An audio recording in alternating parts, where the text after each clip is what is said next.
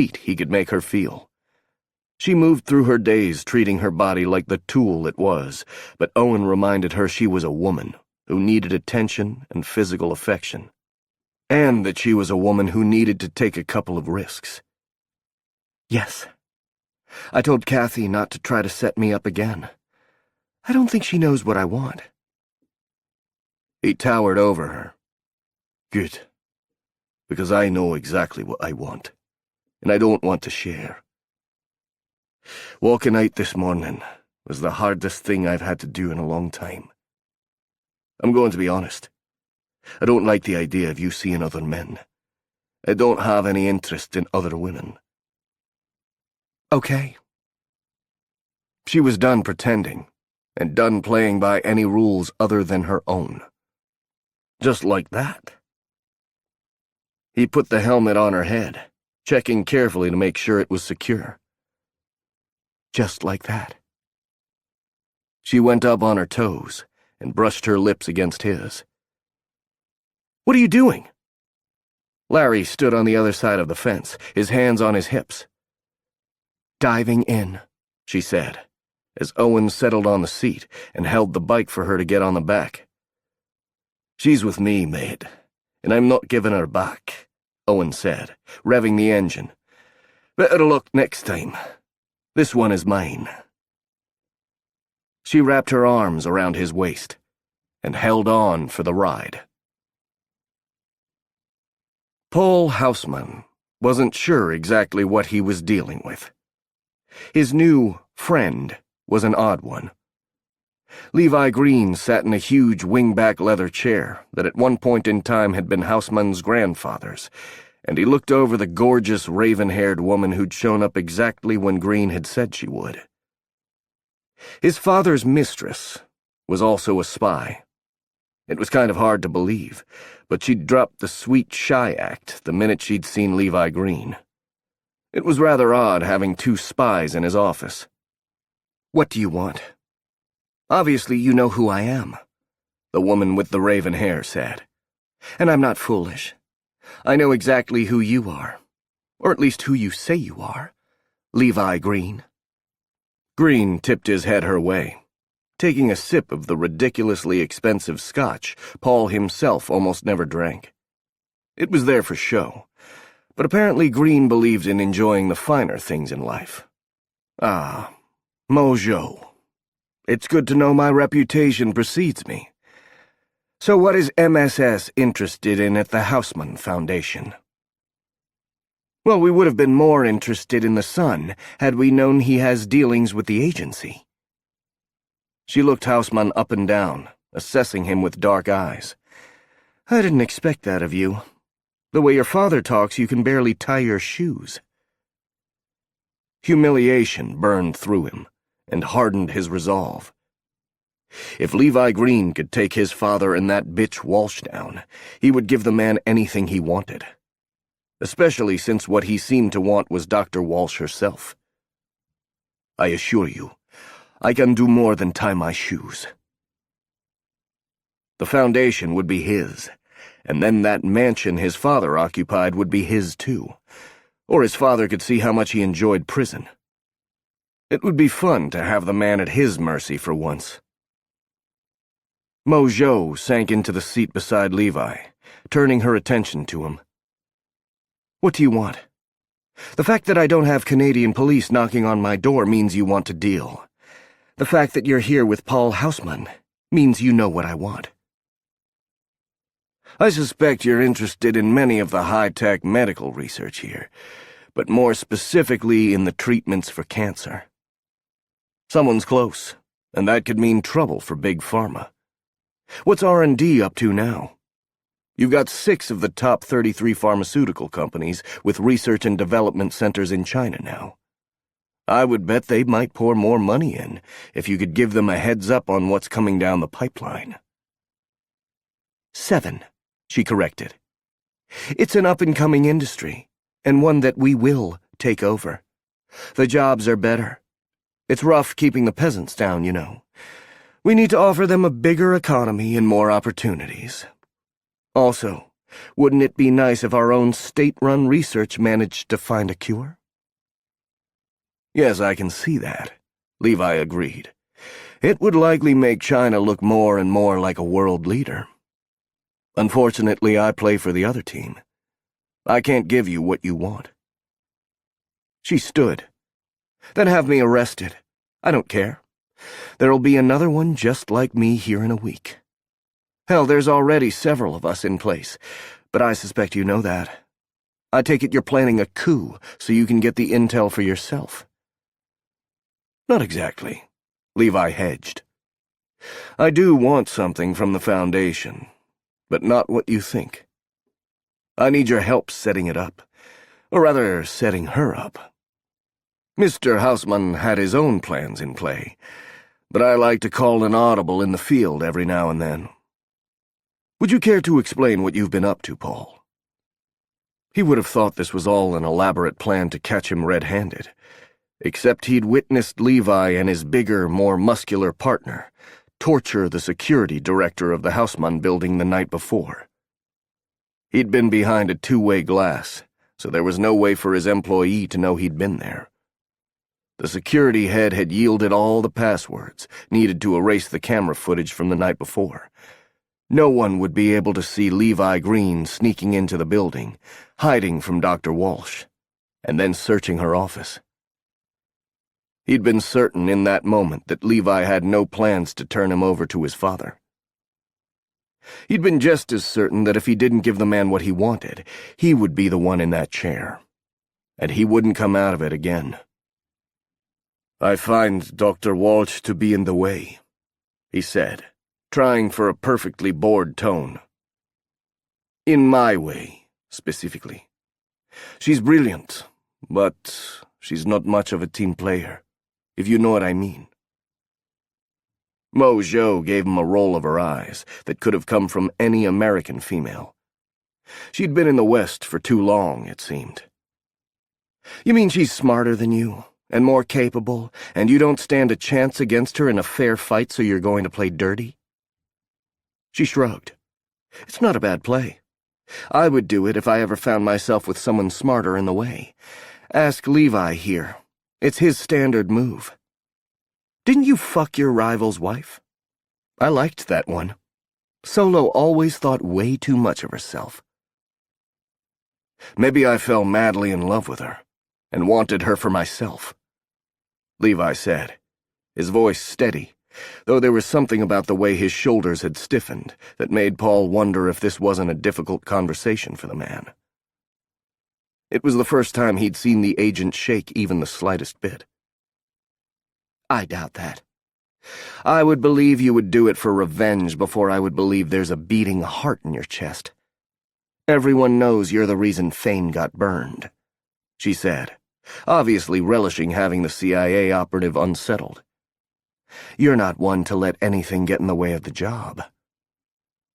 She turned back to Paul. So how are you planning on getting rid of her? She's got a sparkling reputation. I should know. I've done a careful study of every doctor in that place. I'm concerned with a couple of new hires, though. Taggart plants, Levi said. Mo Zhou nodded, as though that explained everything. Then this is about that crazy bitch Hope MacDonald. Is he still trying to figure out who those boys were? That's irrelevant, Levi insisted. What's important is that I want access to Rebecca Walsh, and I want it now. She's got something I need. And it's more than a bunch of old research, though I want that as well. I need her in my custody, and ready to work. The Chinese operative waved a hand as though it should be simple. Why don't you just do what the rest of us would do? Kidnap her and smuggle her out of the country. I like subtlety. Besides, I have some very stuffy people watching me right now.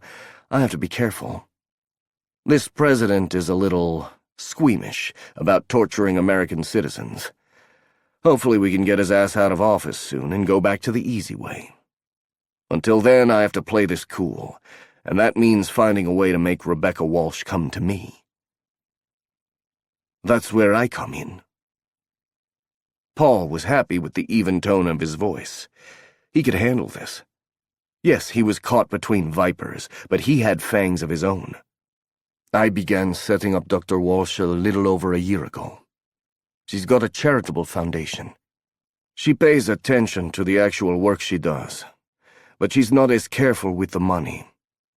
Over the course of the last year, I've managed to take around $1 million from accounts Walsh has access to for her research at Houseman, and funneled them to her charitable foundation as donations. Mojo's scarlet-red lips tipped up at the corners. Aren't you a sneaky one? Still, there are ways for a forensic accountant to track that back to you. Well, I didn't intend to actually have her arrested, he admitted. I intended to find the crime and have her fired. You know, most of the time, crimes like this aren't reported to the authorities. It tends to cause our donors to worry we've been lax and think twice about backing us. I would have taken over the department, and her research would have remained here at Houseman. That's changed, Levi explained. I need her arrested. Mojo nodded. Ah, and you'll be waiting right there to save her, I suspect. You'll agree to help get the charges against her dropped in exchange for her returning to the U.S. and working for you. She might not. This isn't exactly a hellhole. What's a Canadian jail like? I bet it's the politest general population in the world. You would have better odds if we were in a third-world country. Or Russia. Fucking Siberia is the worst. Jail is jail. And this is a woman who's never faced a moment in her life when she wasn't the smartest, most accomplished person in any given room. Levi seemed much more comfortable now that he wasn't talking about some woman named Solo, and they'd moved on to his evil plans. I agree, Paul added, feeling confident in this as well. His original plan to rid himself of Rebecca Walsh meshed beautifully with what the CIA agent needed. Once it had been explained to him, he'd understood how they could help each other. She'll do anything to stay out of jail. She's been very sheltered. Mojo shrugged. Well, I don't care. What I care about is what you need from me, Levi, and what I get out of it if I can't take the cancer research back to my bosses. I don't see why I should help you. I didn't say you wouldn't get anything out of it, Levi said simply, as though he knew he held all the cards in this particular game. What would you say if I offered you Ezra Fane on a silver platter? I would say I would rather have the research, she replied. I could pick up a burned CIA operative in a heartbeat. Besides, he's working with Taggart, and that man gives me a headache.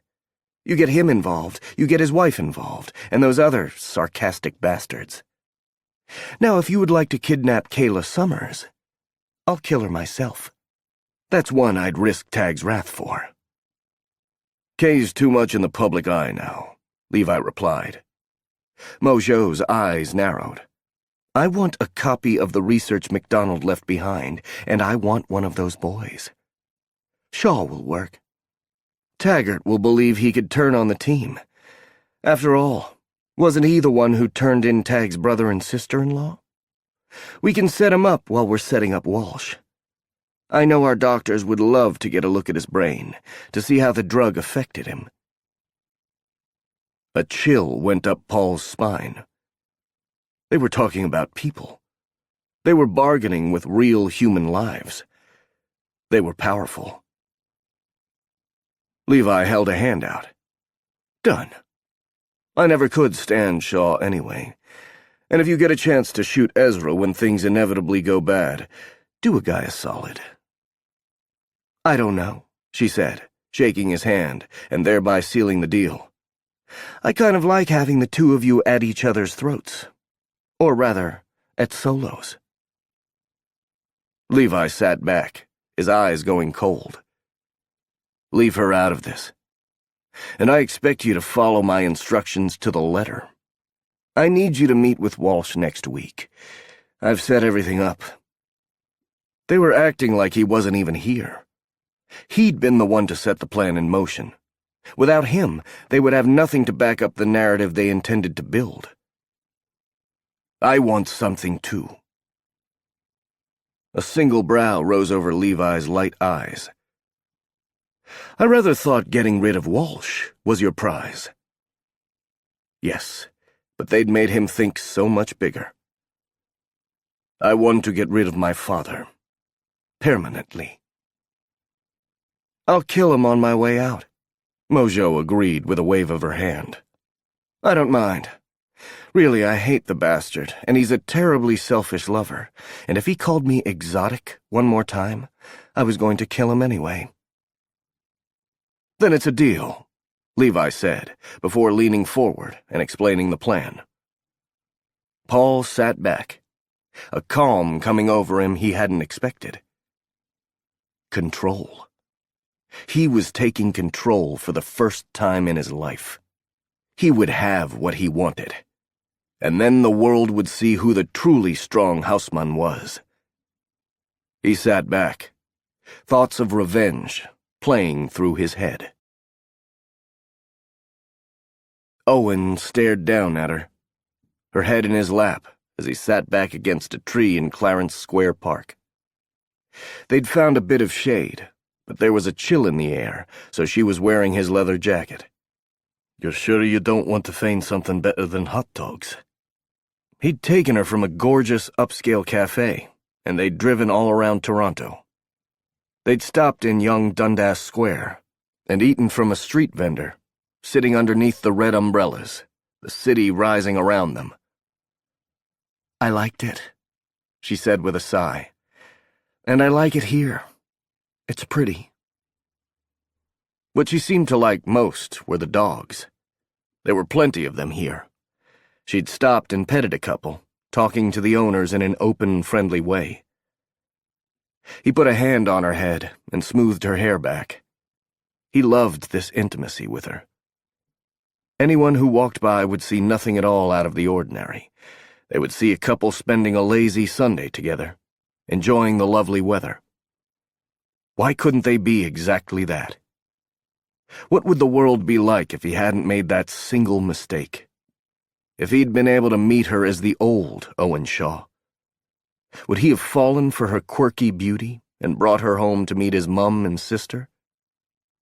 Or would he have been the bastard who couldn't see through her cardigans and glasses and intellect to the raw woman beneath, the one who seemed to somehow complete him, bring him some semblance of peace?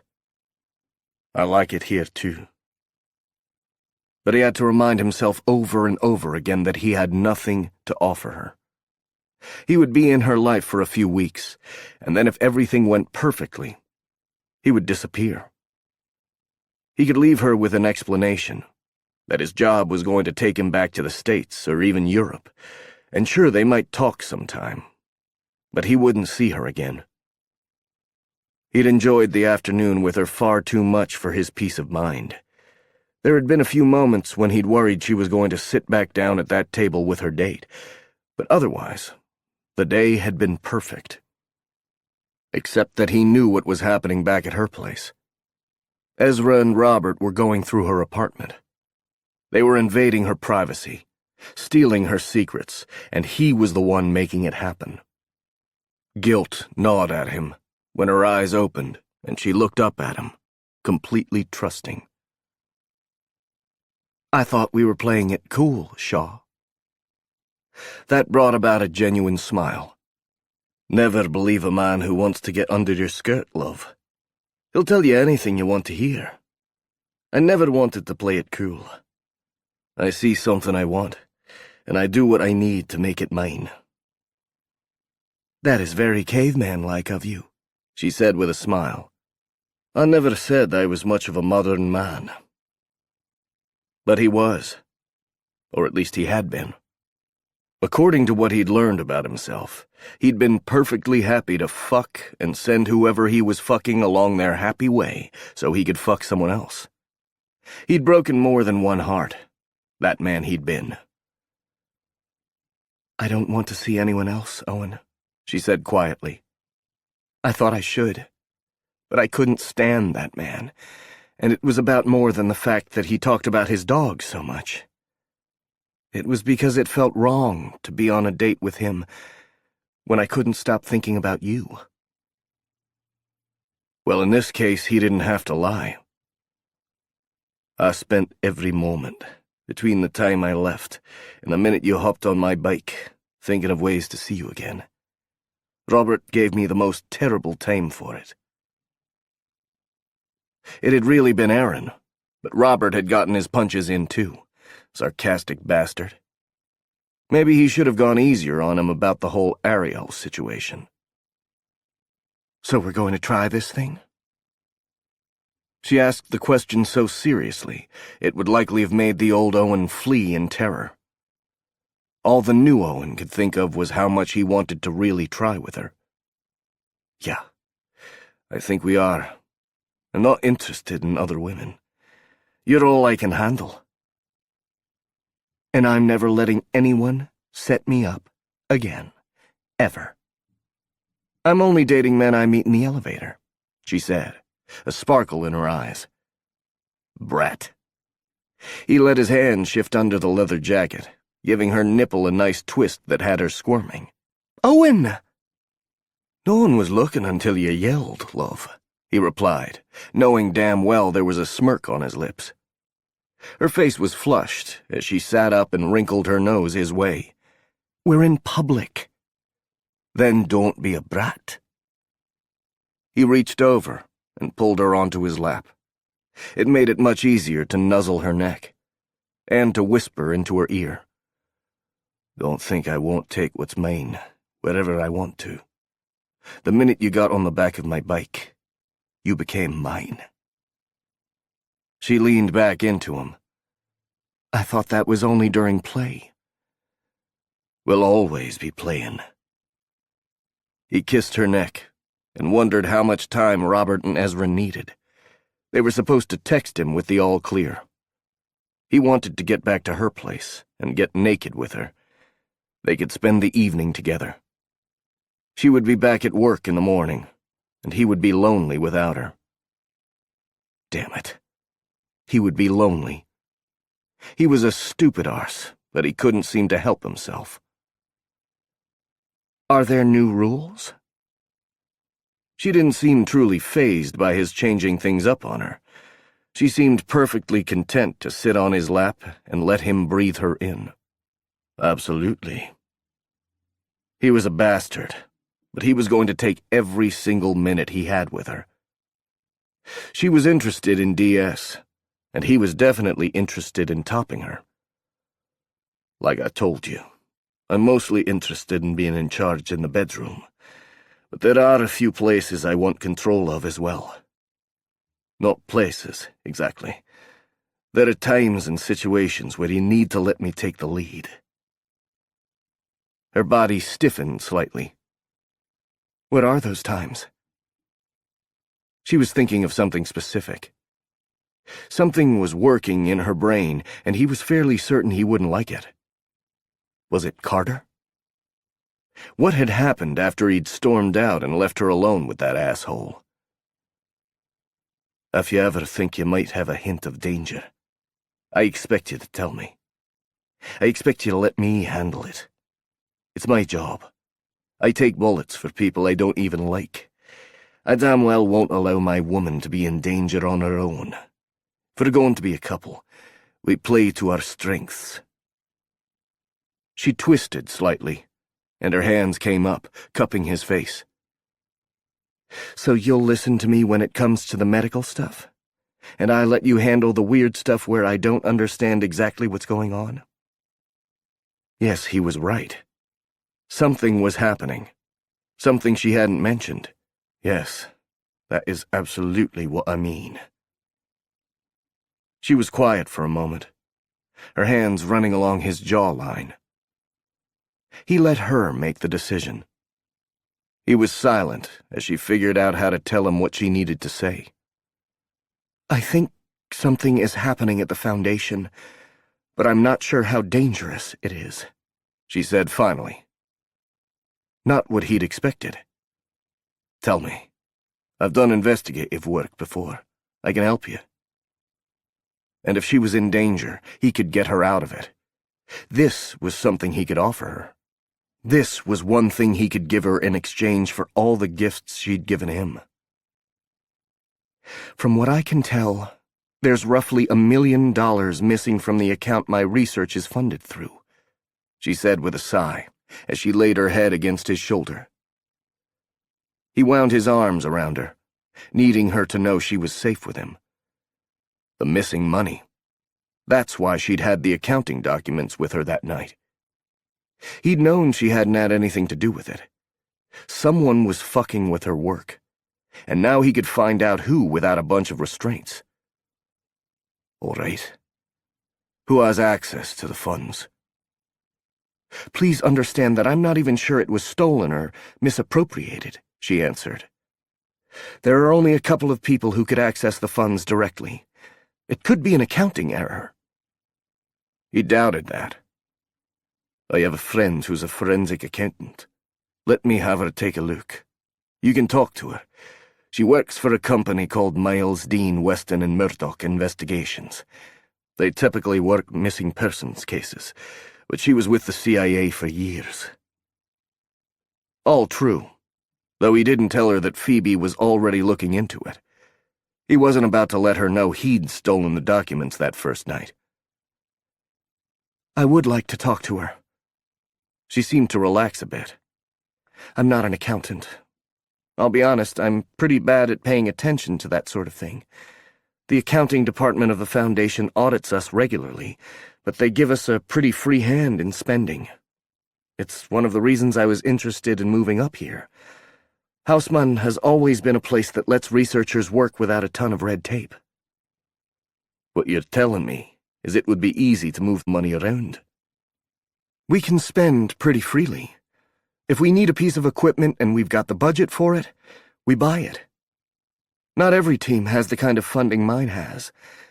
The honest truth is I'm pretty far along on my research. If I need money, someone will give it to me. So I don't think about it a lot. How did you catch the discrepancy? He asked. One of the accountants is a friend of my assistant's. She's prepping for the quarterly audit, and she pointed it out to Kathy, who brought it to my attention. I was sure all I would have to do was track down the order forms. But there was an incident yesterday that makes me think something weird is going on. He didn't like the sound of that. The same day you think someone was in the building watching you. Yes. I didn't think about that. I got this odd message about finding out where the money went. It was couriered over. Do you think they could be connected? She sat up, turning again so she could look him in the eyes. He would be shocked if they weren't. I don't believe in coincidence. What's the security like in your building? How do you protect your research? We all have key cards to get into the building. The elevator requires them too. There are a couple of places in the building that require biometrics. What kind? He was surprised a high-tech facility like Hausmann used key cards instead of biometrics for everything. Iris recognition on the actual labs, she explained. That's where the real research happens, but honestly, the data is on computers. We use the highest security so we can ensure that nothing happens to ruin the experiments and the studies. Believe it or not, there are people who will wreck research either to help out their own or because they don't believe in what we're doing. He thought about it for a second. But other than the actual laboratories, I could get in by nabbing your keycard. There's a security guard on site 24/7, and we have tons of CCTV. I've already asked them to get the footage from that night, she explained. He would like to see that footage. What were you saying about the message? Is that the weird thing that happened?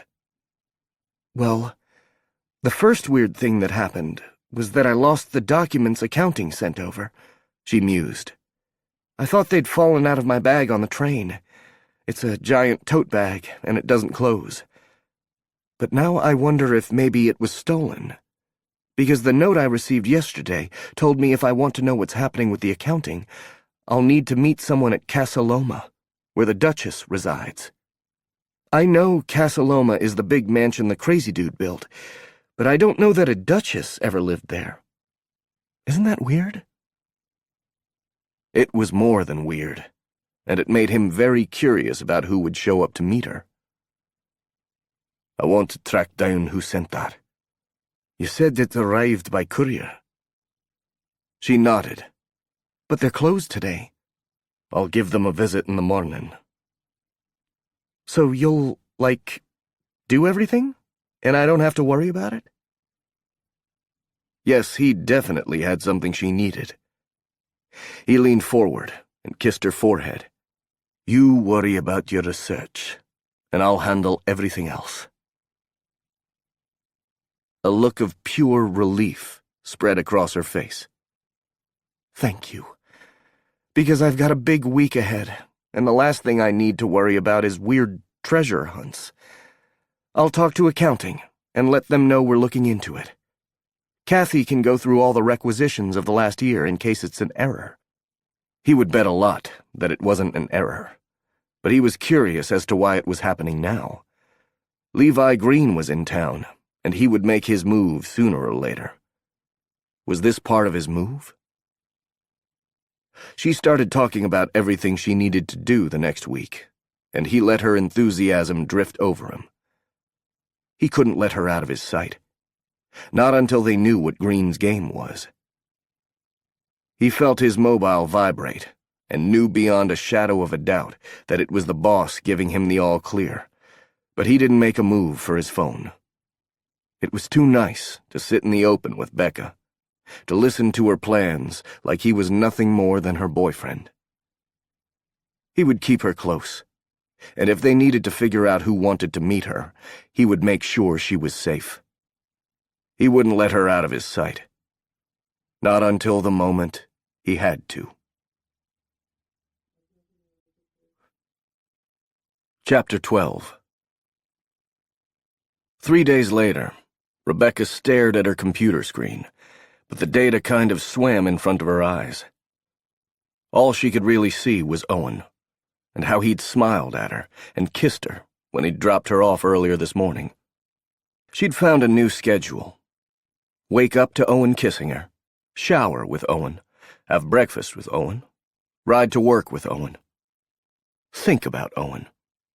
Count down the time to when Owen would pick her up, have dinner and hot sex with Owen. Scream out Owen's name until she passed out. Start all over again. Yep, she was like a teenaged girl with her first crush. Well, except for the very adult sex stuff. I have never seen you zone out, Kathy said from the doorway. Her assistant was standing there with her hands on her hips, her eyes wide as she stared at Becca. Maybe I was concentrating, she tried. It was good to see Kathy. She'd been out with a sick kid, and Becca had been reminded of how much she relied on her. Kathy stepped inside and closed the door behind her. Nope, that's not your concentrating face. You get a little more brow action when you're concentrating on work, and you didn't get in until 9. You haven't been in early all week. That is not your schedule. You're always in by 6:30. Are you all right?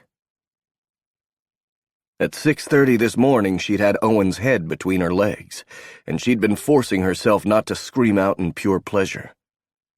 She'd woken up with his hands on her body, coaxing her to open for him. They'd had breakfast in the cafe with his roommate, Robert, who was a funny, friendly man, and then Owen had driven her to work with the promise that he would be back to pick her up at the end of the day. They'd argued about what time the day ended. She'd said 7. He wanted her done by 5. They'd agreed she would be out front at precisely 6 this evening. I'm fine. I've had something to do the last couple of mornings. Owen. She'd been doing Owen. She'd taken all of Sunday off. She normally would have at least come in during the afternoon, but she hadn't thought about work at all. The only thing that had mattered was him. They'd gone out a couple of nights, taking in a movie once and going to some nice restaurants. She'd seen more of the city in the few days she'd been with him than the whole 2 years she'd lived here. She was thinking about going to another tourist destination on Friday. Oh, she'd put it all in Owen's lap, but there was a big part of her that wanted desperately to see who would show up to that meeting. Something was going on. She could feel it, and she was starting to trust her instincts. Paul Houseman had smiled at her this morning. That man never smiled. Ever. It had been the kind of smile a predator might give a small furry thing right before it feasted. Maybe it was her imagination, but she hadn't liked the way that smile had made her feel. "Is whatever you were doing the reason why you're wearing your cardigan inside out?" Kathy asked with a knowing wink. "Please tell me it was that man you left Larry for. I still haven't heard the end of that." Damn it. How had neither of them noticed? She stood up and quickly fixed the problem. "His name is Owen, and he works for a security company. He moved into my building a week ago." Kathy leaned against her desk. "Is it true you showed up for work on a motorcycle? The ladies down in reception were all talking about it. They said he was gorgeous." "He's a very careful driver." She would get lectures on motorcycles and head injuries, and how the neurologist probably shouldn't be riding a death trap. But some things were worth the risk. The feeling of freedom she had as he drove her around the city was definitely worth it. He treated her like she was something precious. "I'm happy for you," Kathy said with a broad smile. "It's good for you to get out of this office once in a while. Is that why Carter is in such a foul mood? Did he finally figure out you're a woman under all that intellect?" "He wasn't happy the first time Owen spent the night at my place. Had everyone seen the Carter problem except her? He was pretty rude about it. I haven't talked to him since then. We've given each other a pretty wide berth. I think we should look into how he treats the female interns." Kathy nodded. "I've heard some rumors. I'm glad that's out in the open. He's had a creepy thing for you since the day you hired on. At first I thought he was a groupie." "A groupie?" "An industry junkie. They all either love you or they're jealous of you.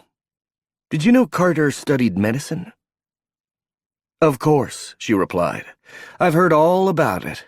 He studied neurology, but he has a fine tremor in both hands. It's not Parkinson's. It's an essential tremor. When he couldn't perform surgery, he switched to medical admin. I don't know why. He could have done research. He could have been a GP." "He's the type who doesn't compromise," Kathy explained. "I think in some ways he was punishing himself for not being able to do what he wanted to do in life." "You're playing the armchair shrink?" It wasn't so surprising. It was kind of what Kathy did, and she was often right. Kathy shrugged. "I've seen pretty much everything, and trust me, I know the medical types. He's angry. Like I said, I hoped it was all hero worship, though that inevitably goes bad. Knowing how he reacted to you dating makes me think he put you on a pedestal for a different reason. It's okay. I'll manage him from this end, and I'll start looking into how he treats the interns. Trust me, after dealing with a sick kiddo for days, I'm ready to bust some balls." "How is Billy?" "Not happy to go back to school," she said with a sigh. "But I was so happy to come back to work." "The stuff with Carter will have to wait. I have another job for you." While Owen's friend in Dallas was looking into it from an accounting end, she would have Kathy start searching for the paperwork trail. There had to be one. Unless someone really had stolen almost $1 million from her research account. She explained the problem, and Kathy took some notes, promising she would handle it. "There must be something going around," Becca said, getting to the second problem she was having, the one Owen was pushing her on. Chuck's been out for a couple of days, too. Can you go down to security and see if he's back in the office? I've been trying to get some CCTV footage from last Saturday night, but the others said they couldn't get it to me without clearance from Chuck. If he's not in, maybe we can get him on the phone. Did you not hear? Kathy had gone a little pale. Chuck quit. He left a message with Paul and said he wasn't coming back. Are you serious? I heard he was sick. Yes, no idea why. He's worked here for 20 years. He was supposed to retire soon. I can't imagine why he would walk out. Security is kind of chaotic right now. Paul said he'll have someone new in a few days, but for now the only person who can do the job is John, and he's barely 25. Can you get me Chuck's phone number? Again, her instincts were flaring. Right as she needed to talk to the head of security, he mysteriously decided to quit a job he'd claimed to love. It didn't make sense. Of course, Kathy promised, and I'll pull any requisition that matches these numbers. It's probably that the account number was wrong, and the other teams got it screwed up. It's happened before. Don't worry about it. Now, you've got a meeting with your team at noon. The new round of data is in, and I've heard it's phenomenal. She'd heard she would be happy with it, too. She was so close to being able to really push this new therapy. It would be all right. Owen would help her figure out what was going on, and by this time next month, she would be writing up her paper and potentially taking on a wave of new research money. Then the big trials would begin, and she would be one step closer to fulfilling the promise she'd made to herself the day her mother died. She was already closer to the promise she'd made to her mother. Owen was making her happy, and she needed to concentrate on that. Still, her curiosity was getting the best of her. Could you clear my calendar for Friday afternoon? A brilliant smile crossed Kathy's face. Of course. You're seeing your man again? She hoped Owen could take a long lunch break. She wasn't dumb enough to go alone, but she needed to know who was going to be waiting for her there.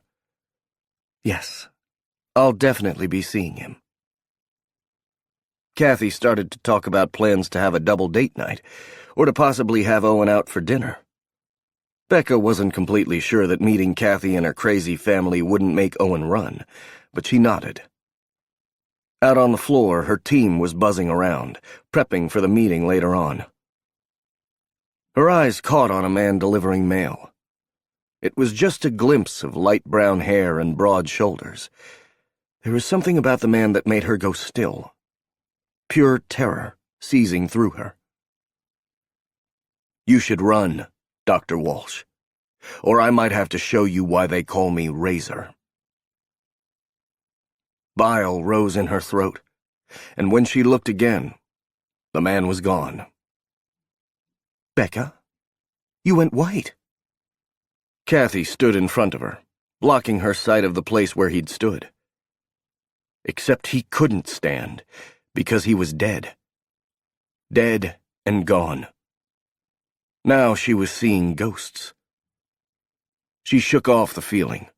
She was being paranoid. It was all about what had happened that Saturday night. It reminded her of the other time she'd been sure someone was stalking her.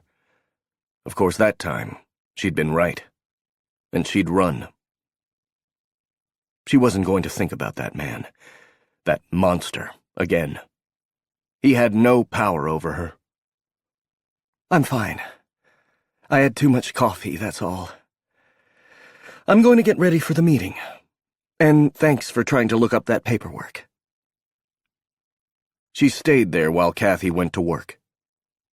Becca sat there trying to convince herself that the past was in the past. After all, she'd just found her future. What do you mean the money leads back to Becca?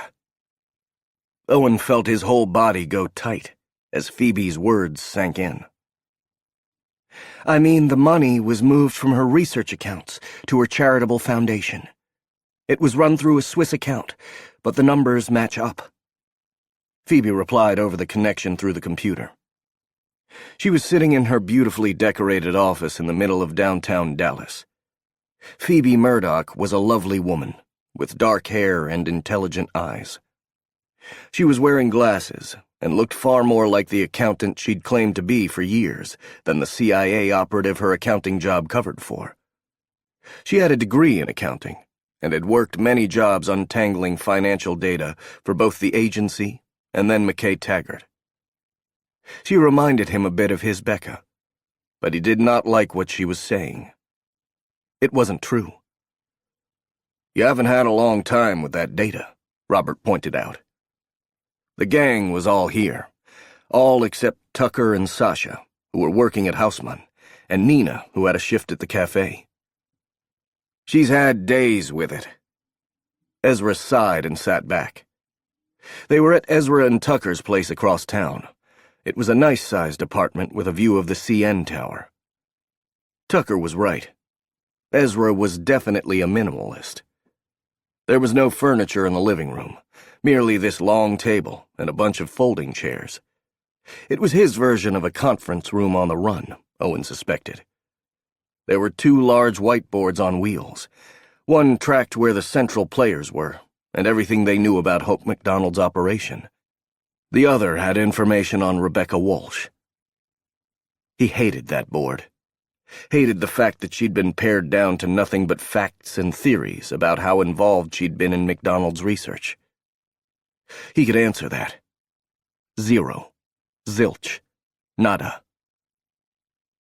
Phoebe leaned toward the camera. "Owen's right. I've only had a couple of days with this, but I wanted to let you know the preliminary results. According to what I found, that money moved from one of her accounts to a single Swiss account, and then to her charity in the form of donations. They were done as wire transfers, so I can't compare signatures, and obviously the Swiss do not share information on their account holders. Adam might be able to figure it out, but we try to keep the boss out of jail for hacking. Jax might be able to do it, and it wasn't like he wasn't already wanted for even worse crimes. But the truth was he didn't need to see someone else's name on the account to know that it wasn't hers. "She didn't do it," he insisted. "If she did it, why would she have asked me to come to you?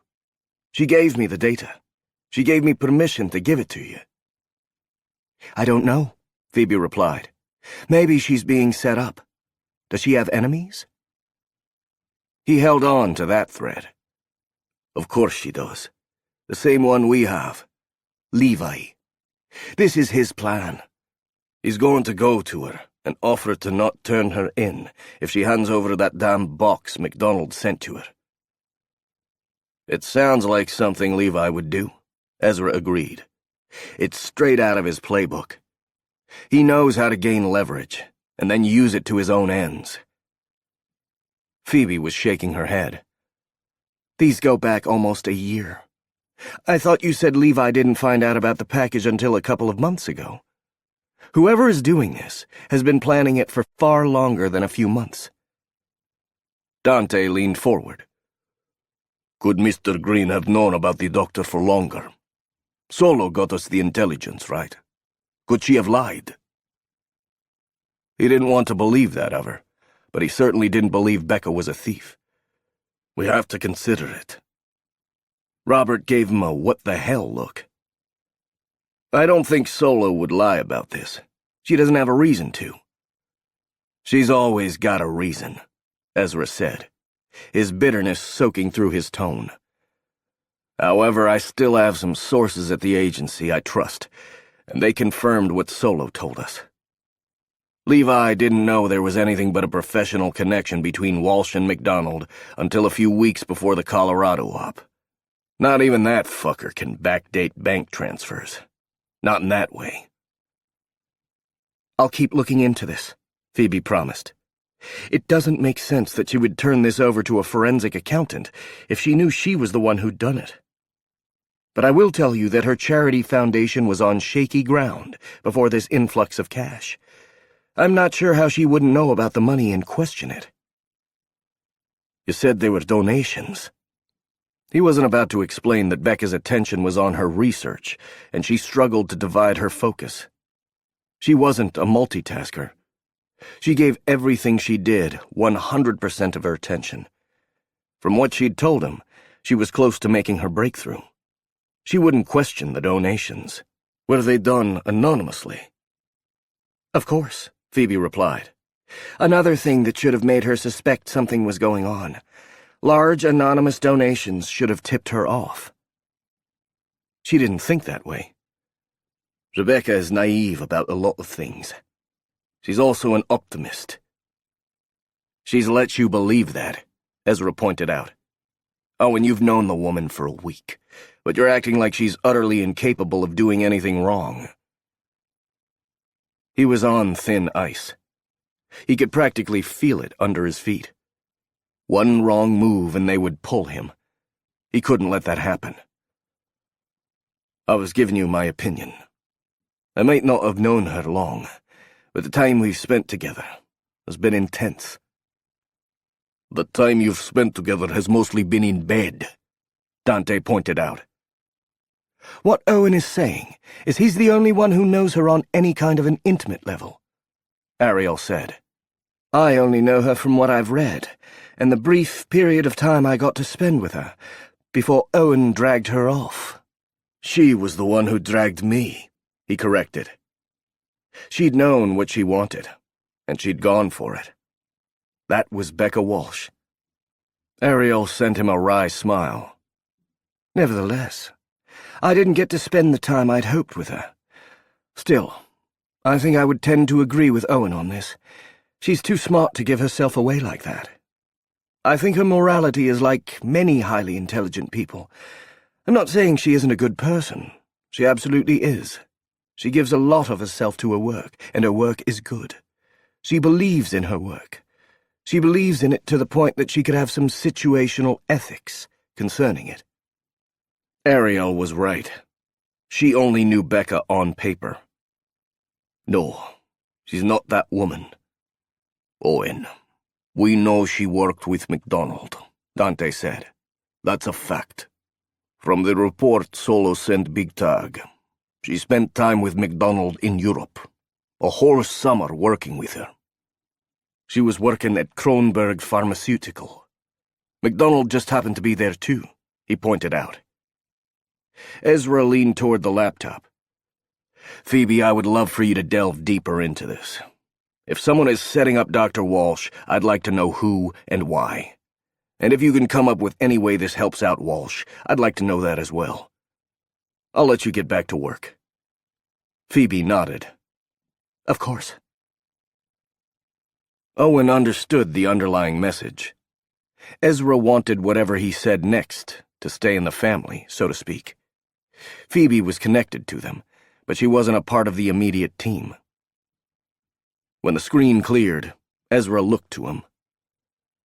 Did you read the same report I did? Of course he did. Robert was always stepping in front of anyone who fucked up, the big brother of them all. He couldn't hide behind Robert this time. I did read it. I understand that she likely had some kind of a working relationship with the woman, but Becca Walsh wouldn't have supported MacDonald's research. She didn't even stay the entire summer. She walked out in late July and gave up her grant. Which means she might have gotten a hint of what MacDonald was working on and left, Robert agreed. Dante shook his dark head. Then why on earth would MacDonald have sent her that box? He was sick of hearing about that bloody box. We don't know what's in it. It could be shite Becca left behind for all we know. Levi Green doesn't think so, Ezra pointed out. He wouldn't be here if he didn't think whatever is in that box is important. The only thing MacDonald did that was important was her research and the formulary for the drugs and protocols for the therapies she used on you and the others. You're wasting your breath. He won't believe you, Dante said nonchalantly, as though he didn't particularly care about the outcome of this fight. He's too far gone. He thinks he loves the girl. I like the woman, Owen corrected. I like her a lot, and I've gotten to know her. Dante leaned in, his dark eyes pinning Owen. Like she's gotten to know you? You've gotten to know the real her? Have you considered for one moment that she could be playing you the same way you're playing her? Robert held out a hand, trying to stop Dante from pushing this confrontation further. Give him a break. He didn't go through what the rest of us did. He doesn't think everyone is out to get him.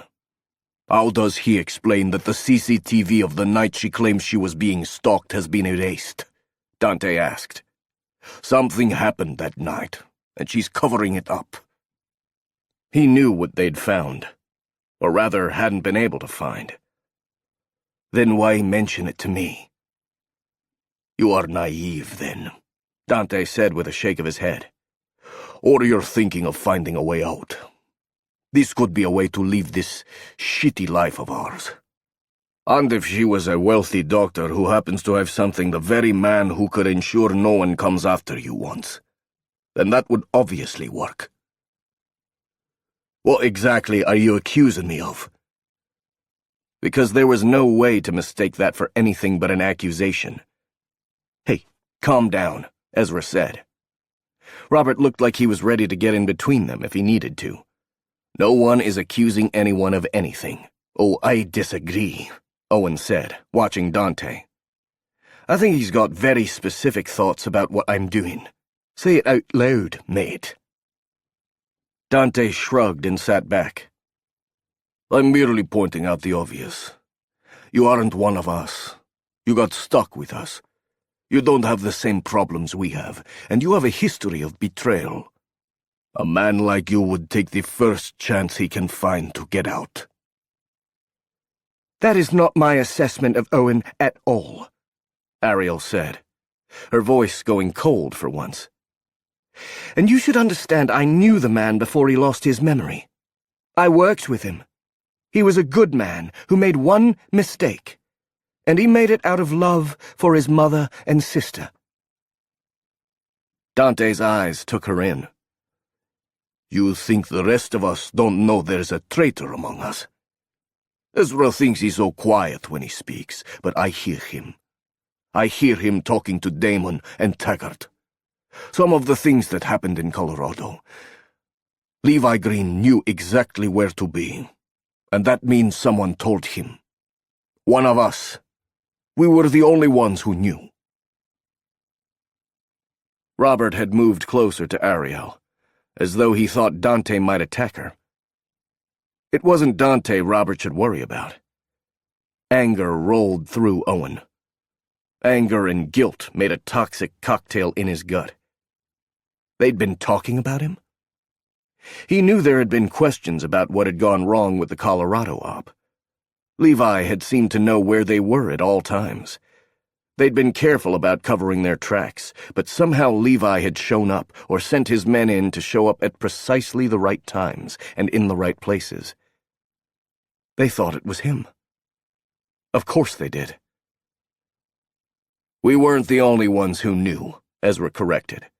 Levi had a plant, and so did the agency. But Solo hadn't known all their plans. She hadn't been there every second of the day. Solo knew Jax was going into those woods, Ezra continued. She didn't know exactly where he was going, Dante pointed out. Neither did Owen, Robert said tightly. But he was there at the end. He made sure he was. Dante sat back, as though enjoying himself. If I remember correctly, he was also the one who helped Jax put together his pack. It would have been easy to slip in a tracking device. He then could have retrieved it at the end. I helped Jax too. Robert's whole body had gone stiff, and Ariel stood up behind him, her hand going to his shoulder. You want to accuse me? But you were far away at the end, Dante crooned. You weren't in the two places where it would have been easy to cover your tracks. Owen was. Owen is the only one of us who can fly a fucking helo. Ezra's voice had gone low. It didn't matter. He could point out the logic all day long, but the truth was, he had betrayed them all, and they would never forgive him. Yes, he's excellent at using his resources. Dante wasn't giving up. Now he's going to use the good doctor to save himself. Rebecca Walsh was in on it. That's why she's hidden the box. We've looked for it everywhere, in her home and her office. She's protected it because she's going to use it. She's not some innocent. She's a bitch like her mentor, and Owen is going to ride her all the way home. He wasn't sure what happened next. He saw red, a violent mist that shut out everything else. He went over to the table and had his hands around Dante's throat in a heartbeat. It felt good. His throat was warm and muscular, but Owen had righteous anger on his side. He slammed Dante to the floor and held the man down as he started to choke the life out of him. Yes, he was seeing red at the moment, but he wanted to see blue. He wanted that fucker's face to turn blue. Someone was yelling, but that didn't matter. All that mattered was that Dante's mouth couldn't spout shite about Becca again. He didn't care what anyone said about him. He'd earned their scorn, their mistrust, but she hadn't. "Owen, stop it," Robert was saying. "Owen, I need you to calm down." Ariel knelt down beside him. Her voice was soothing. "You don't want to kill Dante. Not really. I know who you are, Owen Shaw." No one knew who he was. He didn't fucking know. He wanted to be the man Becca thought he was, the one she could count on. Dante's eyes had started to bulge, and the fight he'd shown was slowing down, but Ezra had an arm around Owen's neck. He managed to snap his head back, making hard contact with his boss's chin and causing him to curse and let go. Pain flared, but Owen didn't let up. "Owen, please," Ariel implored. "If you do this, you can't go back to her. If you do this, Ezra has to turn you over. Becca will be alone. She won't have you to protect her." Those words seeped into his brain. They worked some kind of magic on his hands as he fell back, letting Dante go. Dante coughed, but was on his feet in a heartbeat, trying to come after him. Robert caught the other man. "No fucking way. You are going home, now. I'll have Tucker stop by your place to check on you." Dante looked savage as he stepped back. "Don't bother. I can take care of myself. It's obvious whose side you're on, Robert." Ezra sighed as he got to his feet. "There are no sides, but it's obvious we need to have some serious talks. Come on, I'll take you back to your place. And Owen, you can't tell Rebecca Walsh what we found out today. I want a couple of days for Phoebe to figure out what's happening before you tell Walsh what we know, and that's an order. I expect you to follow it." He shot Robert a look that plainly told him to take care of it from this end. Owen didn't know that he wanted to be taken care of, but Ariel had been right about one thing. Becca needed him. He might have to protect her from his own team. Except they weren't his team. "Owen, do you want to talk about it?" Ariel got to the floor, sitting down beside him. "Man, you have to know we don't think that of you," Robert said. Did he? Hell, if he was in their position, he might think it too. He forced himself to get up. "No, I'm fine. I'm going home. I have to take a shower. I have to pick Becca up soon." He walked away, without looking back. Chapter 13. Something was wrong with Owen, and she couldn't put her finger on it. He'd been perfectly sweet. He'd been waiting for her at the time they'd agreed on. He'd taken her to dinner and asked about her day, listening patiently as she likely went way too much into how plaque was formed in the brain. Way too much. It had been an exciting day, and it had taken her too long to figure out that his smile didn't come close to reaching his eyes. Now they were ensconced in her apartment, and she wondered how to tell him she planned on going to the meeting Friday afternoon. She was wondering if she should tell him at all, since there was something in his eyes that told her he'd had a rough day. Maybe it was time to play the submissive. Wasn't it her job to soothe him? He protected her. She soothed and calmed him. That was the exchange they'd agreed on, and he'd definitely done his job. She wasn't sure she'd been doing hers. She'd been far too into the sex and pleasure and affection to remember he needed things too. He locked the door behind him. "I think I might head to my place for the night, love. I've got a headache, and I worry I'll keep you awake." Yes, something had definitely gone wrong with his day. "Or you could sit down and let me take care of you. After all, I am a doctor. Can you describe it to me? The headache, that is?" A faint smile crossed his face. "He's 6 foot, dark hair, bloodshot eyes. He's an asshole of the highest order, and I have to work with him." Oh yes, she could handle this. "I know a couple of those myself. Owen, please stay with me. I don't mind if you toss and turn. I can handle it. Sit down." His eyes caught hers, and she realized she'd made a mistake. If he'd had issues with someone at work, it might have made him feel small, and now she was ordering him around. That wasn't how to handle a man like Owen. "Please." That was a better plan. His gaze softened, but he didn't move toward the couch. "I'm on the edge tonight, Becca. I don't want to go into it, but work was hard today. I think I could push you tonight if you let me. I don't want to scare you." She moved into his space. "I'm not scared of you at all." His eyes seemed grave as he stared down at her. "Maybe you should be." She shook her head and put her arms around him, resting her ear on his chest. "No, I do not want to be afraid of you. Not for a second."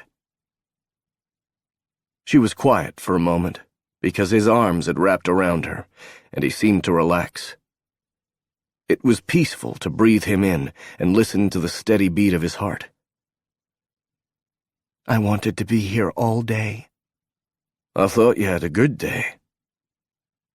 One of those big hands of his moved over her back. "I did." The results of the latest test had been spectacular, but she'd still thought about him. He was a distraction, but one she wasn't willing to let go of. She'd worked all this time thinking of nothing but her research. Maybe Owen was her shot at having something outside of work. She knew it was too early to start thinking like that, but she'd been super careful when it had come to her ex-husband. Careful hadn't worked. She was following her instincts this time. But the whole time, I was waiting for 6 o'clock. Now that hand came up and cupped the nape of her neck, cradling her to him, and she knew she had him. He wouldn't be going anywhere tonight. "You have no idea how much I felt the same today." "Do you want to talk about it?" He rarely talked about himself. He would let her go on and on, but he tended to turn the conversation when it was about him. He was silent for a moment. "I screwed up a job a couple of years back. I screwed up badly, and it put 2 of my teammates in danger. They came out of it all right, but it's when I got injured and had that bad reaction to the drugs they had to give me." She went very still, because she'd learned this was not something he talked about. He was touchy about the scars on his body. She could have told him they did nothing to detract from how gorgeous he was, but he obviously hadn't wanted to hear it. "The reaction was bad," he continued. "It went far beyond what you see on my skin. It made me weak for a long time.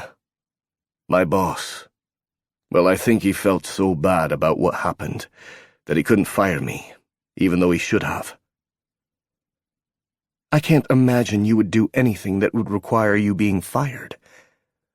Then you, love, don't have a good imagination, he replied quietly. I assure you, I deserved it, and more. But I've tried to redeem myself. I was reminded today of everything I did wrong, and that some people don't believe I can change.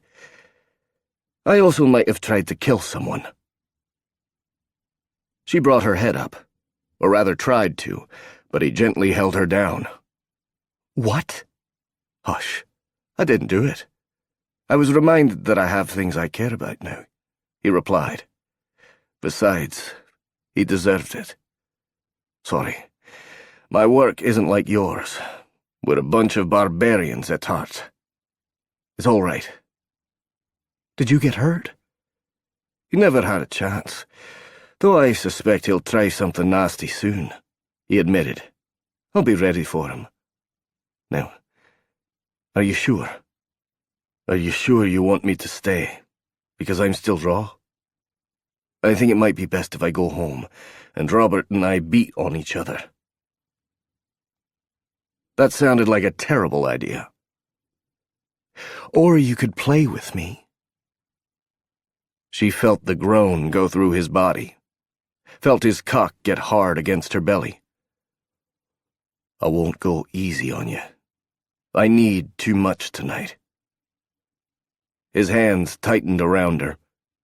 His words told her she could go, but those hands begged her to stay, commanded her to stay. Do you need me? She could handle anything he threw her way if he did. I need you more than I could have imagined. I need you more than I should. His voice had gone deep, hoarse, as though he was right there on the edge, and all it would take to push him over was a little help from her. She rubbed her cheek against his chest and let her hands find the globes of his amazingly muscled ass. I need you too. Tell me what you want from me, Owen. He tugged on her hair, gently forcing her to look up into his eyes. Everything. I want everything. Then let's play. She wanted to be the reason he relaxed tonight.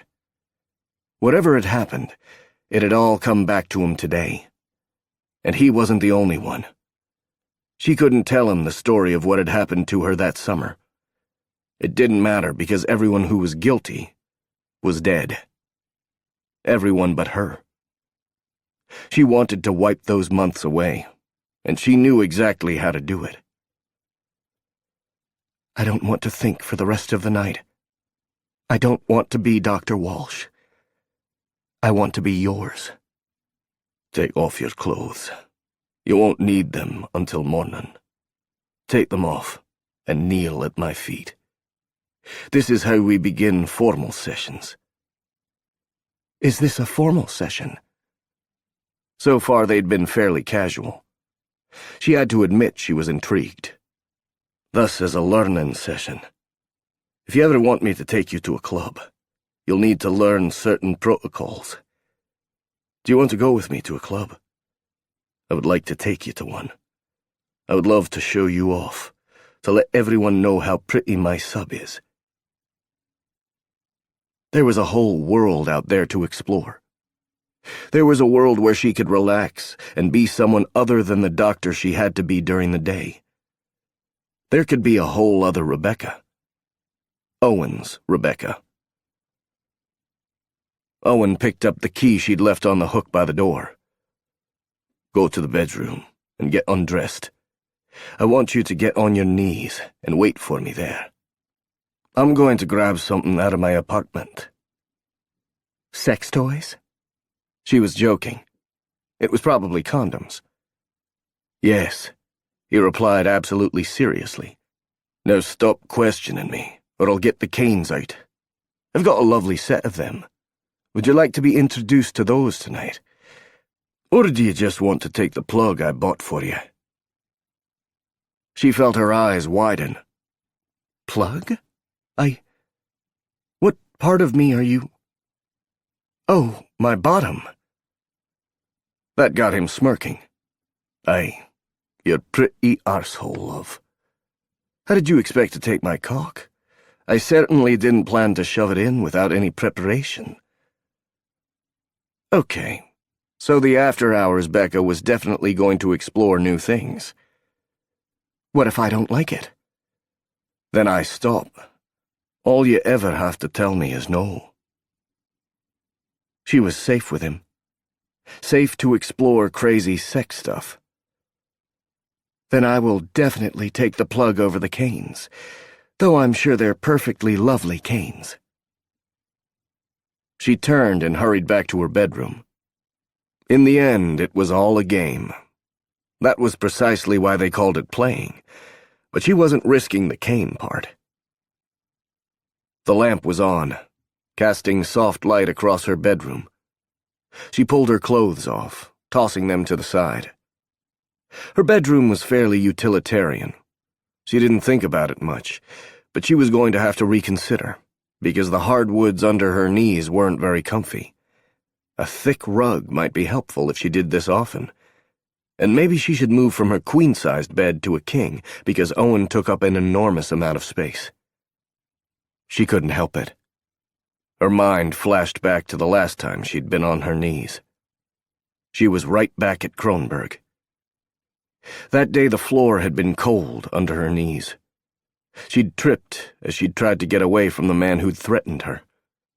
She'd panicked and fallen, and Dr. MacDonald had walked in, looking from him to her.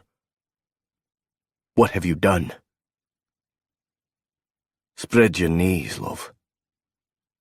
Owen's voice brought her back to reality. It took her a moment, but she did as he asked, spreading her knees wider. What happened? You're tense, and you weren't before. Owen said, his hand finding her hair. She didn't want to think about that day. Tried to not ever think about it. Nothing. Just nervous about the plug. Not that I'm not willing to try it. I am. His fingers tangled in her hair, tugging her until she faced him. Don't lie to me.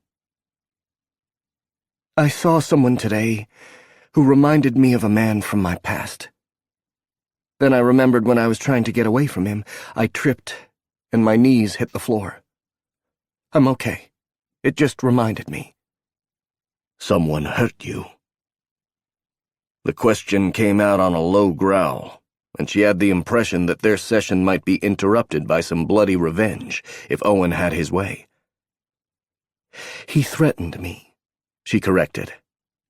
At least she thought he hadn't hurt her. It had all been a dream when she'd been sick. That's what she'd told herself.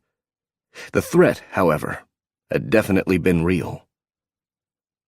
He scared me, but he didn't actually hurt me.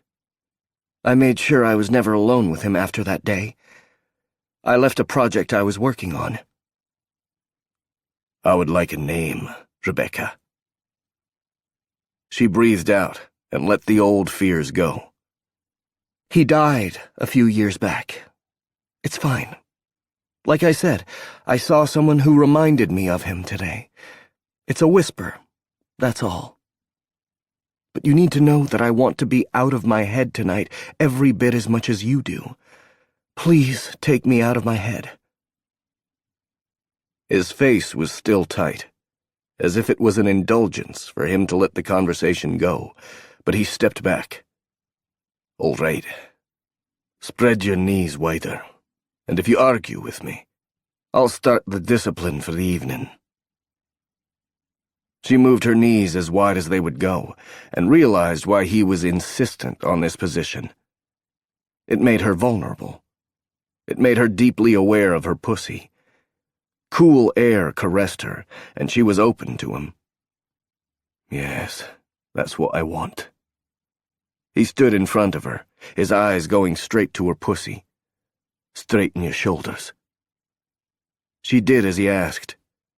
The position made her breasts thrust out. Her nipples were already hard and aching for attention. Despite the coolness of the room, her body was warming up nicely. Now place your hands palms up on your thighs, like you're offering yourself to me, because that's exactly what you're doing. You're offering me your body and your trust. When she'd done as he asked, he stood in front of her.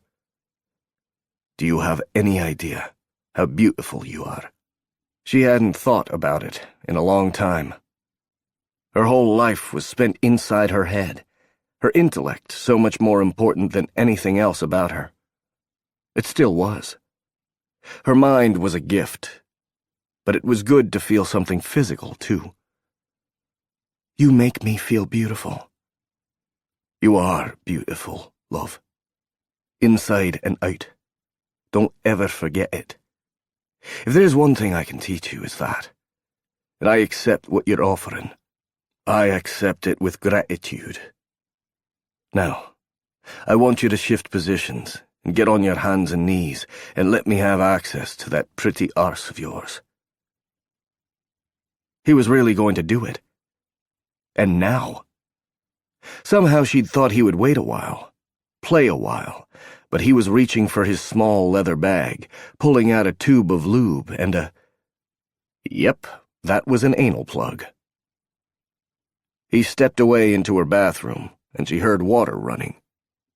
She shifted, and then she really felt vulnerable.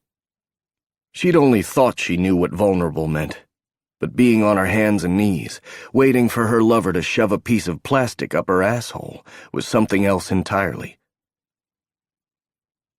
Do you know why I want to fuck your arse? His words floated in from the bathroom. Not really. Because I want to have you every single way a man can have a woman. I want to know you in every possible way I can. And because it's going to feel like heaven. I'm crazy about your pussy. I promise I'll fill your pussy up every chance I get. But your sweet arse is going to be my indulgence.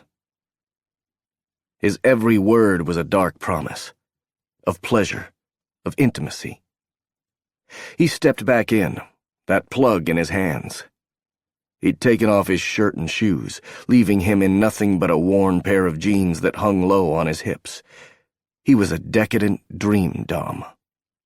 He sank down into the plush chair she usually read in before she went to bed. He sat back like a king on a throne. You're a very obedient sub. I can see you're going to make it hard on me. I'll have to find reasons to spank you. I'll do it, because there's nothing I'll like more than having you over my lap. That's an idea. Come over here and drape yourself over my lap.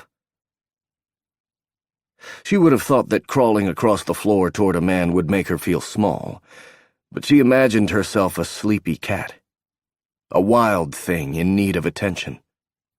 His cock was bulging against the denim he wore, and his eyes were hot as he watched her move his way. She felt every muscle in her body, every inch of her skin as she crossed the distance between them. Her breasts felt heavy, but it was a good feeling. They were heavy with want she knew would soon be fulfilled. She felt graceful and sexy as she placed herself across his lap. Between the rough feel of the denim against her belly and the warmth of his hand on her back, she was caught in sensation. The last of the stress and fear of the day seemed to leach from her system, and she was wholly ready to be his, open to the experience he was going to give her. Or I could simply slap this arse, because it's mine. She gasped at the sudden pain that racked through her as he brought his hand down. It was sharp, and sent a wave of pure heat roaring across her. I'll slap it, because I love how hot you look when your cheeks are pink and perfect. Another smack had her holding onto his leg and gritting her teeth, but she knew what was coming after. The pain and the heat, and then a rush of lust. It shot directly to her core, and she was getting wet and ready for him. He smacked her cheeks again, and she realized she could get addicted to this. Owen Shaw might become her drug of choice if she let him. She gritted her teeth as he continued to spank her. It was a ritual. Grit teeth. Moan. Let the heat sink into her bones. Yearn. Begin again. Over and over he put her through it, punctuating each slap of her flesh with sweet words. He told her how gorgeous she was, how much he wanted her, how he thought about her every minute of the day. The words sank in as much as the physical sensation. Something infinitely warm had opened up inside her. "You like this?" Owen said, his hand moving between her legs. She forced herself to breathe as his fingers brushed against her pussy. It was a light thing, so much less than she needed, and yet she found herself arching against him. "I love it. I've never felt anything like it before." "And I know you like this. Hold still, or I'll stop what I'm doing." His fingers pressed against her pussy, sliding in because she was so damn wet. "I love how hot you get for me." She'd never been this hot for anyone before. It took everything she had to remain still as he fucked her with his fingers. His thumb came up and rubbed against her clit. "I want you to come for me. I want you to come all around my fingers, and then it's going to be my time. You'll do anything I ask tonight, won't you, my sweet sex toy?" She would do anything at all for him tonight, as long as he kept doing this to her. "Yes, Owen." "That's what I want to hear." He picked up the pace, fucking his fingers deep inside her pussy and rotating them as he pressed down on her clitoris. It wasn't more than a few moments before she was clutching his jeans and calling out his name as the orgasm pierced through her. She was still shaking, coming down from the high when he pulled his fingers out. "I bet you've never felt this either." There was a deep chuckle to his words, and she gasped as he parted the cheeks of her ass. "Hold on, love. It's just a little lube."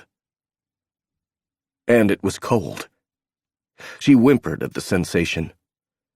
She'd never played this way before, never even thought she would want to, but she couldn't deny him. Her whole body felt boneless in the wake of her orgasm. "I love the sounds you make," he said as he started to work the lube in. She was back to shuddering. The sensation was odd, jangled. It wasn't painful, but she certainly wasn't sure it was pleasure. Pressure hit her when she felt him place the plastic tip to the tight ring of her ass. "Hold on to me," he said, his voice hoarse. She did as he asked, and realized how relaxed she was. It would be okay. She didn't need to tense up. Becca took a deep breath and let herself feel. She catalogued every sensation, from the cool air on her flesh to how her backside ached in the sweetest way. The plug was opening her up little by little, and his cock was rock hard under her belly. One hand held her in place, giving her balance. "Tell me where you are," he said, the plug rimming her. He pressed in and then pulled out, gently gaining ground. She was with him. That was all that mattered. "I'm good, Owen. It's not painful. It's a little weird, but I can handle it." "Good. Because now that I've seen how pretty it is, I have to have it. I can't wait until it's my cock fucking this pretty hole." His accent had gone deep again. She'd certainly never thought of an asshole as being pretty, but she was glad he liked hers. He was an outrageous man. From what she could tell, the man had no shame when it came to sex, and that was one of the sexiest things about him. And she'd helped him tonight, because he obviously did feel shame about other things. She'd hated the guilt in his voice as he'd talked about screwing up at work. He wasn't thinking about that now. He was here with her. While she found a safe place with him, he was doing the same thing with her. It felt good to be necessary to someone in a personal way. Being with Owen pointed out all her problems with men before. Not a one of them compared to her research. Not a single one, even the man she'd married, had been able to take her out of her head and let her be a woman. His woman. He slid the plug in. That's it. Relax for me. It's not so bad. It wasn't bad at all. Now that he'd managed to coax it inside her, she wasn't sure what she'd been afraid of. She felt full. I don't hate it. I'm glad to hear that, because you're going to wear it for a while. Clench it, love. You need to concentrate to keep it inside. I've got to clean up. I want you to lie on the bed and wait for me. I'm not even close to being done with you yet. She wasn't close to being done, either. Owen washed his hands and looked at himself in the mirror. Fuck. He didn't recognize himself, and it had nothing to do with what had happened to his memory. He'd looked at himself in the bloody mirror every day. He saw an attractive man who couldn't quite connect to anyone around him. Not tonight. Tonight, all he could see was a man who hungered. The man in the mirror hungered for something, and it wasn't his next glass of scotch. It felt good. It felt fucking perfect. She was everything he could want in a woman. He was lying to her at every single turn. He dried his hands. It didn't matter. She never had to know. He could handle this and handle her. He didn't have to give her up. He wouldn't give her up. She was the one good thing that had come out of his pain. He wasn't about to let her go now, no matter what Ezra said. It was okay. He still had time with her. Time to steal more of her privacy. Time to lie to her. She didn't deserve any of this. He opened the door, and every single bit of guilt fled because she was lying on the bed, her head tilted off the edge, her gorgeous body draped over the comforter. He had to smile, because she was in an awkward position. Sexy, but awkward. It was like she'd tried to center herself on the bed and gotten it wrong. She lay across the bed, but not like she would to sleep. She was parallel to the headboard, and her head was slightly off the mattress. His cock twitched in his jeans, and he knew it didn't matter what he'd done before, or what he would do after. All that mattered was this moment and this woman. It didn't matter that he didn't deserve her, that he'd lied and cheated to have her. She'd given herself to him, and he was going to keep her no matter what. He stood there for a moment, his eyes taking in every inch of that golden skin. Her tits were perfect, round and tipped with ripe pink berries. His palm itched to touch them, to feel that silk under his skin. I kept the plug, but that was pretty much hell on earth, Owen. It doesn't want to stay in, she complained. I had to roll on the bed, and I ended up like this. Can you grab my ankles and pull me down so my head isn't falling off the mattress? But he could see the possibilities of her position. She was laid out for his enjoyment. He unbuttoned the fly of his jeans and shoved them off his hips, kicking them to the side. He wouldn't need clothes for the rest of the night either. He was going to spend every second of it skin to skin with her, doing disgusting, perverted, glorious things with her. I like you exactly where you are. It struck him that he hadn't felt her mouth on his cock. He'd been too eager to get inside her, but he could certainly make up for it now. Her hair fell in golden brown waves. You like it? I'm not sure how. She bit her bottom lip. You want me to suck you, don't you? You want to shove your cock in my mouth and play with my breasts at the same time. That's why you like it. It was a good thing that she could read his intentions. He couldn't keep her like that forever. She would get woozy, but he could enjoy her for a few moments. I like it, because you'd lay it out like a feast for me. Are you going to do it, love? Are you going to suck my cock? Yes, Owen. I've been dying to. Her legs slid against one another, like she couldn't help but move. He crossed the space between them. The bed was at the perfect height. It brought her luscious mouth in line with his cock. Open for me. She did as he'd commanded, and he felt the first long lick of her tongue on the underside of his dick. It was enough to make his eyes roll to the back of his head.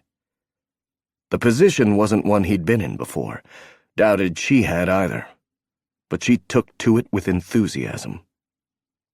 Her tongue rolled over him. It was a tight fit. Her mouth was small, but she managed to work his dick with sweet enthusiasm.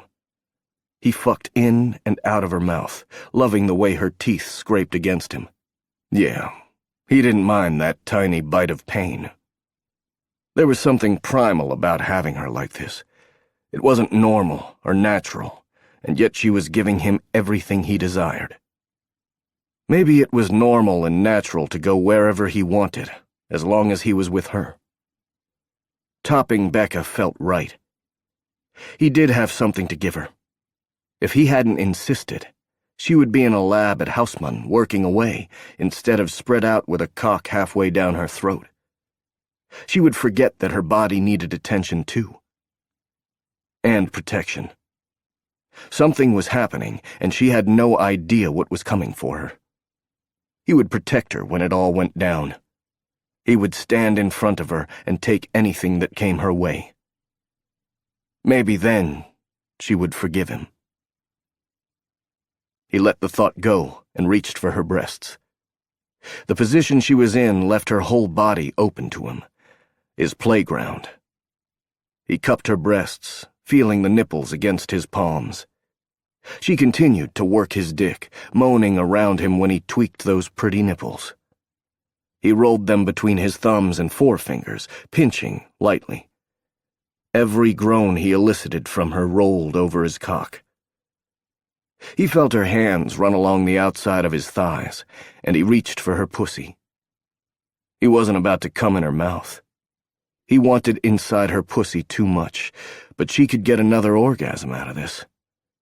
She was so hot, and that plug would make her even tighter than normal. He wouldn't last long.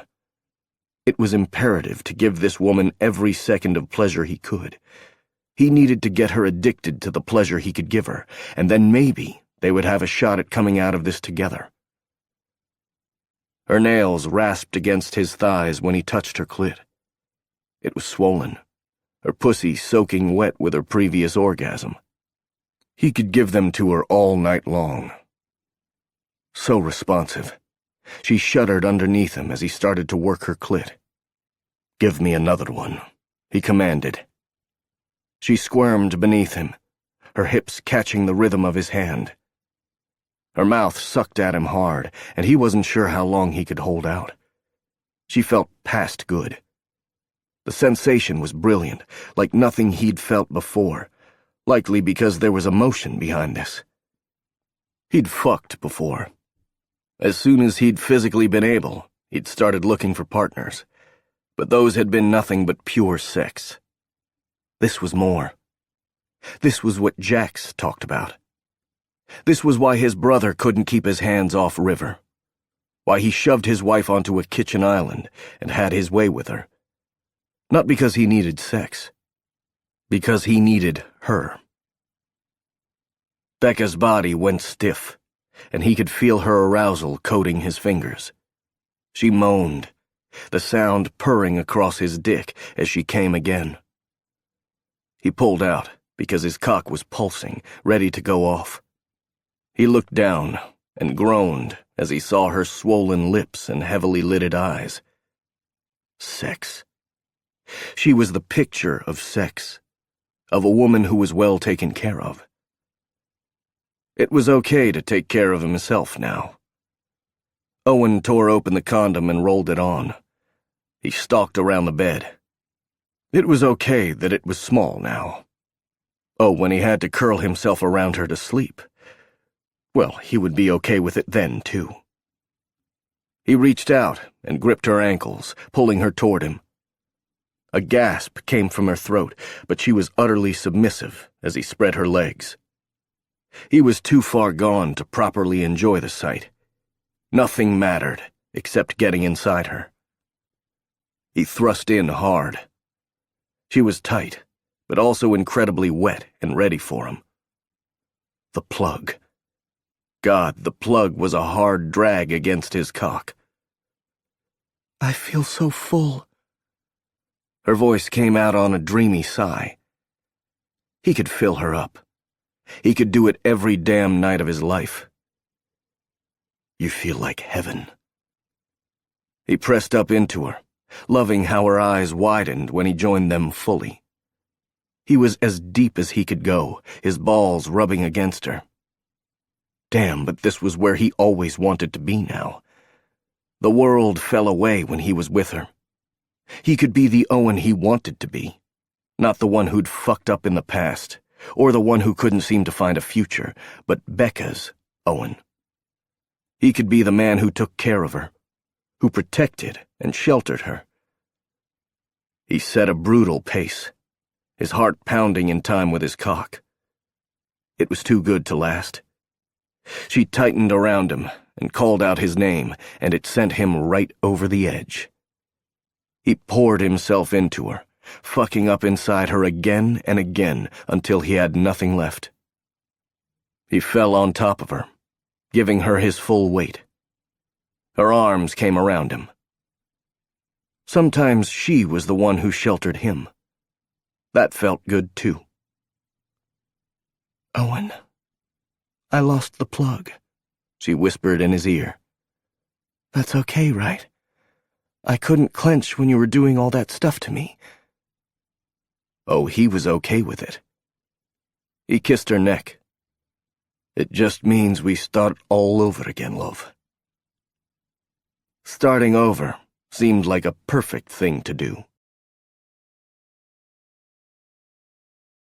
Chapter 14. Why the hell is there a massive castle in the middle of Toronto? Owen asked, glancing around the balcony at the grounds below. It was another gloriously beautiful day, with powder blue skies and fluffy white clouds that made a stunning contrast to the vivid green of the gardens below, and the ultra-modern buildings all around them. You would have expected this Gothic mansion in the middle of London, but not here. Becca stared out at the fountain and the large trees. It was built by Sir Henry Pellet before World War I. He was the financier who brought electricity to the city. She said the words, but there was a distance to her tone. He hated that. He moved in, putting his hands on her shoulders. If you're nervous about this, we can leave right now. I promise we can figure out who sent that note to you without having to face him or her down. He wasn't particularly happy about this mission of hers, but he'd seen the stubborn gleam in her eyes when she'd asked him to go with her. The fact that she'd asked him, and not simply gone off on her own, had made him reluctant to argue with her. Still, he wished they were here to do nothing more than take the place in, like the tourists milling all around them. I think this place is cool. I've been here all morning, and you should go down to the stables. They were the first thing Pellet built during World War II. They were used to conceal Canada's research for sonar devices that could detect U-boats. A voice only he could hear said. He touched his earpiece, the one he'd concealed even from Becca, and wished Robert wasn't listening in. It was one more betrayal, but he couldn't help it this time. If this was some kind of trap Levi Green had set, he couldn't be here without backup. Becca hadn't questioned the small device in his left ear, so he was fairly certain she hadn't noticed it. Well, I've seen nothing of any interest, a deeper voice said. Sasha was here as well. They'd decided Becca wouldn't recognize him when he wasn't wearing his janitorial uniform. He was walking the grounds with a camera. Sasha would be the one on the third floor when the time came. I have to do this. Becca had turned and stared up at him. It was hard having two completely separate conversations going on. Becca had zero idea he had another one going on in his ear, and she would likely be pissed as hell at him for bringing in his crew. He focused on her, as Sasha and Robert argued in his ear about how interesting this place was.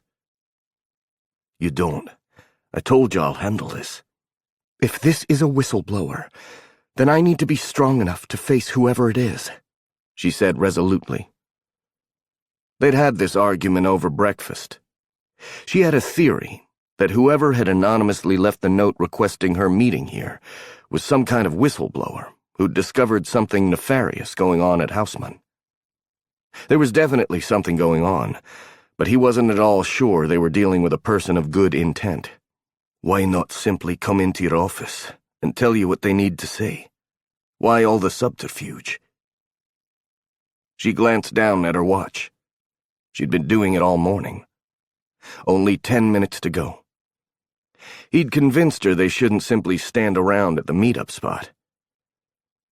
Because whoever this is, he or she is afraid, Becca replied. It's the only explanation. He could come up with another couple of explanations, none of them good. They posed it as a riddle.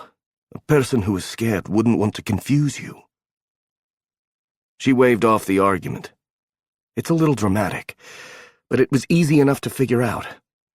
$1 million is missing, Owen. What if someone from one of the other teams is siphoning money off my accounts and hoping I wouldn't notice? I do have one of the biggest budgets at Houseman, and I'm not known for being that great about keeping up with spending. Because you're a brilliant brat, and people throw money at you all the time. He'd definitely learned that about her. She was one of the single most sought-after researchers in the world. He'd seen all the events she turned down, the numerous speaking engagements and offers to host her at various universities and hospitals around the world. The money isn't important. You can say that because you've always had it, he replied, his stomach clenching at the sensation of being hungry. It wasn't so much a visual memory that stroked across his brain, but rather a feeling of pure guilt that came from knowing his mum was hungry while he and his sister were eating. He could feel himself pushing a plate toward her, trying to get her to take his portion because he would get food at school. Are you okay? Her hands were suddenly on either side of his cheek. You went pale. Something was definitely happening in his brain. The sensations came more and more often, that feeling of déjà vu that had started to make up his memory, or rather replace it. He couldn't trust it. I'm fine, he replied. And we're going to have to work to help you pay closer attention to detail, so this can't ever happen to you again. Phoebe told me she'll have something for us by the end of next week. She thinks she can figure out where the money went. She might not be able to give us a definitive who, but she'll point us to where we should look. Another lie. He was piling them on. He'd lied to her about work just this morning, saying it was his day off. He didn't bother to tell her she was his work. And that's an excellent reason we don't need to be here.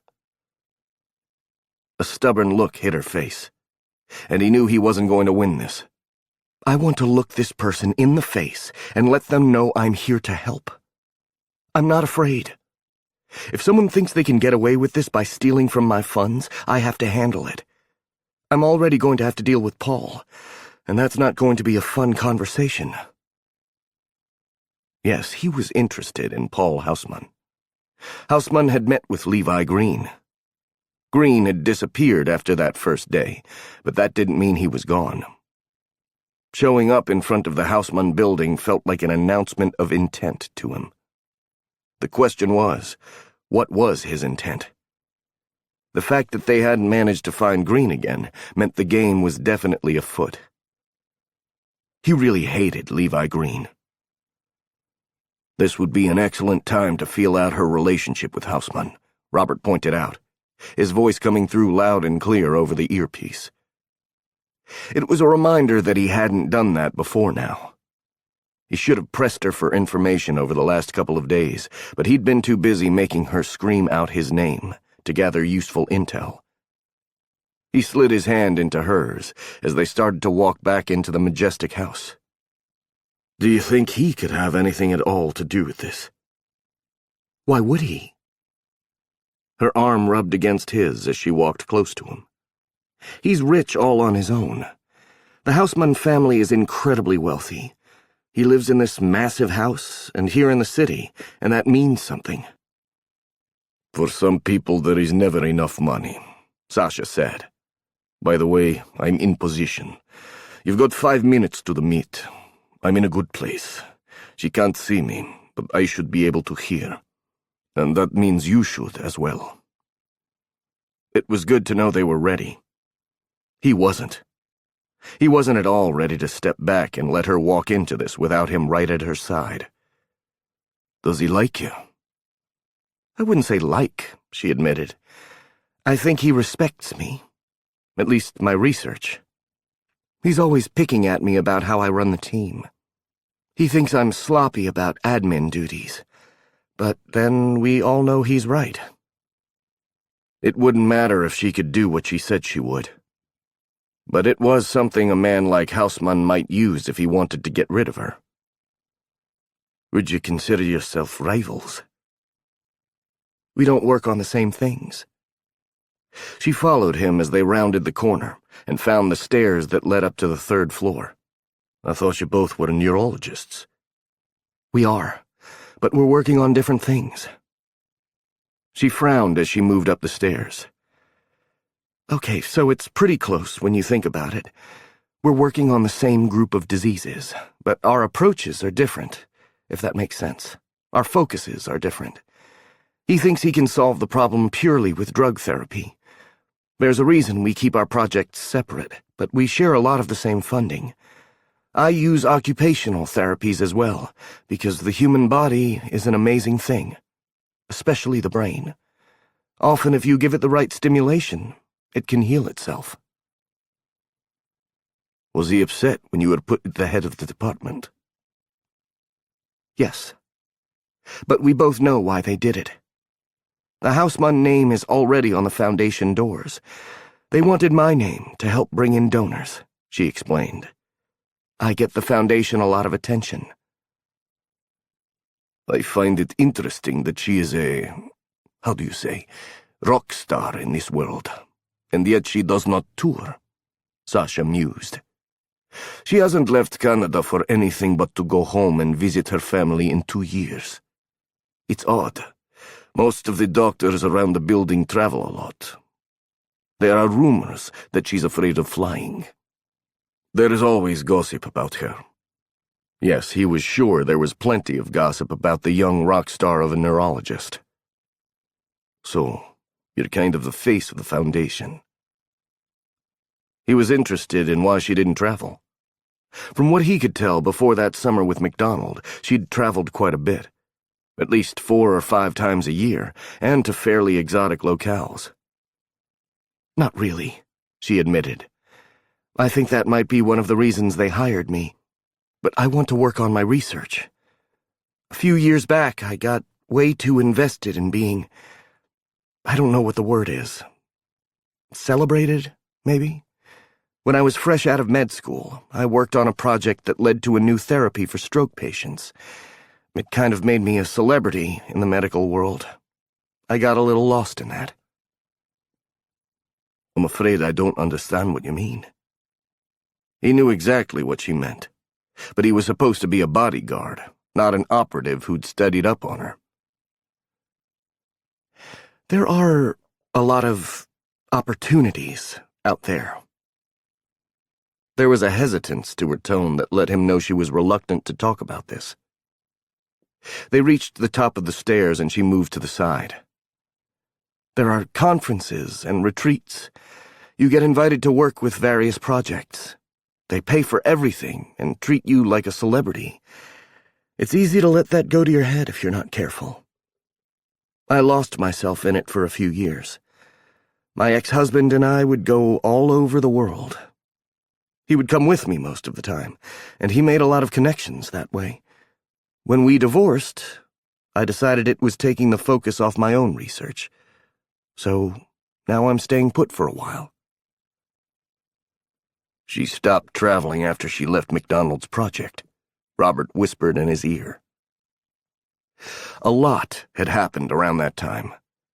He thought it went deeper than merely a job going wrong or her husband cheating on her, but he couldn't push her on it. He needed to figure out how to get her talking about her time with McDonald, but he couldn't ask her outright. He would get her in bed and figure something out. She was more open when she was naked and sated. He would push her about her past projects and see where it led. There she is. The Duchess. Becca turned her face up to him. You can't be too close or they won't come talk to me. He nodded, and she stepped away, walking to her right. The third floor of Casa Loma served as the regimental museum for the Queen's Own Rifles of Canada. There were portraits and displays all along the hallway that led to the stairs. It hadn't been difficult to figure out where the Duchess resided. A quick internet search had brought up the fact that HRH, the Duchess of Cornwall, Camilla Parker Bowles, was the colonel-in-chief for the regiment, and a large portrait of her was displayed at the end of the hall. Becca moved toward that portrait. She stopped briefly at a couple of the paintings of the military men who'd served the regiment. "She's not very good at this," Sasha said.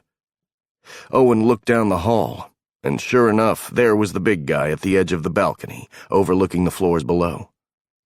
He was good at this. If Owen hadn't known who he was, he would think the man was nothing more than a tourist taking photos of Casa Loma. He had a professional-looking camera, and he moved around as though trying to get exactly the right shot. "I'm in place," Robert said. "And Jax and Ezra are monitoring the security cameras in case Green shows up. Relax, Owen.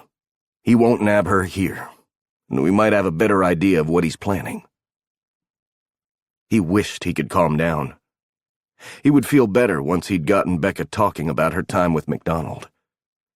It might slip out where she'd stashed the box McDonald had sent her, or he might find out she'd gotten rid of the damn thing. He actually wouldn't mind that being the outcome.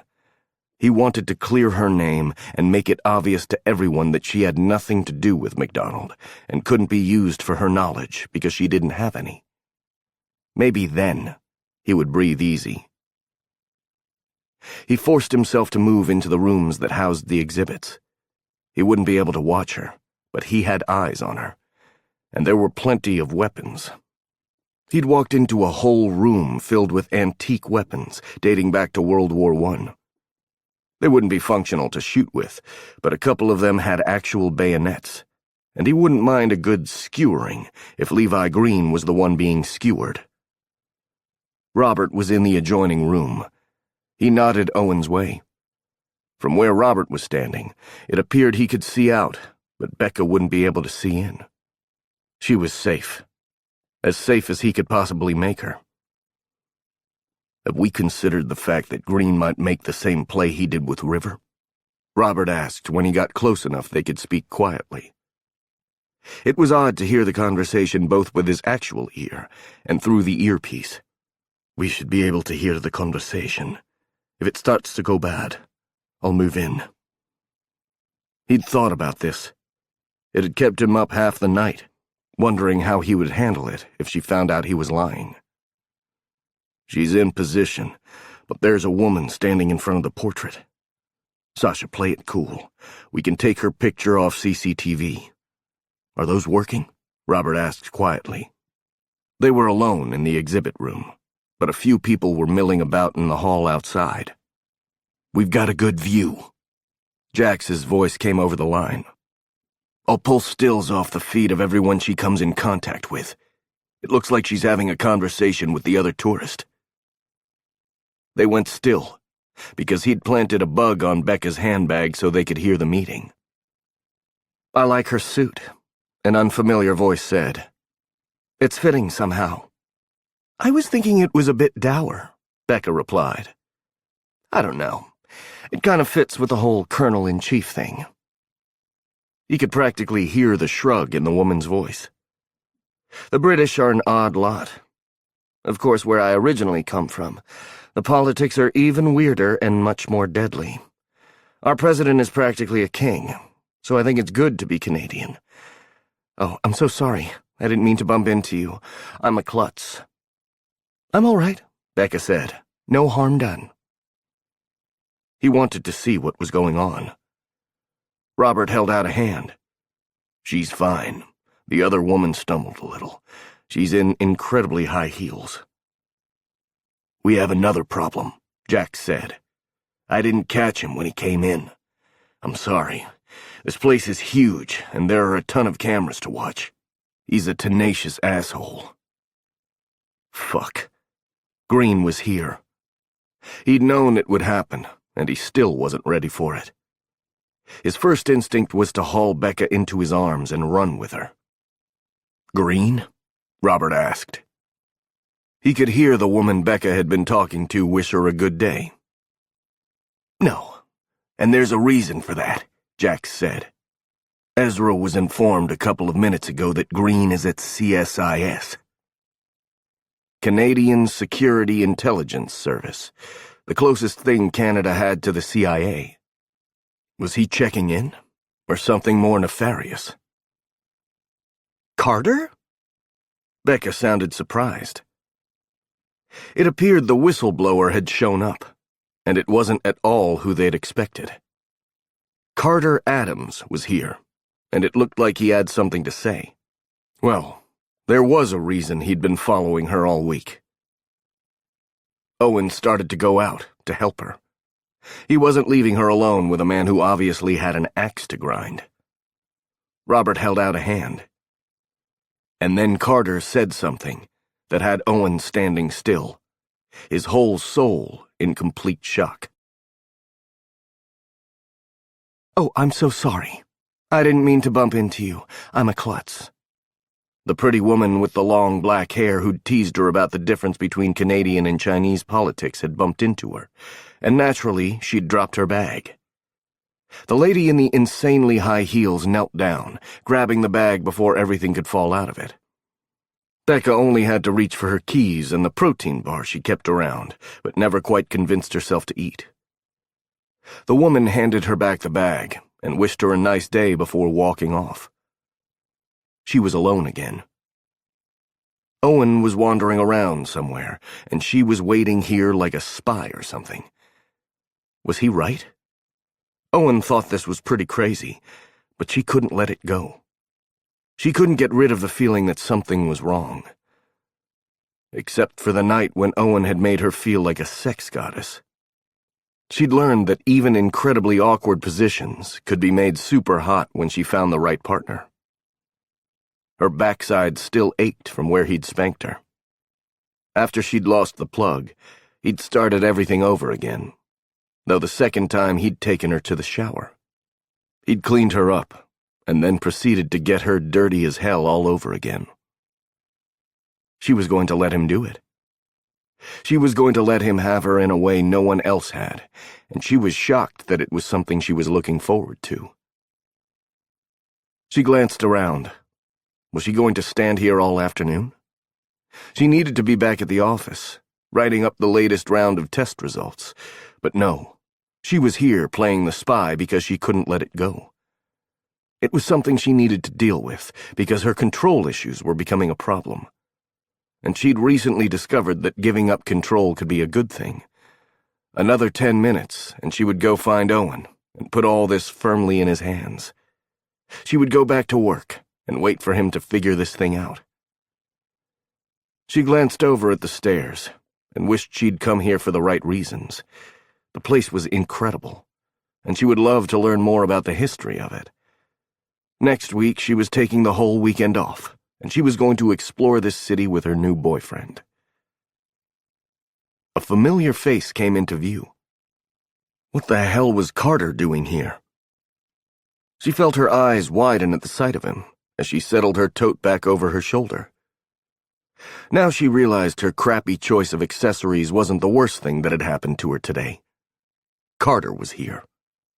He'd obviously come straight from work. He was in his normal uniform of pressed slacks, a button-down he'd buttoned up, and shiny loafers. She'd avoided him all week, but it looked like she couldn't now. He looked up and down the hall, and his stare found hers. He turned, and there was no doubt in her mind that he wasn't surprised to see her. You sent the message. She tried to wrap her head around any other explanation for why he was here. He didn't have anything to do with accounting, and he could easily have dropped all the drama and had this conversation with her anywhere else. They lived in the same building. No one would have listened in on them there. I didn't send you anything. He stared at her, his arms crossed over his chest. But I did need to talk to you away from the office. I've been trying to have this conversation for a solid week, but you're always with that ape-man boyfriend of yours. I decided this place is crowded enough to risk it. I doubt that asshole will try anything in public. One of the interns overheard you talking about being here this afternoon. Damn it. She'd talked to Owen on her cell phone this morning. She remembered one of the interns being in the room at the time. This was why she wasn't a spy. Did you think you could get away with it? Carter asked in a cold tone. With what? His eyes narrowed. I know you're planning on getting rid of me. God, and to think I believed you could be the one woman in the world for me. I thought that was some woman in nephrology. He'd mentioned that he'd grown disillusioned with a woman. I lied. It was always you, he returned. I'm embarrassed to say it now, but from the moment I heard you were coming to the Foundation, I thought we could have something special. You have a great mind, and I have all the resources to make you even greater. We could have made an excellent team. We did make an excellent team. I never gave you any reason to believe we could be more than friends, and this is an inappropriate conversation. I need you to leave. Why had she told Owen to stay away? She wasn't comfortable with Carter. The hallway was public, but there was only one tall man in a ball cap at the end of the balcony railing. He was taking pictures and paying absolutely no attention to the drama playing out behind him. Owen was back in the exhibits, waiting for her to come for him. Of course you did. But then that's what women like you do, Carter hissed. You get what you want out of a guy like me, and then go find some asshole with muscles to fuck.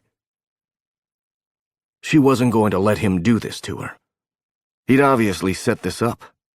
She didn't completely understand why, but he hated her deep down. I'll be having a talk with the Foundation Human Resources when I get back to the office. Don't bother me again. He leaned toward her, his voice a quiet snarl. I'll have a talk with them too. I'll have a long talk with them about Project Tabula Rasa. The words stopped her in her tracks. Tabula rasa. It was Latin for blank slate. She forced herself to turn. Tabula rasa was what Hope MacDonald had privately called her work. It was a nickname, and not anything that would have been on her formal files or the work she might have tried to publish about it. MacDonald had been working for a pharmaceutical company at one of their European labs at the time. What about Tabula rasa?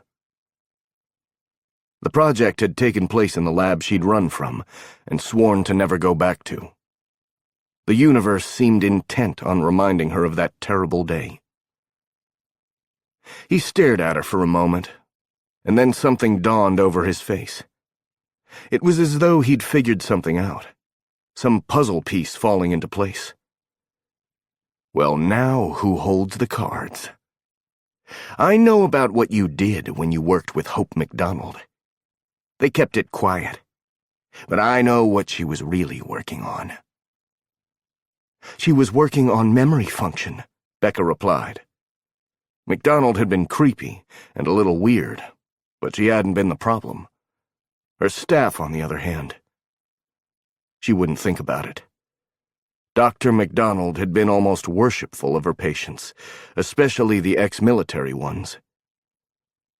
She was working on how to erase memory, Carter said, and you helped her. Heat flashed through her. It had always been there, the idea that MacDonald wasn't what she seemed. Hadn't that asshole told her that? You've got no idea what's really happening here, do you? They say you're so smart, but you can't see what's right in front of your face. Let's see if you're good for anything at all. I helped her with her research, and her research was all about restoring memory. She did an enormous amount of good for soldiers with retrograde memory loss. She was dedicated to them. The whole MacDonald family had been about service. Hope MacDonald had specialized in helping soldiers with brain injuries and memory loss. Her father had been a senator serving on the Armed Forces Committee, and her sister Faith worked with various medical charities in third world countries.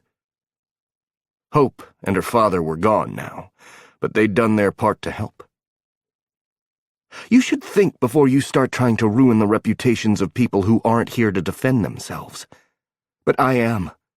And I'd like to know exactly what you're accusing me of, Carter. I bet you would. An infuriatingly smug smile appeared on his face. I think the ethics board at Houseman would be interested in your part of that project.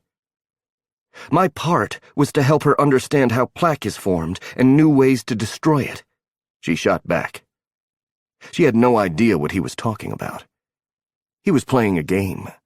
He couldn't possibly know something about the project that she didn't. How are you going to explain what you did to Tomas? She shook her head. Tomas? A memory flashed across her brain. A vision of a handsome young man with sandy blonde hair and blue eyes that held his pain. Tomas Miller? He had long-term memory loss, brought on by a combination of injury and PTSD. He was a patient of Dr. MacDonald's. I treated him for a few weeks. I couldn't manage to make any headway with him. It was a frustrating case. What does he have to do with anything? So much. But it's obvious you're going to play the innocent. Think about that before you try to get me fired. I know things about you. Things that could kill your career. I think we'll have to talk about this again. Privately, he said, a leer in his eyes. I have a much better hand than I thought I did. I'll see you back at the office. He turned on his heels and walked away. What the hell had just happened? She forced herself to take a deep breath. She wasn't going to talk to Owen about this. It was lucky that he hadn't seen Carter here. He already didn't like the man, and she wasn't going to give him an excuse to go after him. Owen could get in trouble if they got into a fight. Then there was the fact that she didn't want to ever talk to Owen about what a coward she'd been. He never had to know. It was one of the great things about dating a man who wasn't in the business. He wouldn't know to ask why she'd left such a prestigious position. He didn't have to know that she'd run, and never looked back until yesterday. Except Carter seemed to know something. Who had he talked to? There were plenty of people who knew about the project, but not many who'd known what MacDonald had called it. She'd been a bit paranoid about her research. She'd thought someone was watching and waiting to steal it. It was over the top, but Becca had written it off, as the doctor had been in the corporate jungle for far too long. Tomas. Guilt rose hard and overwhelming when she thought about the man. He'd needed her help, and she'd failed him. She'd thought she might be getting somewhere with him when the incident had happened, and she'd left. She'd left him behind. He was alive out there somewhere. But why would he talk to Carter about her? Could he even have remembered her? His retrograde memory loss was one of the worst she'd ever seen. Tomas could forget the previous day. She would never forget the hollow look in his eyes, like he knew his whole world was right there, but he couldn't touch it. MacDonald had been so devoted to helping him. She'd brought him into the lab many times, escorting him herself. Did Tomas miss Hope MacDonald? Or had he utterly forgotten the doctor who'd tried to help him? She should have looked him up. She shouldn't have let fear lead her when a patient might need her.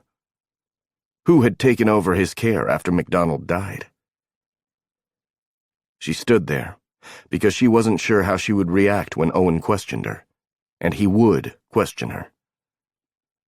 What had happened to all of MacDonald's patients?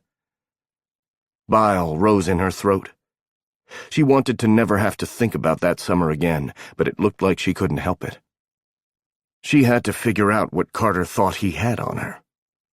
What unethical thing had she done? And how did this have anything at all to do with the missing money? Rebecca. She turned and Owen was standing there. It took everything she had not to walk into his arms.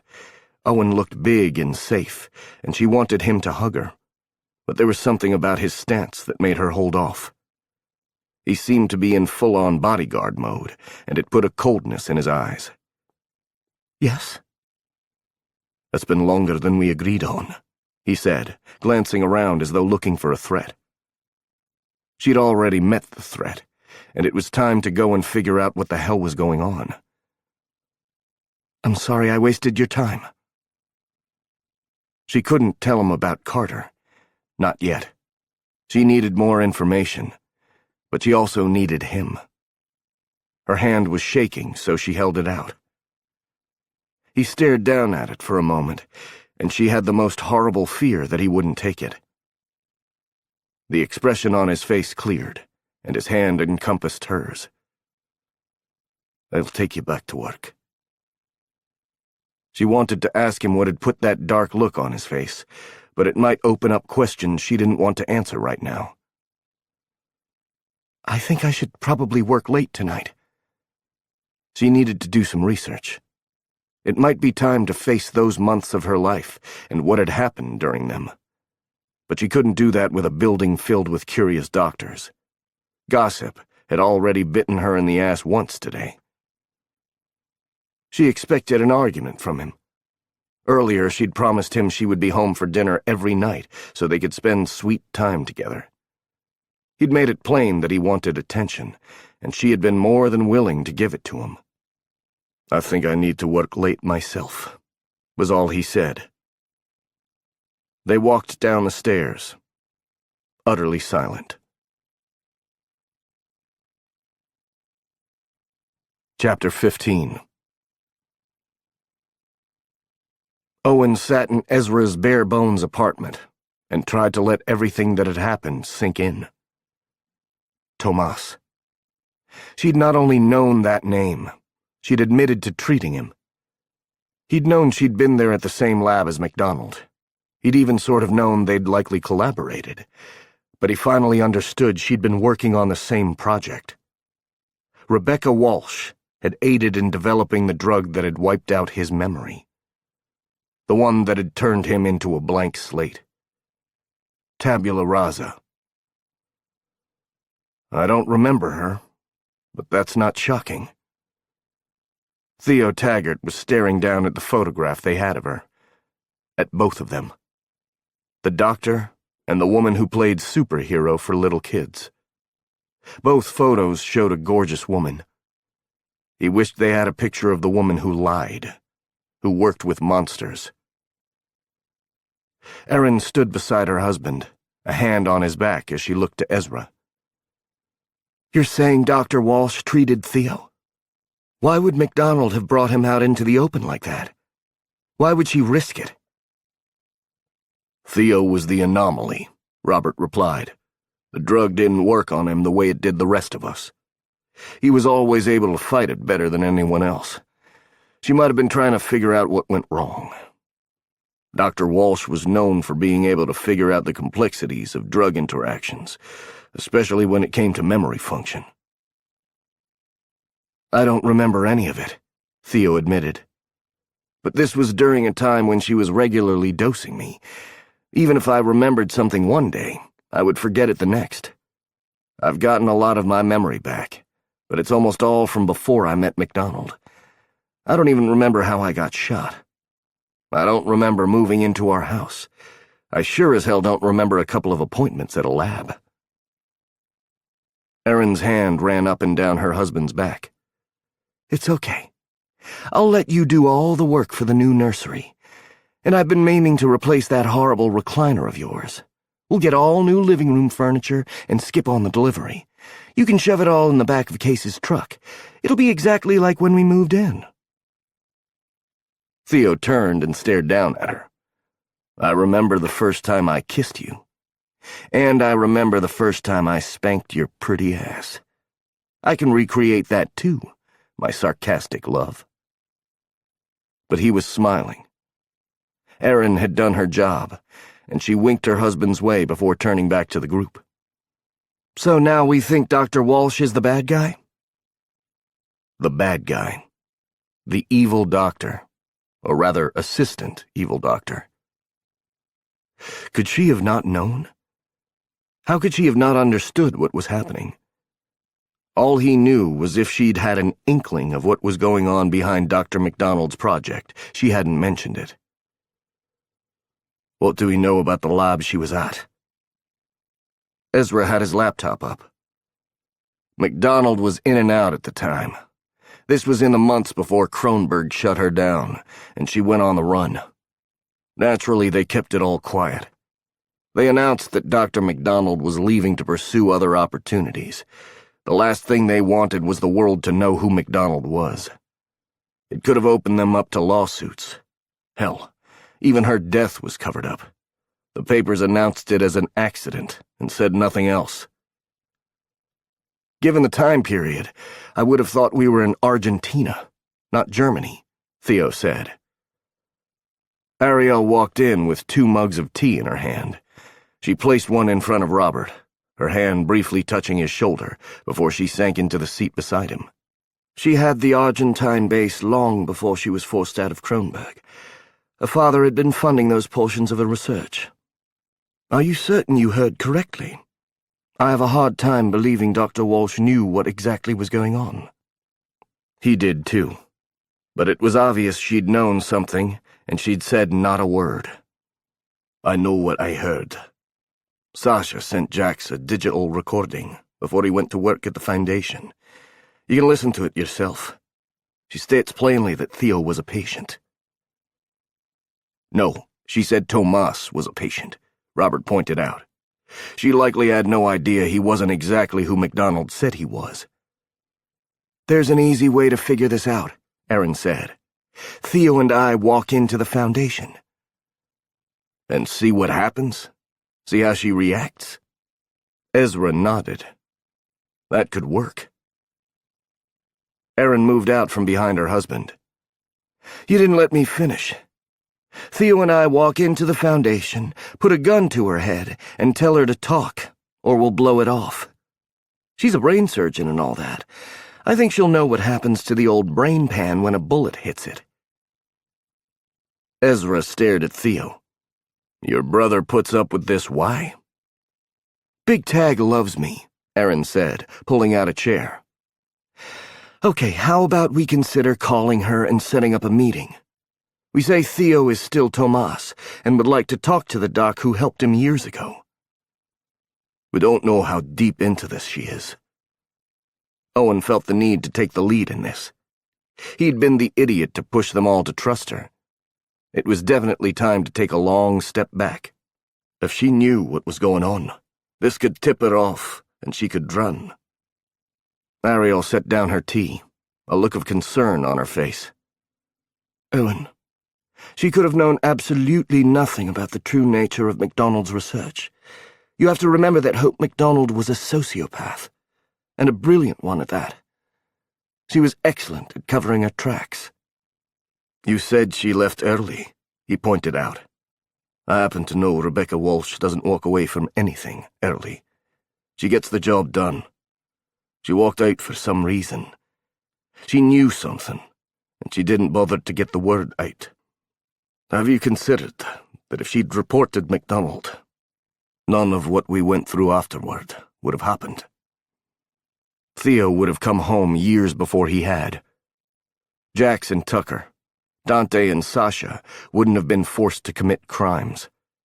Robert wouldn't have suffered. Theo would have been home for the birth of his son. His mom and sister would be alive. He would have his memory. He would still have a bloody home. He would never have betrayed his team. Theo stared across the table at him. You can't go down that road. Believe me, I understand. I think all the time about the things I could have done, but we can't go back. We can go forward. And right now that means trying to figure out what's going on. It was easy for Theo to say that, since he had a family who loved him and a home. He could have pride in himself. Ezra sat back. I listened to the tape Sasha sent. First of all, I want to know how Carter knows what he does. If he's been talking to someone, I'd like to know who that is. It's obvious this wasn't as well buried as we thought it was. I didn't even know she'd called it Project Tabula Rasa. Theo shrugged. I can put a call into Ian in case. No one knows more about MacDonald than my brothers, perhaps with the singular exception of my sister-in-law. Mia's been dying to write the whole thing as a tell-all. So far, Case has managed to keep her under control because of the whole classified material thing, but she's never stopped researching. If this Carter guy has a connection to MacDonald, she might know about it. I don't see how. Owen had gained a lot of knowledge on Carter Adams. He's been working at Houseman for the last 6 years. He's never been out of the country. He's spectacularly ordinary. But I definitely think we should look into any possible connections between Carter and MacDonald. Sasha and Dante are going to search her office again. They can't get into her lab. No one is allowed in there, and I'm starting to worry we need to. Apparently her private office in the lab is protected with biometrics. We would need a retinal scan to get in. I can get that for us, Erin said with a savage grin. He stared back at her. Don't touch her. I'm still the man in charge of handling her, and not a one of us is going to physically harm her. I always knew you were soft, Shaw, Erin said, sitting back. So what did she say to you about Carter showing up? How did she react? There was a knot in his gut that twisted at her words. She didn't say a word about it. She told me no one showed up. I was supposed to stay in the back of the museum. She has no idea I was listening in the whole time. She'd lied directly to him, and when he'd prodded her, she'd lied some more. Of course, he was lying to her as well, but he had his reasons. What were hers? Was she covering up the fact that she'd helped to develop one of the most dangerous drugs in the world? I listened in with Ezra, Ariel began. If I had to guess, I would say she was afraid and confused. I would like to see the CCTV footage. If I could read her body language, that might help enormously. Jax is supposed to be getting it to us soon. Who is still at the Foundation this afternoon? He needed to keep eyes on her. He should have stayed and staked out the Foundation building, but Ezra had wanted a report. I'm supposed to pick her up at 8, but I don't trust her not to leave the building without me. Not anymore, I don't. Tucker is there along with Dante and Sasha. Sasha's on night duty. Dante gets off at 6 along with Tucker. Robert's arm moved casually around the back of Ariel's chair, and it made Owen wonder if the last few days had gone well for those two. Or he would wonder it if his own misery wasn't twisting his soul. Dante's staying after his shift so he can get some pictures and video footage of the labs. It might take some time, but I can't imagine Chelsea and Hutch can't figure out a way around those biometrics. How much time did they have? It felt like a net was tightening around them. I'm going to text Tucker and ask him to stay late too. He pulled out his mobile. I want to know where she is at all times. Have we figured out why Green paid a visit to Canadian intelligence? He quickly texted Tucker. I don't like it, Ezra admitted. Something's happening, and I can't see it. The door came open, and Jax rushed in, a piece of paper in his hand. Guys, you need to see this. I pulled some stills from the CCTV at the museum, and Sasha got a couple of pictures, too. He told me he was suspicious of the woman who bumped into Becca. I couldn't see her. Owen looked down at the picture. Jax had blown up a shot of the woman's face. She was stunning, her beauty more obvious than Becca's subtle loveliness. Did you find the name? Yes, Jax said, his voice steady, but there was tension to it. She's here under a Chinese passport as Zhang Li Na. She lives in Quebec, and surprise, surprise, the condo she lives in is owned by Jean-Claude Haussmann. Ezra frowned. That's awfully coincidental, and Becca didn't seem to know her. A nasty feeling took root in Owen's gut. What else, Jax? There's something else. Her real name is Zhao Mo Zhou, and she's MSS, according to Adam, Jax said. The room erupted in discussion about the new information. Before he could start asking his own questions, a text came through from Tucker. Will do, but something's going on.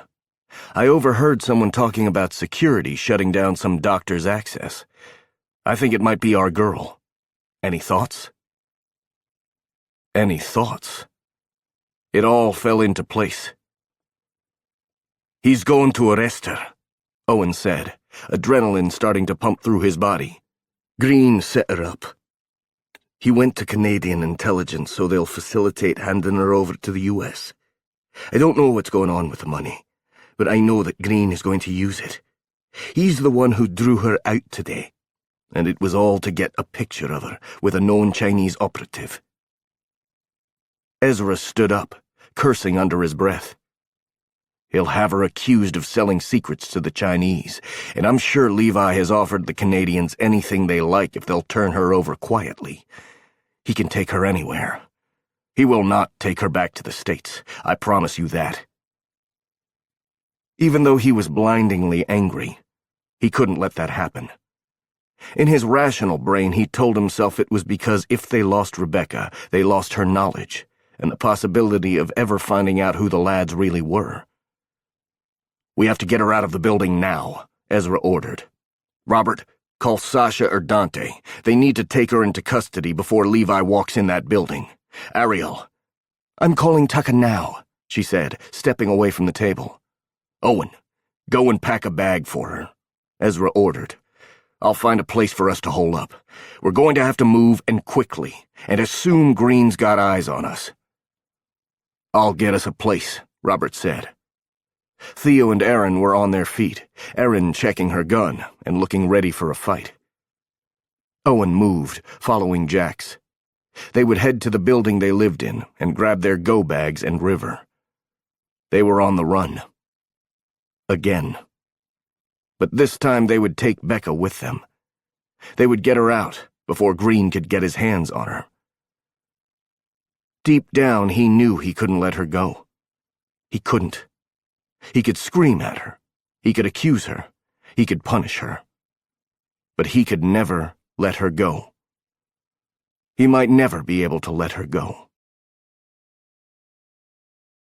Are you sure you don't want me to stay?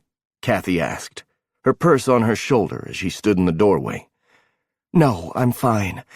I'm going to clear up some paperwork. And make a few calls to some of the doctors she'd worked with on the McDonald project. The ones who were still alive. God, why hadn't that hit her before now? There had been a team of docs working on Tabula Rasa, and most of them were dead. They'd been a fairly young team, so the fact that 3 out of 4 of them were gone should have tipped her off that something was weird. She'd had her head up her ass for years when it came to that summer. It was time to start figuring out what had really happened and why so many of those team members were dead. She'd called the head of Kronberg's research, but she'd been told there had been several changes made to their staff, and she would have to wait for a call back.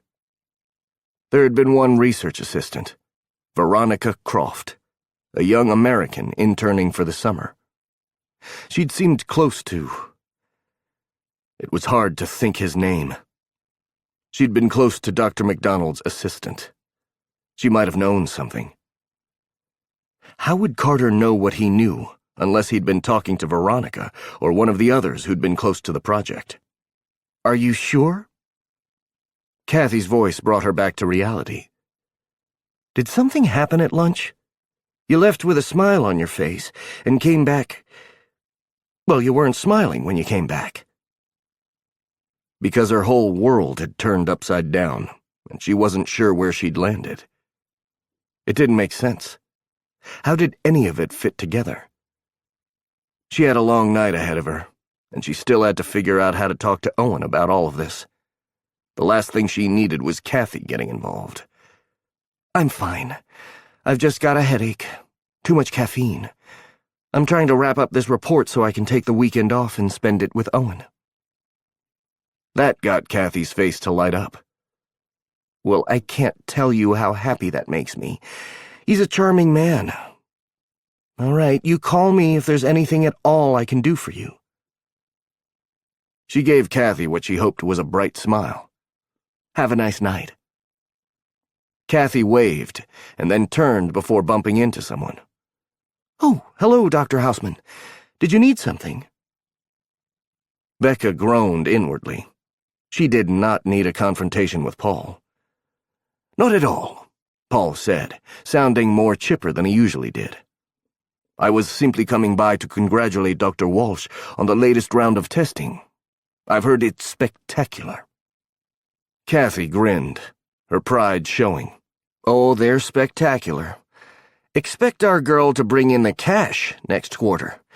She's going to shake up the medical world with this. Maybe we can convince her to travel a little, get out, and show her face to the world. She needs to start networking if she's going to win her first Nobel Prize before she's 35. Whoa, let's tap the brakes on that." She didn't need more pressure on her. Paul looked amused as he leaned against her door. "Yes, let's slow down. We have to get the drug and the therapies approved first. We've got a few hurdles before she takes over the world." Kathy shrugged. "She'll do it. If you don't need anything else, I'll say good night." Paul nodded her way. "Good night." He turned back to Becca. "I hate to do this to you, but can you stay another hour or so? Maybe 2. There's a courier bringing in some legal paperwork, and they'll only accept a signature from me or you. I would stay myself, but I need to pick up Emmanuel from school." "Of course."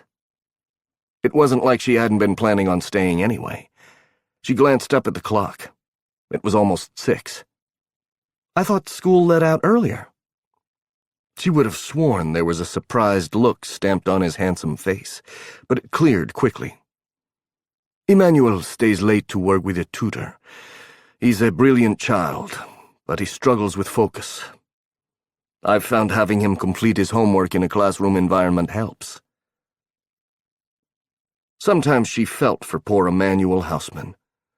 He didn't talk much, and when he did, he was awkward and seemed too focused for a child his age. Perhaps it was because his father pushed him to be far older than his years. She understood that. "No problem. Homework is important. I was staying late anyway. I have to get through all this data I want to present next week when your father is in town." He huffed, a sound somewhere between amused and annoyed. "Yes, well, I'm sure my father will be thrilled to see it. I'll let security know you're going to be here in your office." "Okay," she agreed. "Anything I should be worried about? You said it was legal paperwork." "Just some cleanup on staffing situations." he replied, with an odd smirk. "You know how my father likes to cover the Foundation's ass on all fronts. Feel free to look at it if you like. Or you can ship it straight on to HR after signing for it. Good night. I hope it's a fun evening for you." He slipped away before she could say anything else. And she was left alone with her thoughts, and they weren't all that good. She really did need to work on the report, but the numbers scrambled in front of her. She should have told Owen what happened. She should have gone to the cafe at the bottom of the castle and sat with him and told him everything. Or she should consider the fact that they'd only slept together a couple of times, and she was putting a whole lot on him. No, he cared about her. She felt it. They were together, and that meant she couldn't leave him out of important things. She expected him to let her know if he was in trouble, because he had to know she would move heaven and earth to fix things for him. She loved him. A low groan came from the back of her throat, and she put her head down on the desk. It was stupid. It was everything she'd worried it would be. This was precisely why she'd tried to stay away from the man in the first place. She'd known she would fall for him, and hard. Owen Shaw was her damn knight in shining armor, and she was an idiot if she didn't call him. He probably knew investigators who could handle this. She would pay him back in ridiculously kinky sex, and give him all the love and affection he so obviously needed. She sat up, and felt better having made the decision. She stood up. She needed a cup of coffee, and then she would call Owen and ask if they could talk. Maybe she would ask him if he could come up here and sit and wait with her for the courier. Then they could pick up a six-pack and some takeout and talk about all this in bed. That was what she truly needed. His arms around her. Once she'd talked this through with him, she would feel better. It had been a mistake to keep it from him. The floor was quiet as she stepped out of her office. Across the way, she could see the sun starting to sink, the dying light shining off the buildings. The elevator doors opened, and she hoped it was security escorting the courier up. If she could get out of here fast, she'd go to Owen's work and surprise him. Except she wasn't sure where his building was. A man strode out, his pace nearly a jog.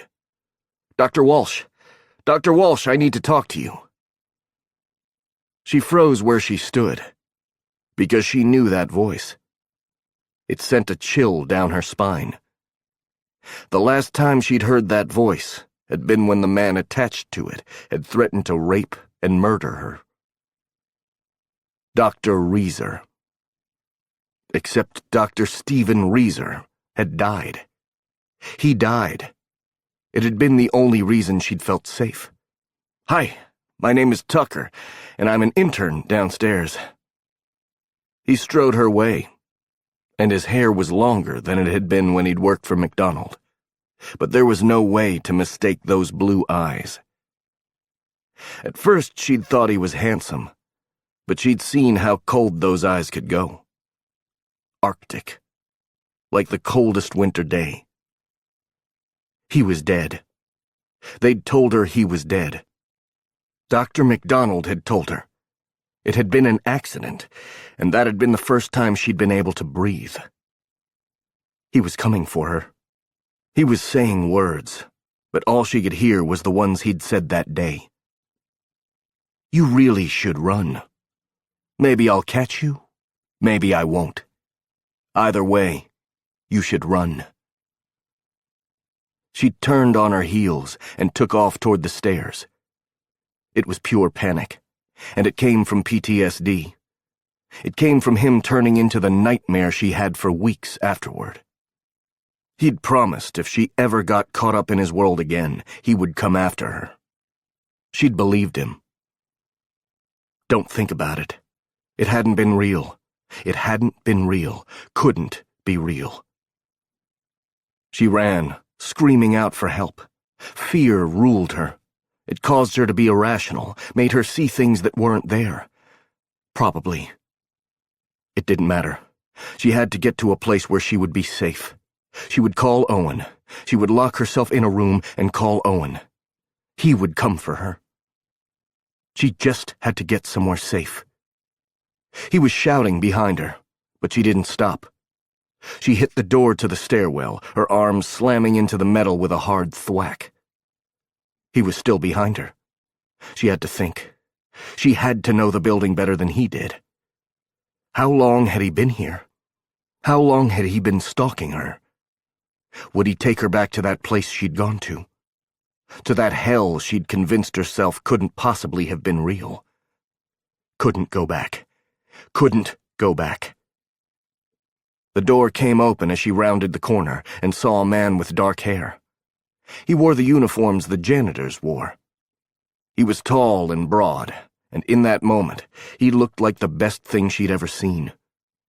"Please, help me," she said. He frowned. "Of course. Are they already here?" She stumbled, coming off the last step, and he caught her up in his big arms. "They?" He set her on her feet. "Yes, the men who are coming for you." Confusion started to pierce through her fear. "They're not here yet," that familiar voice said. "But you need to get hands on her because she's running from me, Dante. I have no idea why, but she's running from me." Stephen Reeser was jogging down the stairs. And he was talking to the janitor. She turned to try to get away, but the man he'd called Dante grabbed her. He pulled her close, even as she fought. She brought her elbow up and back, and then stomped on his foot. The man didn't move, didn't even grunt. "Are you fucking serious?" Stephen asked, as he closed the distance between them. "Do you carry one of those around? Shouldn't we talk to her first?" Something sharp stung her neck, and her vision immediately went fuzzy. It was happening again. The devil was back, and she was going to hell. She wouldn't wake up this time. "You're going to be okay," he said, looking down at her. Someone had picked her up. Her legs didn't work anymore. She wasn't going without a fucking fight. She wasn't going into that darkness without letting him know. Hate mingled with fear. "Fuck you, Reeser. Fuck you." The last thing she saw were his eyes widening in what looked like shock. As the darkness clouded her vision, she prayed Owen would come for her. Chapter 16. Becca sat down at the table and stared at the mug in front of her. "It's not poisoned or anything," her red-haired captor said. "It's Earl Grey.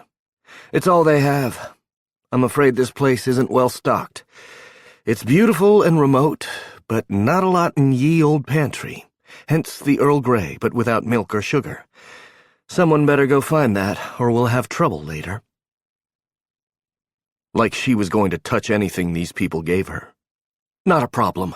I can absolutely get that for you." "Tough girl," the woman said with a nod. "I didn't expect that." She'd woken up an hour before to find herself in some kind of prison. From what she could tell, she was in a cabin, and they weren't in the city anymore. It was dark outside. She hadn't had the chance to run because the redhead had been there when she'd woken up. She'd been told to do whatever she'd needed to do in the bathroom, and then come with the woman. Now, here she was, sitting at a folding table across from a woman she'd never met. A woman who had a gun in a shoulder holster. She wasn't trying to hide the fact. That gun was there as a warning. Or maybe they believed in foreshadowing. Becca forced the bile down her throat. Her hands were still shaking. "What kind of sedative did he give me?" "The kind that works," Red shot back, opening a file folder. "Sorry. I don't know what Dante puts in those things. I'm a little worried that he carries them around. Have you had any problems with serial killers in the last couple of weeks?" Becca simply stared. "Too soon?" Okay, let's get down to it. My name is Erin, and I'll be your interrogator this evening. She was so not interested in sarcasm. I'd like to see a badge. I bet you would. We made damn sure you wouldn't. Erin sat back. Would it surprise you to know that there's a warrant out for your arrest? This is a copy of the legal paperwork that would have been shoved through court in order to quickly push your extradition to the States through. She looked down at the papers. They didn't make a lick of sense. Why would she be arrested? And why would anyone want to extradite her? She wasn't a lawyer, but it looked like she might need one. Lawyer Larry would come in handy now. I'd like a lawyer. I don't think I should say anything else until I talk to one. I'm sure we'll get you an attorney if it comes down to that, she said. Unfortunately, we're in Canada, and I don't know a ton of people in Canada, so we're going to have to work on it. Next time you get in trouble, do it in Dallas, or London, or New York. Mostly any place but Canada. Who are you? It was obvious this woman wasn't with the police. I told you, I'm Erin. I work with a group of former military and intelligence officers who investigate bad shit that happens. Sometimes we work with the agency. Sometimes the agency sucks, and we find ourselves on opposite sides, like tonight. She slid a photograph across the table. Have you ever met this man? She shook her head, but not in response to the picture. She didn't bother to look at it. I want to leave this place. I want to make a phone call and have my boyfriend pick me up. I don't know what kind of game you're playing, but I want no part of it. I'm sorry for the way we had to bring you in, but if we'd left you there, you would be in police custody right now. That warrant is real. We barely managed to get you out in time. There's nothing on the news yet, but I imagine they'll have to say something at the Foundation tomorrow to cover up why you're gone. I'm interested to see how they play that one. But we've had to pull our guys out, so we'll hear secondhand. Your guys? She was confused. More than confused. Look, if you aren't the cops, then I want out of here. I want my phone. You're not going to listen to me, are you? I told them it wouldn't work, and we would have to bring the big guns in, but do guys ever listen? Nope. Sometimes I think they'll try anything besides a woman's very reasonable suggestion just to try to prove me wrong. Erin's lips curled up. Yeah, I bet you will, baby.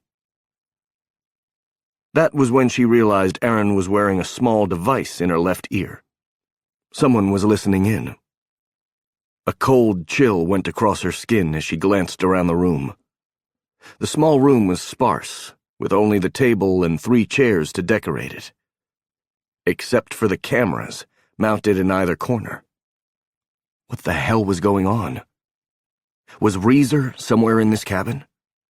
Was he the one who'd decided to play this game with her? She hadn't woken up the way she had the last time. Whatever he'd given her that night had produced the worst dreams of her life. Dreams of never-ending pain and torture. She could still remember the day. Unless... How long was I out? Could she trust anything this woman would say? A couple of hours. What day is it? Erin frowned and managed to look slightly concerned. It's the same day, Dr. Walsh. It's 11 o'clock on Friday. You didn't lose a day. Then it had to have been a different sedative, since the one Reeser had given her the first time had caused her to forget a whole day. 1 minute she'd been walking in the cafeteria, and then she'd had her time in hell. All right, let's start with the basics, Erin said. Would you like to explain how a little over $1 million was funneled from your research accounts at Houseman to your charitable organization? The bottom threatened to drop out of her stomach. What? Erin flipped a folder around and pointed to what appeared to be copies of bank drafts and a report. She recognized the name. Phoebe Murdoch. Owen's Phoebe. How had they gotten that report? Were they watching Owen, too? Had she gotten him involved in her problems? This is a report from a forensic accountant, Erin explained. She managed to track the funds from the account at Hausmann to a Swiss account. Naturally, we can't know who owns that account, but I find it interesting that the money was then transferred from that account into the account your charity uses in the form of several large donations. She was going to be sick. Take a deep breath, Erin said. If you go, I'm sure to go, and I've done my vomit time today. She barely managed to keep it down. I didn't take any money. I sure as hell wouldn't take money from my research account. I need that money. Everyone needs money. I don't. I have what I need. I don't need to steal. Erin's shoulders moved up and down in a negligent shrug. As it so happens, I agree with your assessment. This is a setup. It's been going on for a year. Do you have any enemies? It was a harsh word, and not one she'd ever thought applied to her. Enemies? Of course not. I'm a doctor. Trust me. I've met a doctor who had enemies. I was her enemy. She's not here anymore, Erin said, an odd pleasure to her tone. This was a dangerous woman, a predator. She was probably the kind of woman who worked with a man like Stephen Reeser. You work with him, don't you? I work for a couple of men, she said. You'll have to be more specific. Dr. Reeser. She said his name, forced herself to say his name. I assume he's why I'm here. The Dr. Reeser who worked with Dr. Hope MacDonald? They were going to dance around the subject? Yes. I saw him today. Is that why I'm here? He was supposed to be dead. How did he die? Erin asked. Frustration threatened to well over. He didn't, since he was in my building earlier today. Who told you he died? She wasn't playing this game. I'm done. I want to make a call. Who are you planning on calling? My boyfriend. He'll come get me. She needed to see Owen. Tears pierced her eyes, and she fought hard not to shed them. Are you sure about that? It might be better to leave him out of this, Erin explained. I've found that bringing men into a situation does nothing but complicate things. Becca stood up. Fine. Shoot me, but I'm leaving. I'm not playing this game with you, and I won't let that man hurt me again. I won't. Owen will look for me. He's probably looking for me right now, and he's smart and strong. He'll figure out where I am, and then you should watch your back. A look crossed Erin's face. It almost seemed like sympathy. Things aren't always as they seem, are they, Dr. Walsh? Remember that. The door opened, and her heart threatened to stop. Owen was here. She didn't even think about it. She threw her arms around him and sobbed. He was here. She was safe. He'd come for her, and now he could figure this whole terrible situation out, and they could go home. It took her a moment to realize he wasn't hugging her back. She clung to him, and he was simply standing there, his arms at his sides. She looked up, and his face was an icy mask. Owen? Dr. Walsh, if you'll take your seat, we can continue. She stepped back, feeling the tears coursing down her cheeks. I don't understand what's happening. His voice was as cold as the look in his eyes. I didn't want to give up my cover, but it's obvious to me you won't cooperate until you realize no one is coming for you. I know you won't believe me, but we saved you earlier today. You might deserve prison, but we won't be the ones to put you there. You have information we need. Cooperate, and this will be over soon. I don't understand. She didn't seem capable of moving past those words. He took a seat beside Aaron. Like the redhead, he held a file in one hand. He placed it on the table in front of him. "Sit down, please. You won't be allowed to leave. I'm with a group investigating Dr. Hope MacDonald." "You said you were with a security company." The words felt dull in her mouth. She had to force herself to say them. Her whole body felt numb in a way that had nothing to do with the sedative she'd been given. "I am," he admitted, "and I've certainly done bodyguard work before. However, that wasn't a focus of this job." It was beginning to penetrate her brain. "No. I was the focus." "Yes," he agreed, as though he'd never touched her, never put his mouth on her, never held her all through the night. He'd done all those things, but now she understood that she'd been a job to him. Nothing more. She was still sleeping. That was it. This was a dream, and she would wake up and Owen would be beside her in bed. She would tell him about the dream and they would laugh. He would make love to her again, and she wouldn't go to Casa Loma. She would stay with him. She would wake up soon. "Dr. Walsh." "Becca." She turned to him and sat down. It was okay because this was all a dream and she had to get through it. "Why are you here?" "Because you worked with a woman named Hope MacDonald. Because she was working on a drug that erased memory and acted as a time dilation mechanism. Because Hope MacDonald tortured at least 15 men, ripping their memories and lives from them, and I think you helped her do it." Time dilation? It was a theory that drugs could trick the brain into thinking more time had passed than had in reality.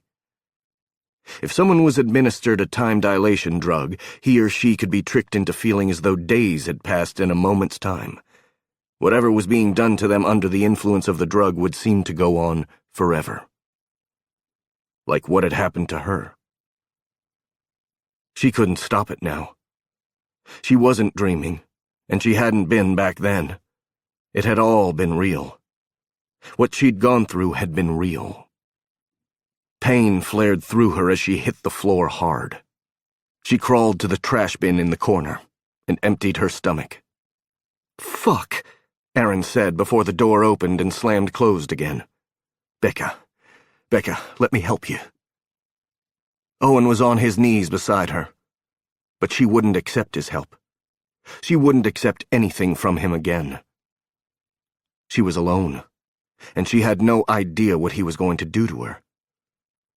Becca held on to the trash bin and prayed she made it through the next couple of hours. Owen had never felt so helpless. He tried to touch Becca, wanted to help her, but she shrank back from him. She'd gone so pale. What had he said that made her go so pale? "You told her everything was a lie, arsehole. You ripped the rug from under her feet, and you're surprised she fell?" She looked up at him. "Get out. I don't want you here." He stared down at her. "Rebecca, you're sick. It could be a reaction to the sedative. I'm sorry about that. He wasn't supposed to do that unless it was absolutely necessary." "It's not the sedative," she said, her skin pale. "It's being kidnapped. It's finding out you're an asshole. Go away." "I'll get you a cold rag." Wasn't that what she needed? Nick's wife Haley was pregnant, and he always got her a cold rag when she was feeling sick to her stomach. He turned and walked out the door, careful to lock it. She was sick, but she was strong too, and he wouldn't put it past her to try to run. "I need Tucker," he said. Becca was sick. She needed a doctor, and they were 3 hours away from Toronto. Tucker would have to do. "He's about 15 minutes out. I just got off the phone with Sasha, and he said there's something wrong with Tucker." Jax glanced up from his laptop. He'd set up in record time. The living area of the cabin they'd rented was covered in high-tech stuff. The minute they'd gotten here, they'd set up security equipment, and then the interrogation room where Becca was currently shaking. He'd made her sick. He'd seen the minute she'd realized he hadn't come for her, that he was the enemy. A light had died in her eyes. Ezra strode in from the kitchen, carrying a can of soda. Erin wasn't lying about the sympathetic nausea thing. Theo's locked up in the bathroom with her. Where is everyone? When they'd realized what Green was planning, they'd scattered. Erin and Theo had gotten the cabin, and along with Jackson River, had gone out to open it up. He and Ezra had gone to the Hausmann building to collect Becca. Dante, Sasha, and Tucker had handed her over, and then gotten in their own vehicles to throw off anyone who might be following them. Robert's driving Ariel and Nina in, but they're about an hour out. Tucker dumped his truck. Dante and Sasha have him. They should be here any minute. Jax stood up, looking at Ezra. You know that we don't have long. Green is going to figure out where we are, and he'll come after all of us. If it comes down to it. Ezra put a hand on Jax's shoulder. If it comes down to it, you take River and that big mutt of yours and you run. Go to Bliss. They'll protect you. Jax took a deep breath. Ezra, I don't... The boss shook his head. You owe your wife everything. I know these men are your brothers, but you made vows to River. Hadn't he made vows to Becca? Not the legal kind, but his body had made a promise to hers. He'd made promises to her. He'd done it with kisses and caresses and words. He'd told her he would take care of her. And he'd fucking done it. He'd ensured she didn't end up in Levi Green's hands. What else was he supposed to do? Was he supposed to forgive her for what she'd done? I'm not going anywhere, a soft voice said. Jax turned to where his wife stood, Buster sitting at her side. You damn straight will if this goes to hell. I might have to stay. I might have to deal with the fallout of what MacDonald made us do, but you will be safe in Bliss if I even get a hint that Green is on his way. River simply joined him. I believe the words, for better or worse, were spoken. You'll find I take those words seriously. Her face fell as she looked at Becca. Oh, what did you guys do to her? I told you putting Erin on her was a mistake. Can I go talk to her? Ezra shook his head. Absolutely not. I'm not happy that Owen went in there. We have no idea how she's going to react or how deeply she's involved in this. Until we figure out her place and where that box is, I would prefer we keep her exposure to the team to a minimum. She has to know Robert's involved, River pointed out. And if you're planning on questioning her and letting Ariel talk to her, then she's going to know Jax and I are involved too. Or we just had a dinner party where we happened to invite the whole team investigating her. She's got a point, Jax said. Ezra cursed under his breath. Fine. You can talk to her, but later. We need to ask her about the box. But first I would like to know why she mentioned the name Reeser and what she knows about him. Damn it. Does Tucker know she mentioned that name? Owen asked. It was Tucker's greatest fear. That he was the man mentioned in Hope MacDonald's private notes. The man named Reeser. The trouble was, Reeser apparently had a nickname among MacDonald's less savory associates. He'd been called Dr. Razor, because he cut so deep. Ever since the day a mercenary had called him that, Tucker had been dreading finding out anything about his past. I don't know, Ezra said. He didn't say a word when we picked her up, but then we had to move quickly. I assume we'll discuss it when he gets here. Now we have to go back in there and get her talking. So unless you want Dante or Sasha in here questioning her, it's got to be you and me. Can you handle this? No. He wasn't at all sure he could. He'd nearly broken down when she'd asked for him, and when she'd shuddered in his arms, he'd felt her relief at seeing him. It had taken everything he had not to wrap his arms around her and tell her it would be okay. It had been easy to be cold until he'd seen her in Dante's arms. He'd carried her out the back, even as the police had walked in the front, and that fucker Green had been with them. They'd managed to get her out with mere moments to spare. He'd taken her from Dante's arms and held her in the back of the van Ezra had driven. All the long drive, he'd held her close and gone over all the reasons he should strap her in and stay away from her. She'd lied. At best, she'd been quiet about a project that hurt people. At worst, she'd known exactly what she was doing. It hadn't mattered. He'd been the one to carry her into the cabin they'd found. He'd been the one to lay her down on the bed. And he'd sat there until he'd noticed she was starting to wake. Now he was the one who couldn't stop wanting to hold her. She needs some time. He looked down at Jax's screen. She was sitting with her back against the wall, tears streaming down her face, but there was a stubborn set to her jaw. She was weak, but she wasn't out. If he had to bet, he would say she was scared. "We don't have time. I think we need to be ready to move in 48 hours tops," Ezra said. "If we decide she's worth the risk, we'll take her with us. If she can't help us, we'll leave her behind." For Levi Green? The thought sent a wave of anger through him. "I'm not allowing him to arrest her. We have no idea what he'll do to her. Or rather, we do. He'll take her someplace where he doesn't have to follow Geneva Convention rules." Ezra's gaze was steady on him. "Then we should get her talking." He got it. He had a day or two, or Ezra would force them to leave her behind. Just moments before, he might have agreed with that plan, but seeing that look in her eyes, he wasn't sure what he was doing. He needed to be cold. "Be honest with her," River said. "I've been where she is, and Jax didn't win me back by being a bastard." "I did it with sex," Jax admitted with a grin. River's eyes narrowed on her husband. "You did it by convincing me you loved me." "I don't love her." Owen couldn't love her. It would be dangerous to love her. Dangerous for her.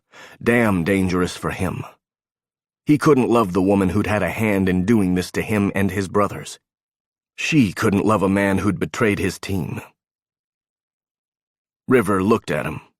Disappointment stamped on her features. "Then be kind to her. Because it's the right thing to do. Having some kind of revenge on her won't help any of us now, and yes, it's easy for me to say because I'm not the one who lost her memory, but it's still the truth. I know that if I was in her position, you would have two choices. Convince me to help you by showing me your cause is just, or torture me until I have to talk.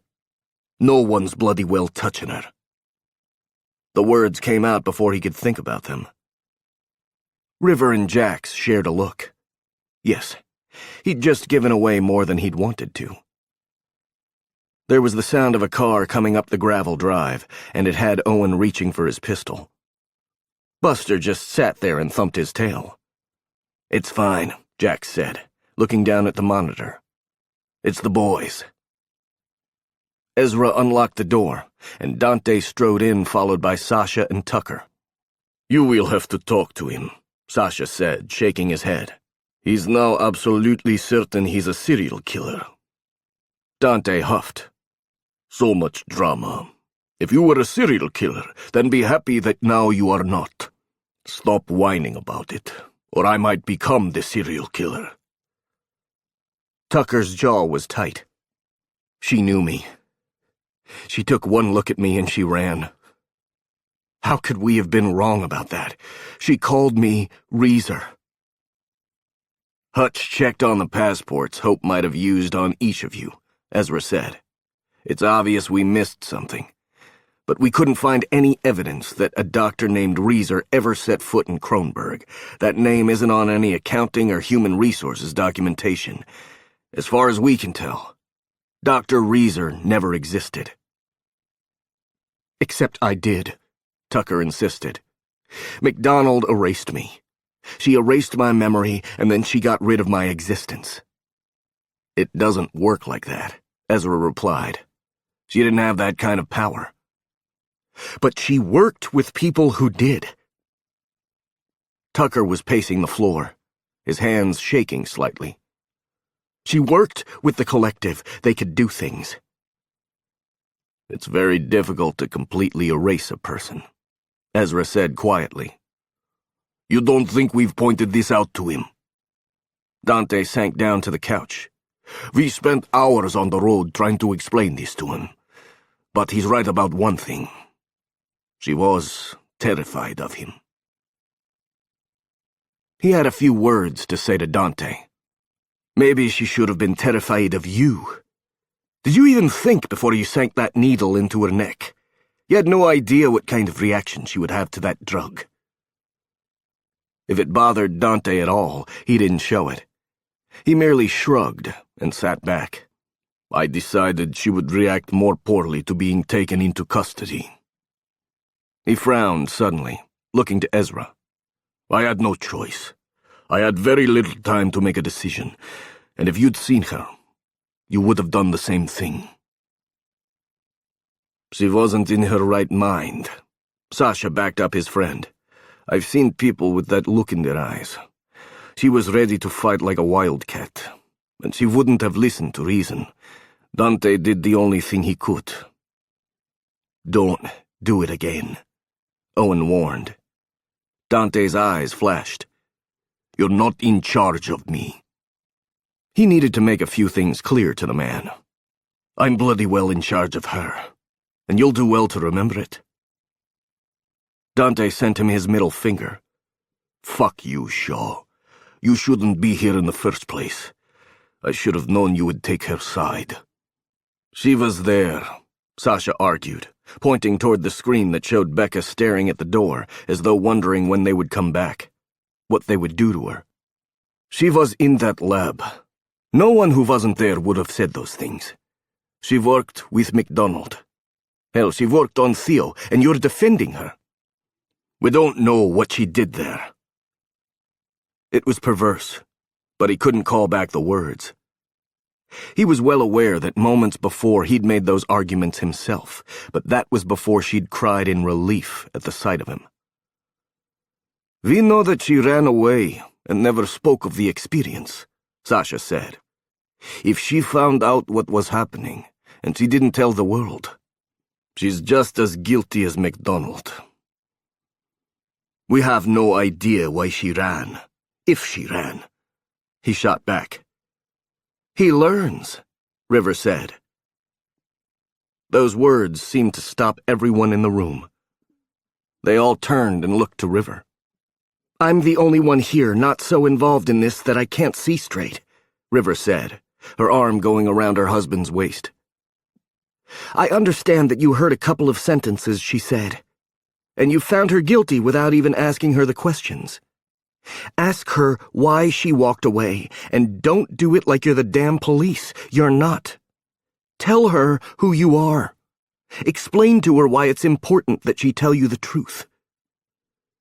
And if she's still working with them? Ezra asked. Then we're not any worse off than we were before. If she's working with them, it doesn't matter if I walk in there and offer her a drink, because they already know who I am and whose side I'm on. River looked to Owen. I understand that I've never been in your position. I haven't been through what you have. I didn't lose what Erin did. But I do know where Becca is, and if you want to have any chance that she'll end the night helping us, don't walk in there as avenging angels. Owen, walk in there and explain why you did it.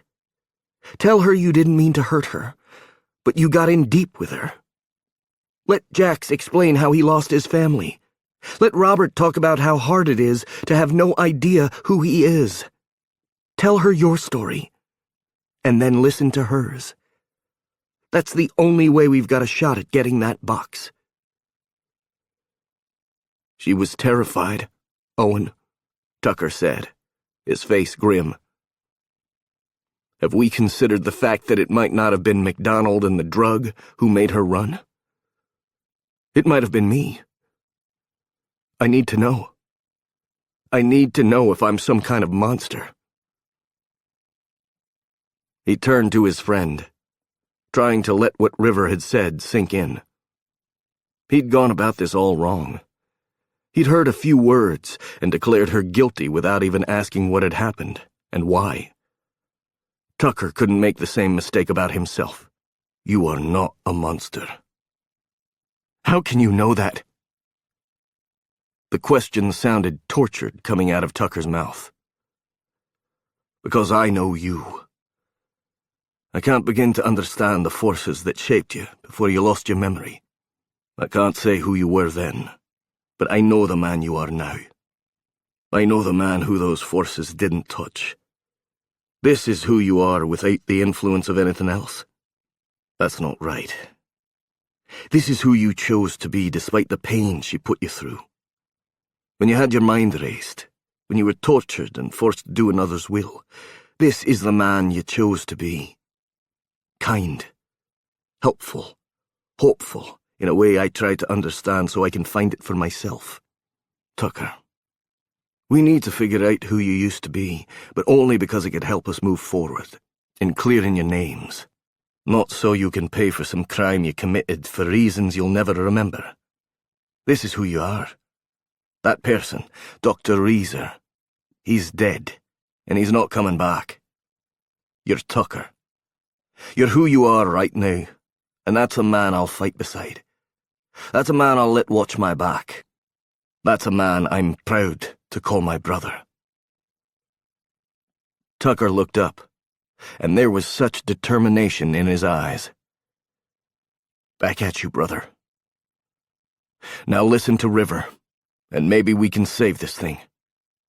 Maybe we can save a lot. He turned to the door that separated him from Becca, and wondered if there was anything left to save at all. All right, Ezra said with a nod. We'll try this River's way. She's right. She's the only one who knows how it feels to be Rebecca right now, but we have to be careful. If she won't tell us where that box is, we could lose our shot at what's in there. I can't imagine Levi is giving up. Levi Green would never give up, and now he had to wonder why Levi had sent them here at all. Were they still falling into a trap? And how much would it cost them? He took a deep breath and walked through the door. Chapter 17. Becca watched as Owen walked in. Walked? The man didn't walk. He strode. He prowled. He was a gorgeous predator, the perfect bait to a trap for a dumb woman like her. Had they staked her out? Done their homework and realized how lonely she was? Was that why they'd sent in the man-meat? Let me help you up. He stood over her, looking perfect in his jeans and t-shirt. It was what he'd worn earlier in the day, and somehow he wasn't wrinkled or haggard. He hadn't just been sick as a dog. You want to use the bathroom? I want to go home. She turned her eyes away from him. How was she going to get out of here? She needed to get a look at the layout of the place. Maybe she should go to the bathroom. It would give her a chance to see where she was. She might be able to get a glimpse of the front door or out a window. He sighed and got down to one knee in front of her. I'm afraid your home is being searched right now by a police unit. Why would they do that? Because you're at the heart of a conspiracy that's been going on for several years. He sounded so much warmer than he had before. Because you worked for Hope MacDonald, and she did some terrible things. Did you know she was developing a drug that erased memories? She wouldn't do that. I don't know what your game is, Owen, but I'm not going to play it. It's not a game. She looked up, and a familiar man was standing in the doorway.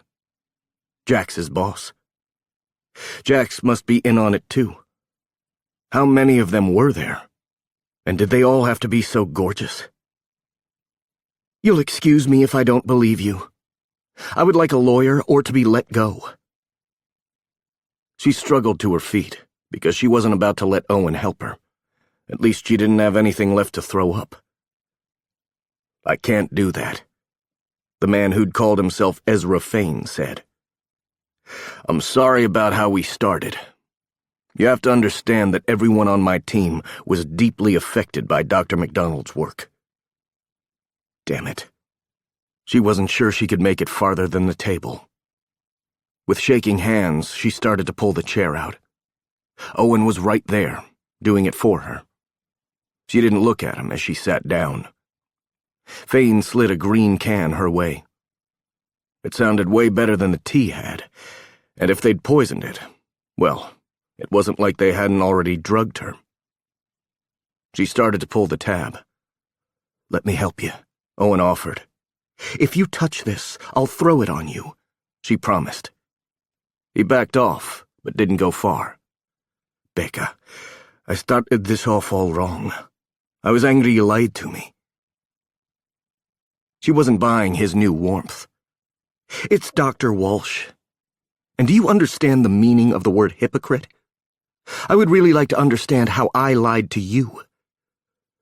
This afternoon, he replied, you lied about Carter coming to see you while we were at Casa Loma. How did... The truth hit her like a hard slap to the face. If only that had been the actual place he'd slapped her. You had someone watching me. Yes, he agreed. We've had someone watching you for a while now, but there were several of us earlier today. I was able to listen in on the whole conversation. She let that sink in. The major question was why, and she could only come up with one reason.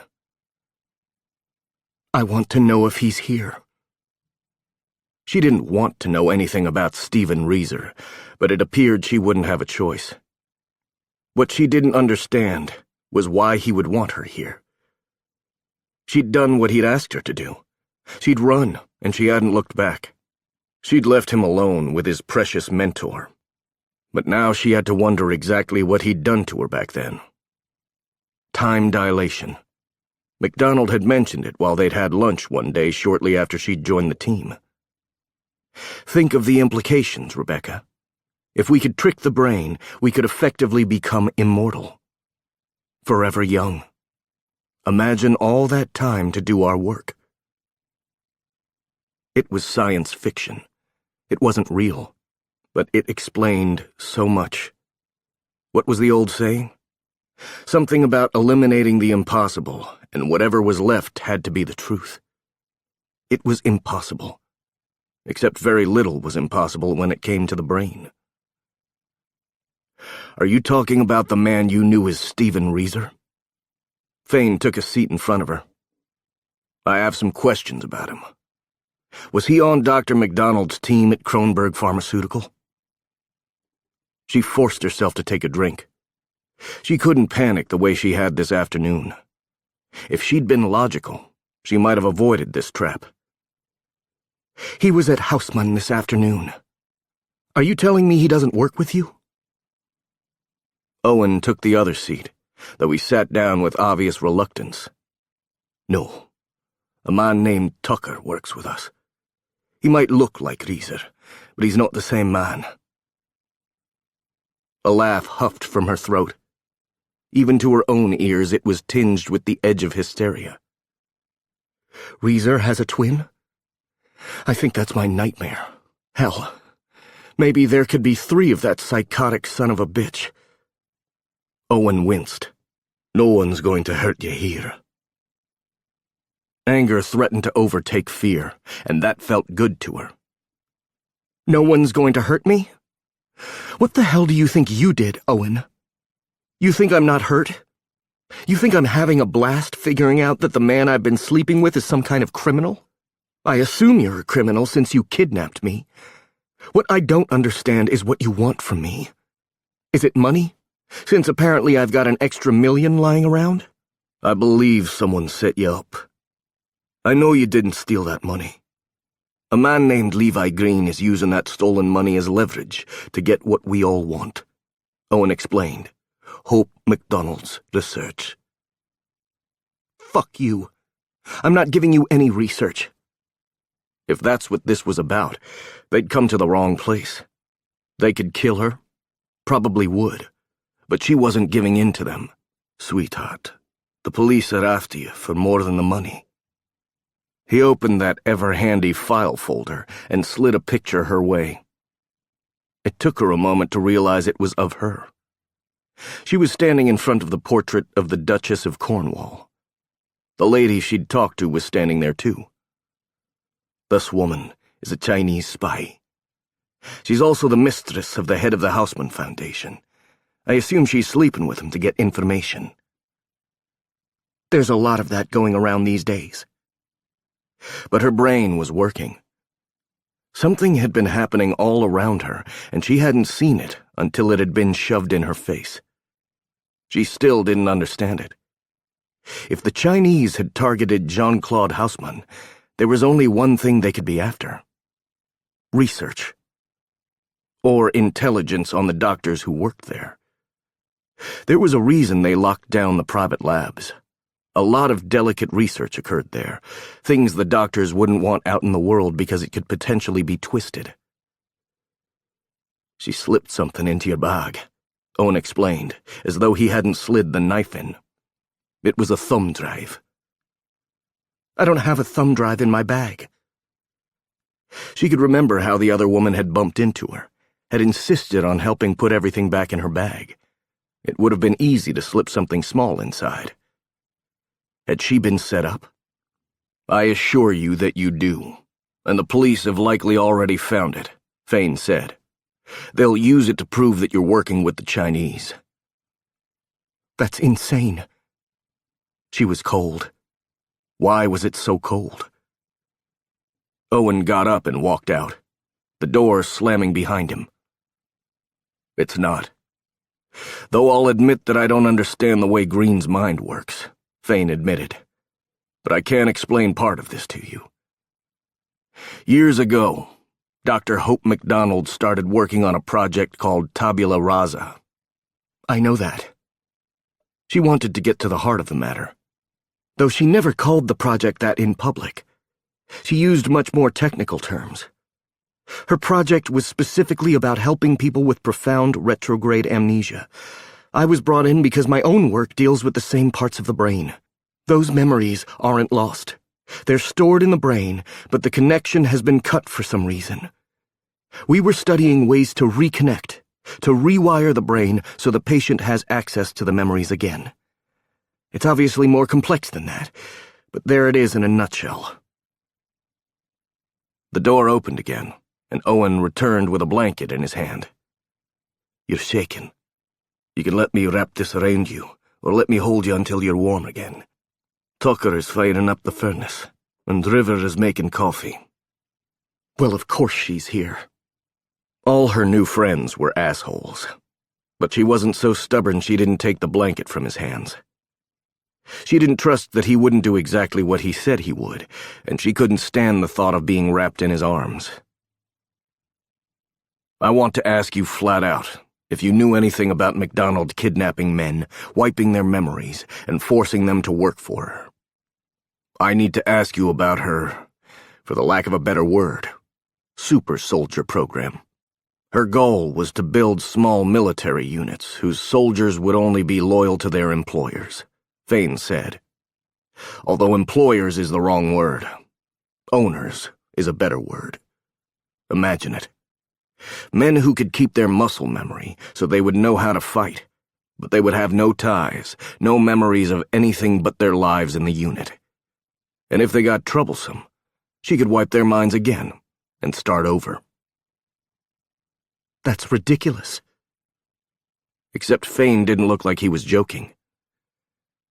Do you remember a patient named Tomas? Owen asked. She nodded. Of course.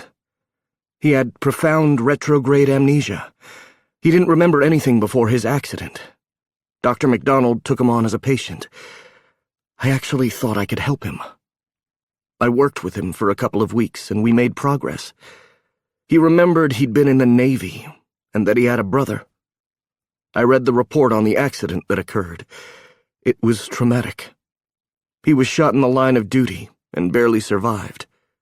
He had a traumatic head injury as well. That was what caused the amnesia.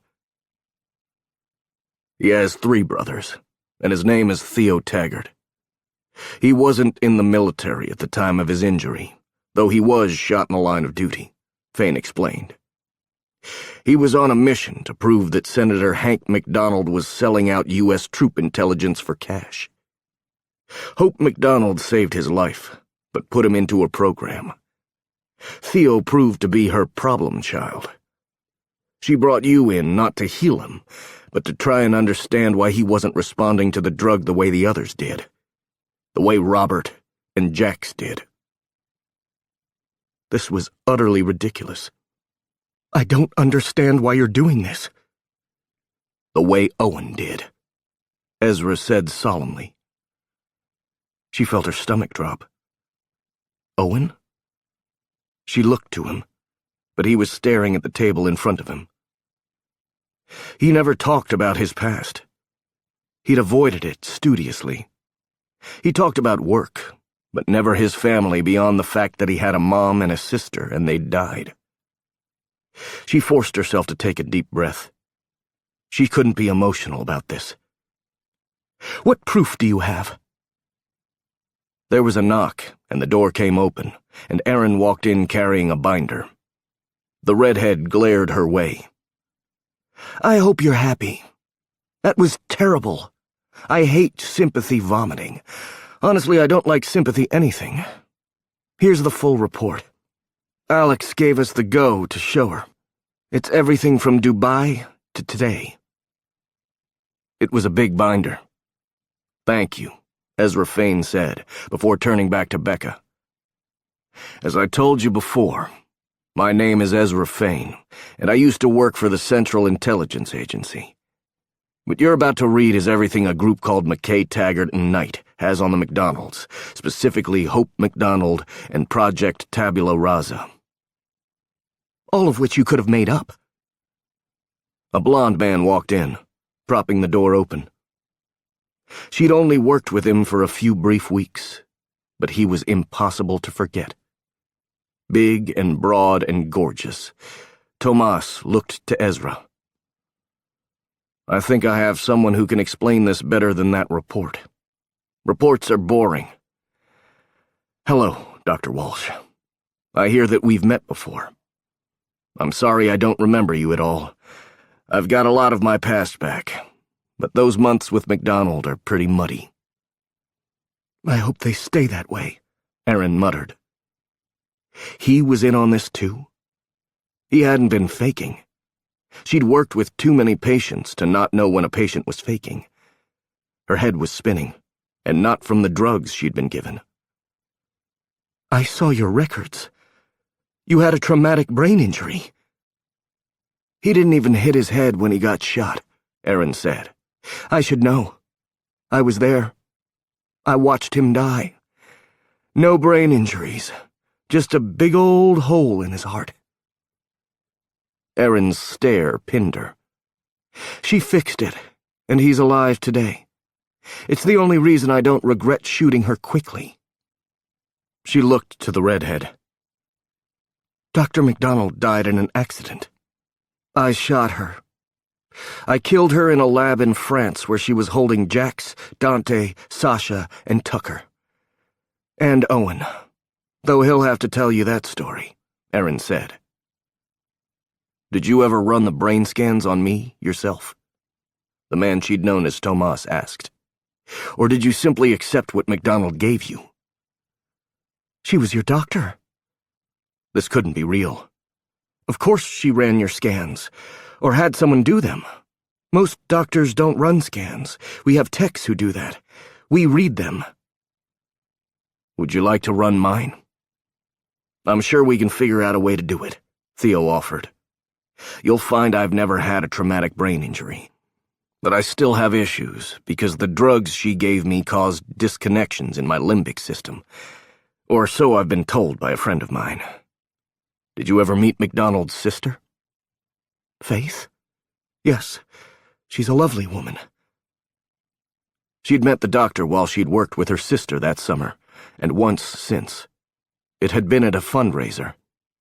Faith was a general practitioner who ran a clinic in Africa and helped raise funds for healthcare in third-world countries. She was practically a saint. Are you trying to tell me she's evil too? Faith? Theo moved out of the way as Jax walked in carrying a laptop. Theo shook his head.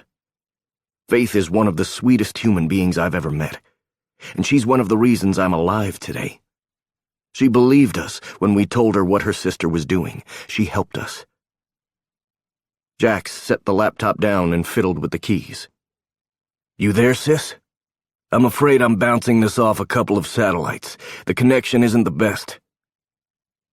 River was standing in the doorway, Buster at her side. She gave Becca a hesitant smile. Jax is Faith's half-brother. That makes him Hope's half-brother, too.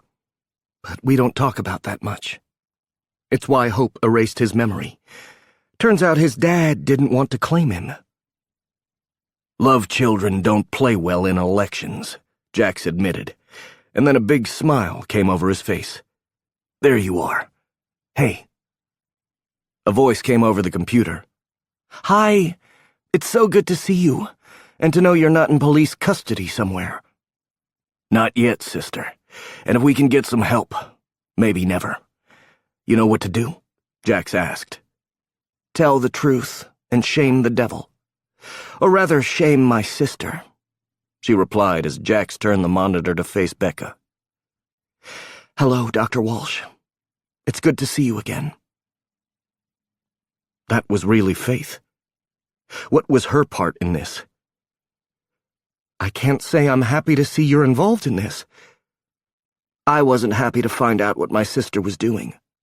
And I certainly hadn't thought about the fact that she likely used your research to aid her own. It's always good to know how something works if you want to break it down. Faith leaned in.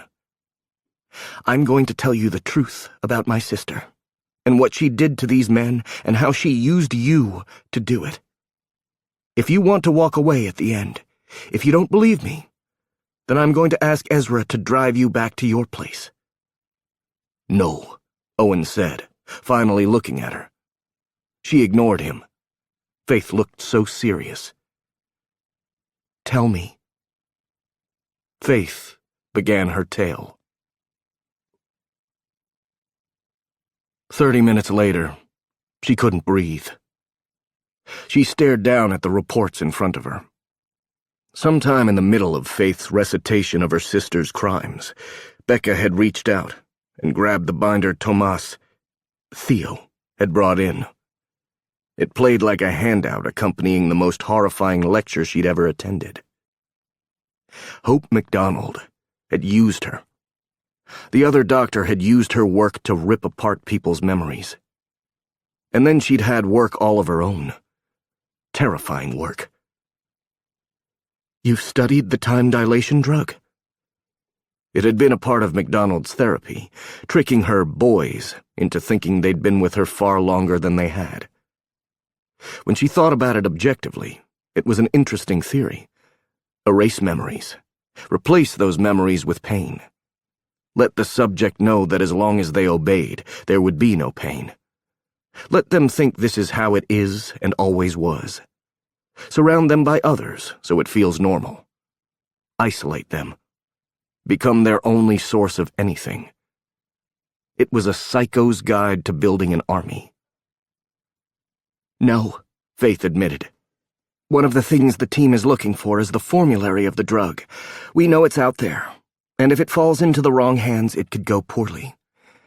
My husband. She gave him the drug to torture him. My sister and my father tortured Tennessee. He'd worked for the CIA, But my father had him burned when he threatened his business interests. Ten doesn't like to talk about it, but I know he still dreams about it at night.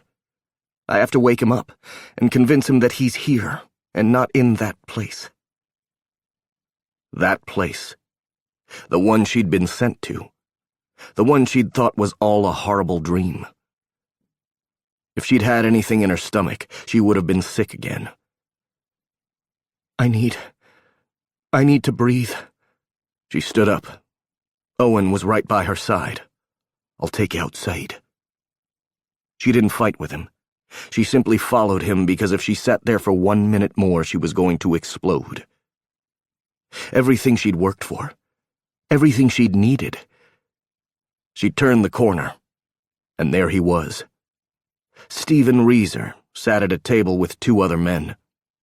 There was a beer in front of him, and he looked haggard. She stopped and stared at the monster who'd haunted her dreams. Dr. Walsh, he began.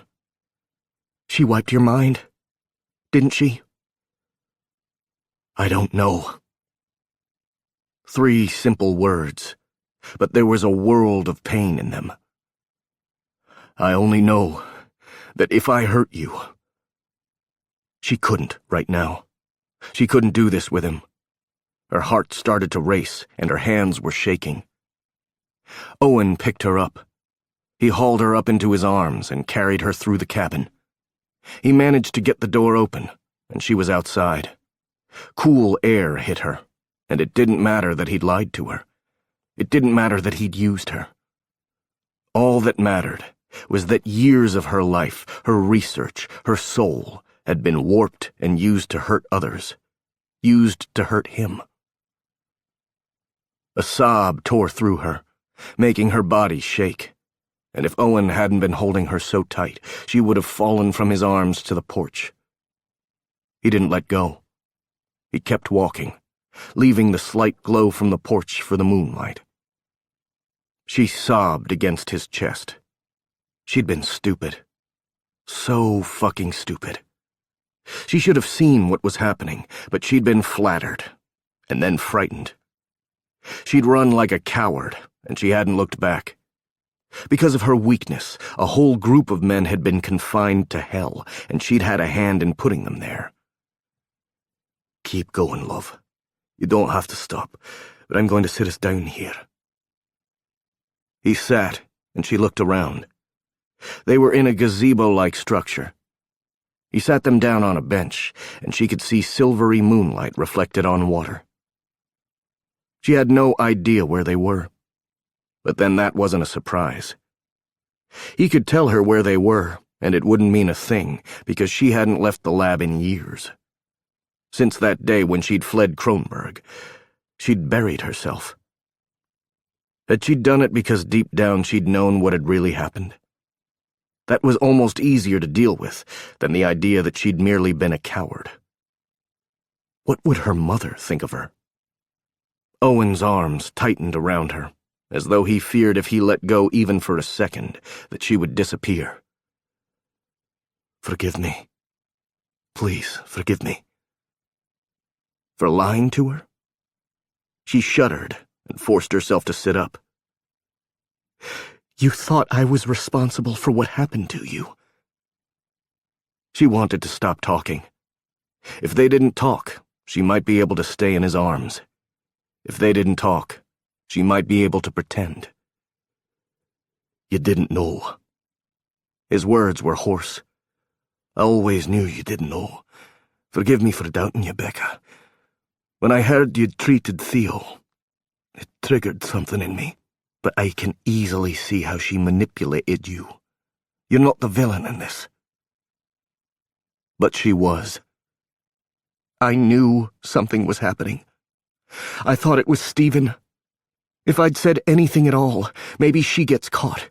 Or the pharmaceutical company she worked for covers it up, and she moves on, and they very likely have you and anyone you'd talk to about it killed. It was how they worked. They only cut her loose when she wouldn't fall in line. I doubt any one person with one complaint could have taken her down. Let me up, please. It was time to put some distance between them. His arms tightened almost painfully. I don't want to let you go. You have to. You said it was my choice. Did you lie about that, too?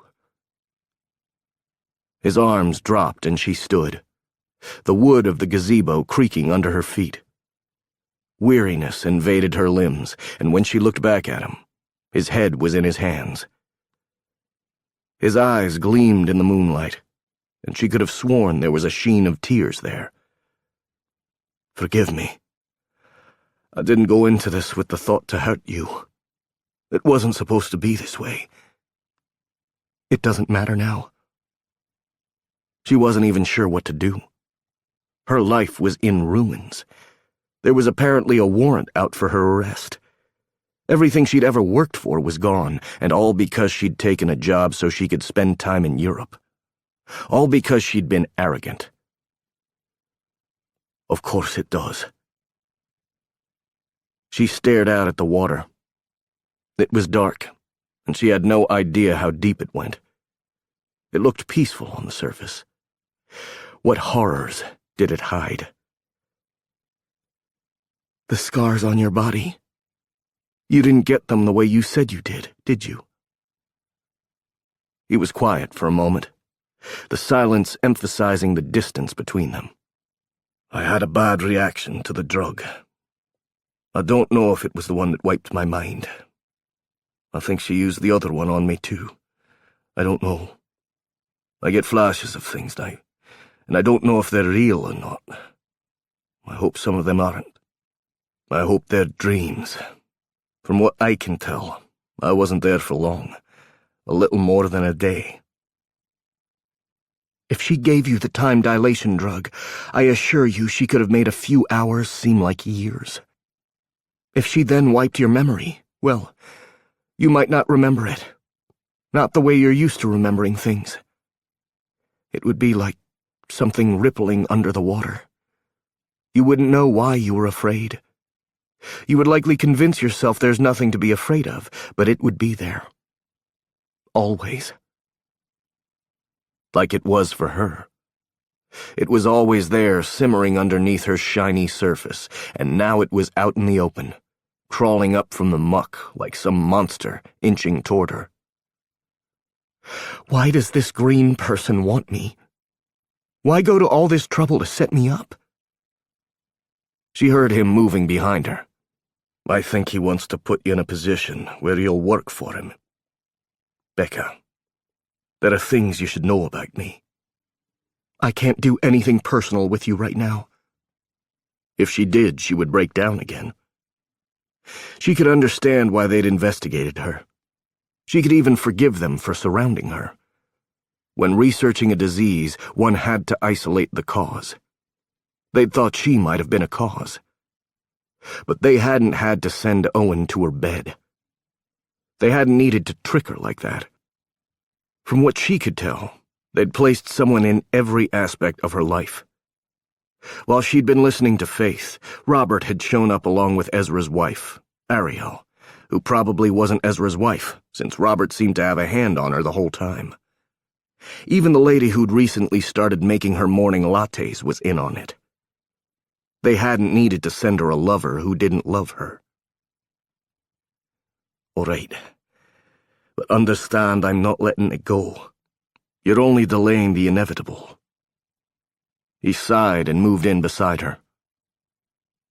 Tell me what your group wants from me. Shortly before she died, Dr. MacDonald sent you something. We believe it was a package that contained her research. We think she understood the net was tightening around her. Ezra has been working on this for a while now. He thinks she'd set up an escape hatch, so to speak. When Theo's brother raided her French laboratory, she had protocols in place to erase every computer in the lab. She destroyed her own research? It was a foreign idea. Everyone she knew was obsessed with their own work and desperate for it to live on, even after they were gone. I don't think so. Not completely. What was your relationship like with her? It was easier to talk out here. She didn't want to admit it, but it was easier to talk to him. We were friends. Sort of. She was kind of a mentor to me. It was like she wanted to teach me, to mold me. That was why Stephen had a problem with me. He liked being her protégé. He was very jealous of her. I thought for a while that they were lovers. A shudder went through Owen's big body. Please don't ever tell Tucker that. I don't think he could handle it. Tucker. The name didn't fit him. I don't know that I can handle being in the same room with him. What did he do to you? I don't want to talk about it. She couldn't handle that confession, but she could make another one. And I only thought they were lovers at first. I realized later on that they had an odd relationship. She used him almost like her bad cop, if that makes sense. He was mean. He was also brilliant, which isn't uncommon in my world. People put up with a lot when a researcher has brilliant ideas. We don't call them bullies. We call them quirky or eccentric. But they are bullies. Having a brilliant mind doesn't excuse being cruel. He was cruel. And she used that, so she didn't have to look cruel. I realize that now. He's one of the kindest men I know, Owen said softly. He was on a mission once with a friend of mine. He sacrificed himself to save a woman I admire quite a lot. He doesn't remember who he was. He won't hurt you. Or he's fooling all of you, she said quietly. She'd read the final report on MacDonald's last day, and the raid that took her out. Have you considered the idea that he could have faked it? He could have seen what was happening and faked his own memory wipe? Jax knew him. Jax and Sasha and Dante were in there with Tucker. If he was faking, he would have had to have done it for months. I promise I won't leave your side, and I'll talk to him about giving you space. He wouldn't believe her about Stephen Reeser. That was obvious. It was one of the reasons she hadn't said anything at the time. She'd known they would all come down on his side. She held her hands out to show him how empty this whole thing had been. I don't have a package from her. She called me the week after I left Kronberg. She wanted to know why I'd gone, and I told her. She said she would handle Stephen and asked me to come back. I refused, and we didn't talk again. She left me a voicemail a few months later, telling me Stephen had been killed in an accident and she could use my help. I did not reply.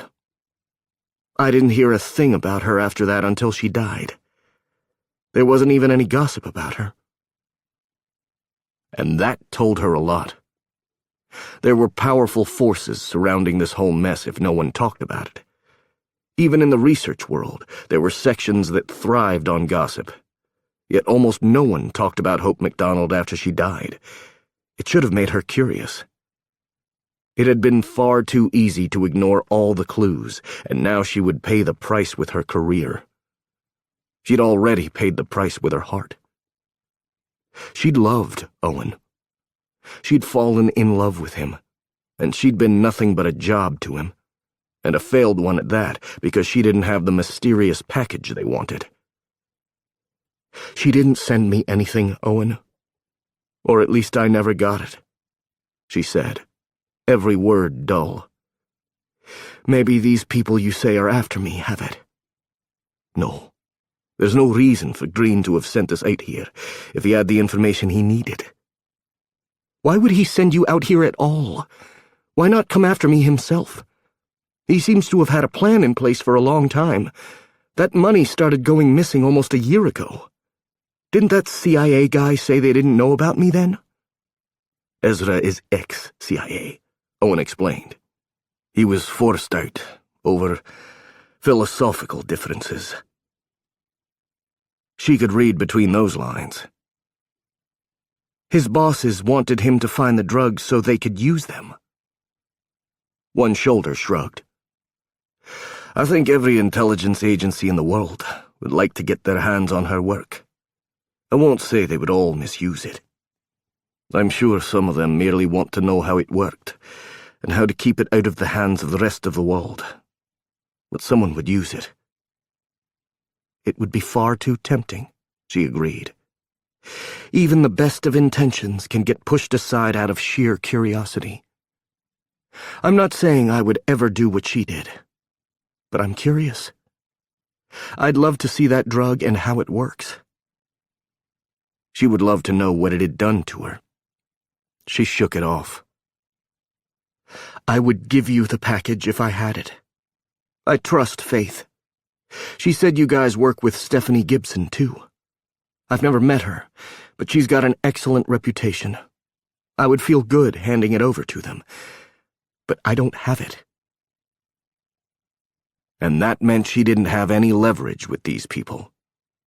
They were here to do a job, and now that the objective wasn't achievable, they would move on. She would be alone to face the music because she doubted the problem would disappear. This Levi Green person might shrug and walk away, but the Canadian police wouldn't. Once it got out that she was under investigation for embezzling funds from her grants, there wouldn't be a place on the planet that would hire her. Not for research work, and she hadn't been a practicing surgeon for years. And then there was the fact that apparently she was being accused of working with a Chinese spy. She would spend every dime she had fighting the accusations. She would have to stand in front of her father and explain what had happened, why she'd broken the promises she'd made to him and her mother all those years before. It was overly dramatic, but it felt like her life was over. The thought opened a deep ache in her heart, because briefly she'd felt like she was starting all over again. For a few days it had felt like everything was coming together, and she would be able to fulfill the promise she'd made to her mother, that she would be happy. Could someone give me a ride back? Or let me use a phone so I can call a cab? She glanced around. It appeared they were by a lake that spread out before her as far as she could see. The cabin behind them was the only light, so there didn't appear to be any close neighbors. She might be hiking out of here. He turned to her. You're not going back. Do you understand what they'll do to you? Yes. I think they'll put me in jail until I can make bail. They'll freeze my accounts, so I'll have to call my father. He should be able to loan me the money. I don't know what I'll do about an attorney, but I'll figure it out. It's not your problem. His hands cupped her shoulders, and he turned her, forcing her to look at him. I will not leave you alone. We're holing up here for a few days, and then you and I will make our way to London. There is a place there where you'll be safe. I'll try to stay with you as much as I can. I have a bit more freedom of movement than the others. I promise I'll find a way out of this for you. I'll keep you safe, and I'll clear your name. There it was. The insane impulse to believe every word he said, to toss the whole problem in his lap and let him take care of everything. He'd lied to her, and she couldn't believe him. I need to go home and face this. I'm not going on the run. Don't be ridiculous. I'm not a fugitive. If this green person doesn't get what he wants, maybe the heat will come off me. It won't. He won't stop because you don't know where that package is. Owen swore. He'll take you anyway. If he can't get the knowledge out of the box, he'll take it from your brain, and he won't ask gently for it. He never meant to take you back to the States. He'll get custody of you, and take you somewhere no one cares how he treats you.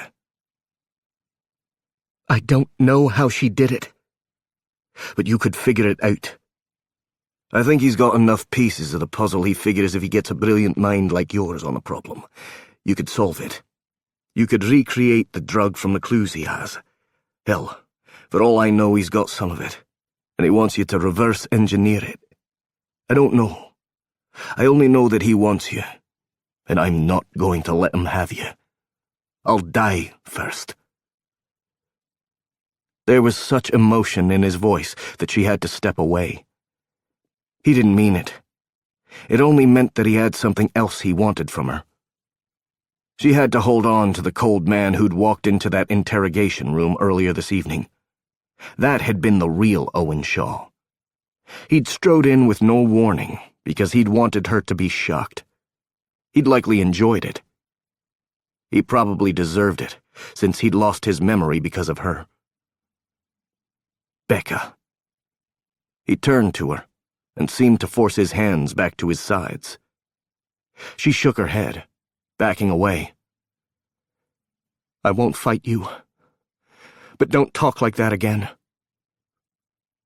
I know I fucked up. His voice was like gravel. I know I made a mess of things, but you have to believe me when I tell you this was real to me. You and me. We were real. Of course they had been. Do you not believe me when I say I don't know where the information is? The information is meaningless. You're what's important. I asked you not to talk that way. She couldn't stand listening to those words coming from his mouth. Not to tell you I love you. I know I didn't say it before, but it's true. I love you, Becca. I'm in love with you. I don't know what I was like before. If there was some woman I cared for. I don't think so, according to the people who knew me then. I think you're the only woman I've ever loved. Stop it! She shouted the words. The whole night seemed to crash in on her, and rage suddenly made the velvety darkness of the night seem red. How dare he say those words to her? How could he lie again? He put her here. It wasn't fair or right, but her rational mind wasn't in charge. She'd held it in for the hours it had taken for the truth to sink in. She'd held in her rage at being used. He'd used her. He'd fucked her and called it something else. He'd promised her his kindness and given her this. Protection and caring was what he'd promised to exchange for her submission. He wasn't the first. Her husband had promised her much the same and then tried to steal her work and cheated on her with a more womanly female. She'd always been the youngest person in her class, and there had been a couple of assholes who'd tried to take advantage of that. Even fucking Paul Houseman made her feel small because she was female. She'd heard the way he talked about her, the way he'd told everyone on her team that she was too emotional. He constantly told her to calm down. She wasn't sure how she made it across the gazebo, but she found herself hitting him, taking out her rage on him. Her hands were balled into fists, and she was using them on Owen.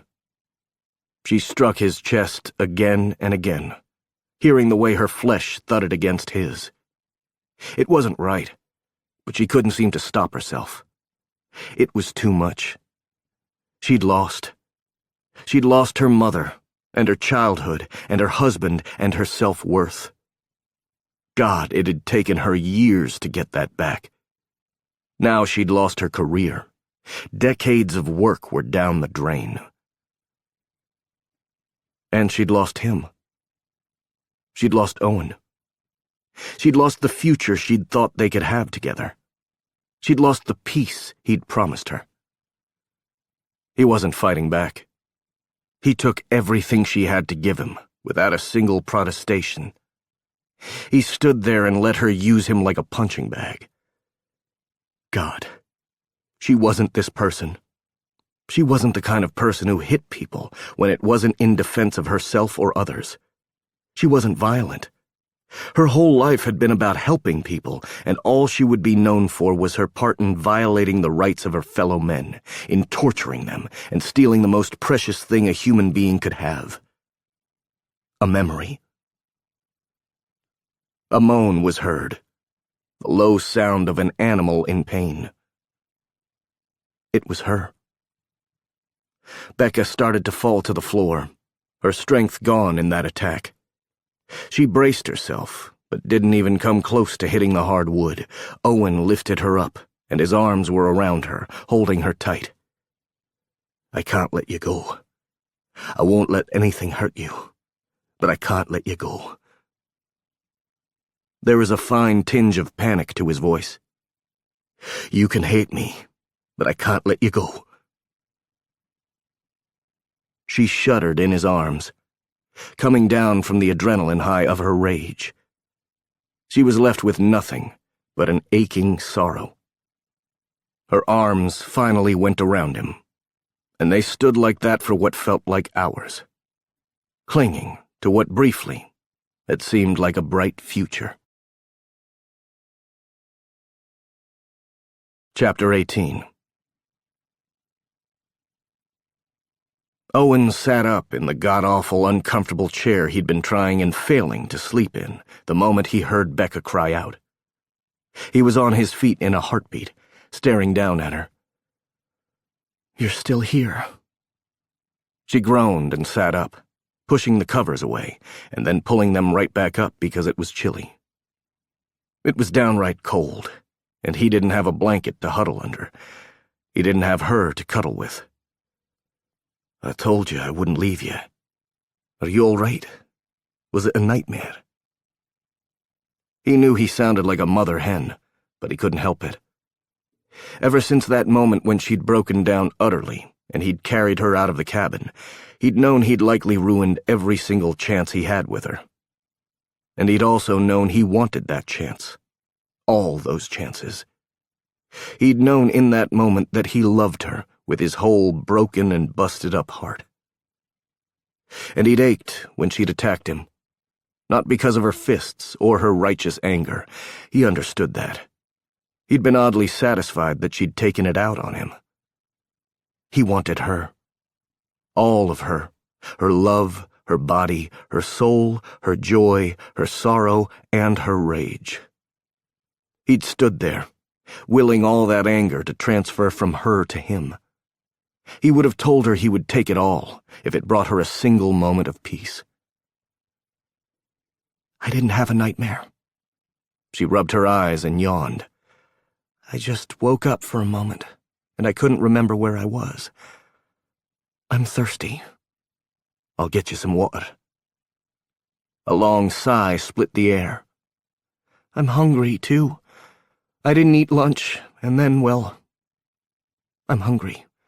I had a protein bar in my purse, but it's back at the foundation.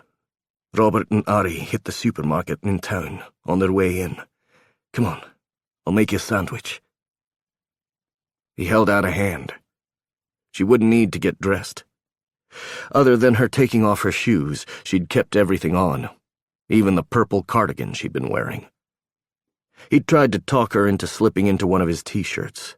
He had 2 in his go bag, but she'd refused.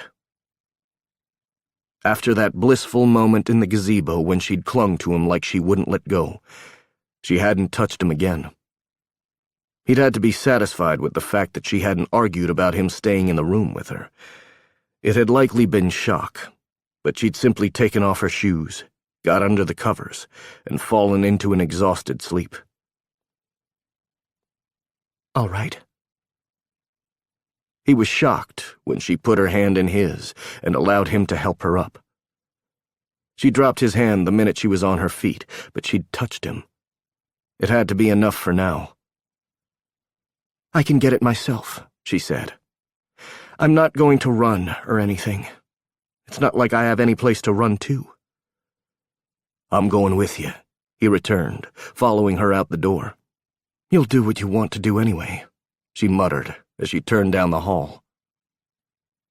The place was quiet, except for the sound of keys clacking. The cabin only had 2 bedrooms and a tiny loft with 2 twin beds.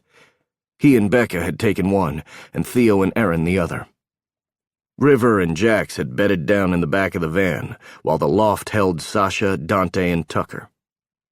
He wasn't sure which one was sleeping on the floor, but he would bet it was Tucker. And he wasn't sleeping at all.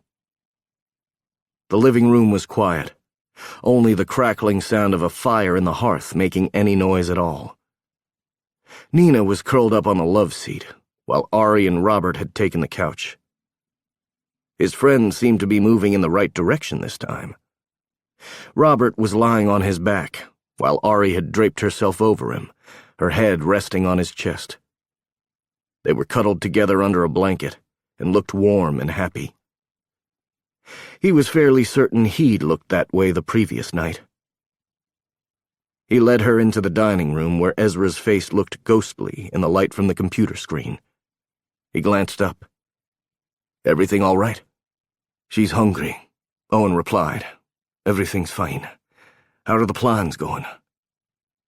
"We can't get a plane out until the day after tomorrow, but I don't think that will give Green time to track us." Ezra looked over at Becca. "We're going to take you to London, but we have to do it carefully. Jax is working on getting you a Canadian passport. I promise I won't let him pick your name. He's not good at them." "When he made one for River, he named her Fjord," Owen said. A hint of a smile crossed her lips. "Because it's water. Like a river." "It's ridiculous," Ezra corrected. "Because she's obviously not Nordic, and even Nordic people don't name their kids Fjord. Jax thinks he's creative. I need him to be realistic.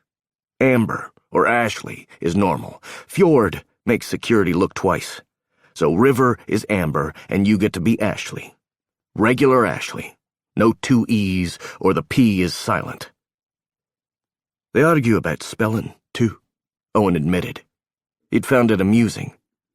"Jax thinks fake names should be special. Ezra thinks they should be boring as possible. What did he try to name Becca?" "Sunny Brook. Not joking. First name Sunny, last name Brook," Ezra said with a sigh. "I'm sure he was going to try to work the word farm in there somewhere. My question is, how the hell does he know about Rebecca of Sunnybrook Farm? He knows next to nothing about the damn world.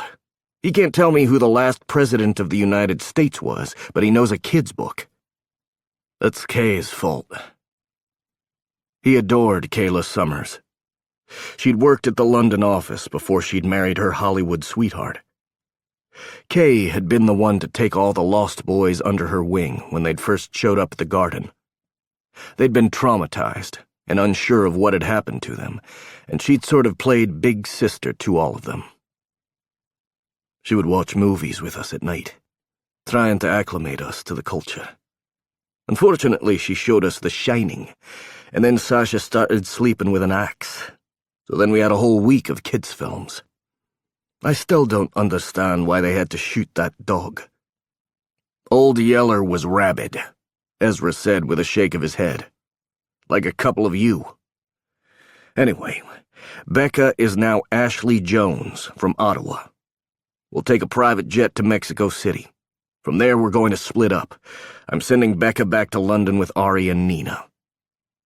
He held out a hand as though he knew what came next. Brody and Nick are meeting them in Mexico. They'll provide security, although don't let Nina hear me say that. She's a badass all on her own. "I thought she was a barista," Becca said.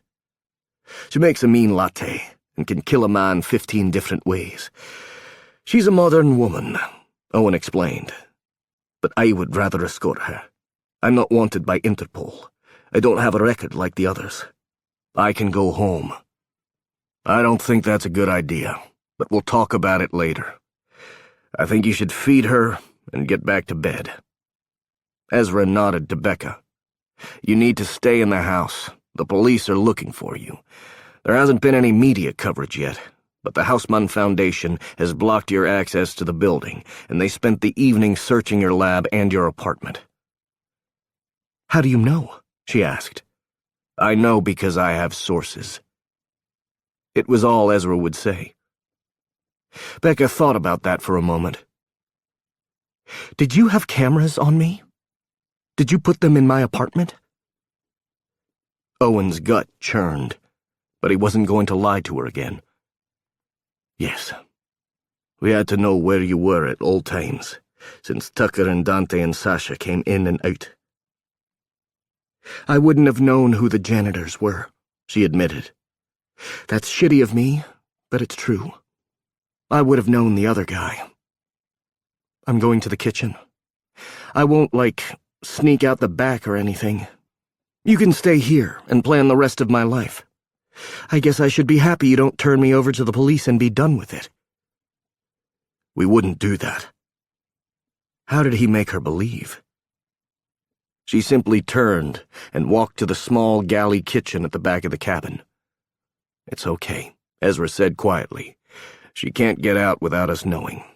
The most she can do is walk through the kitchen to the other part of the cabin and get back into bed without you.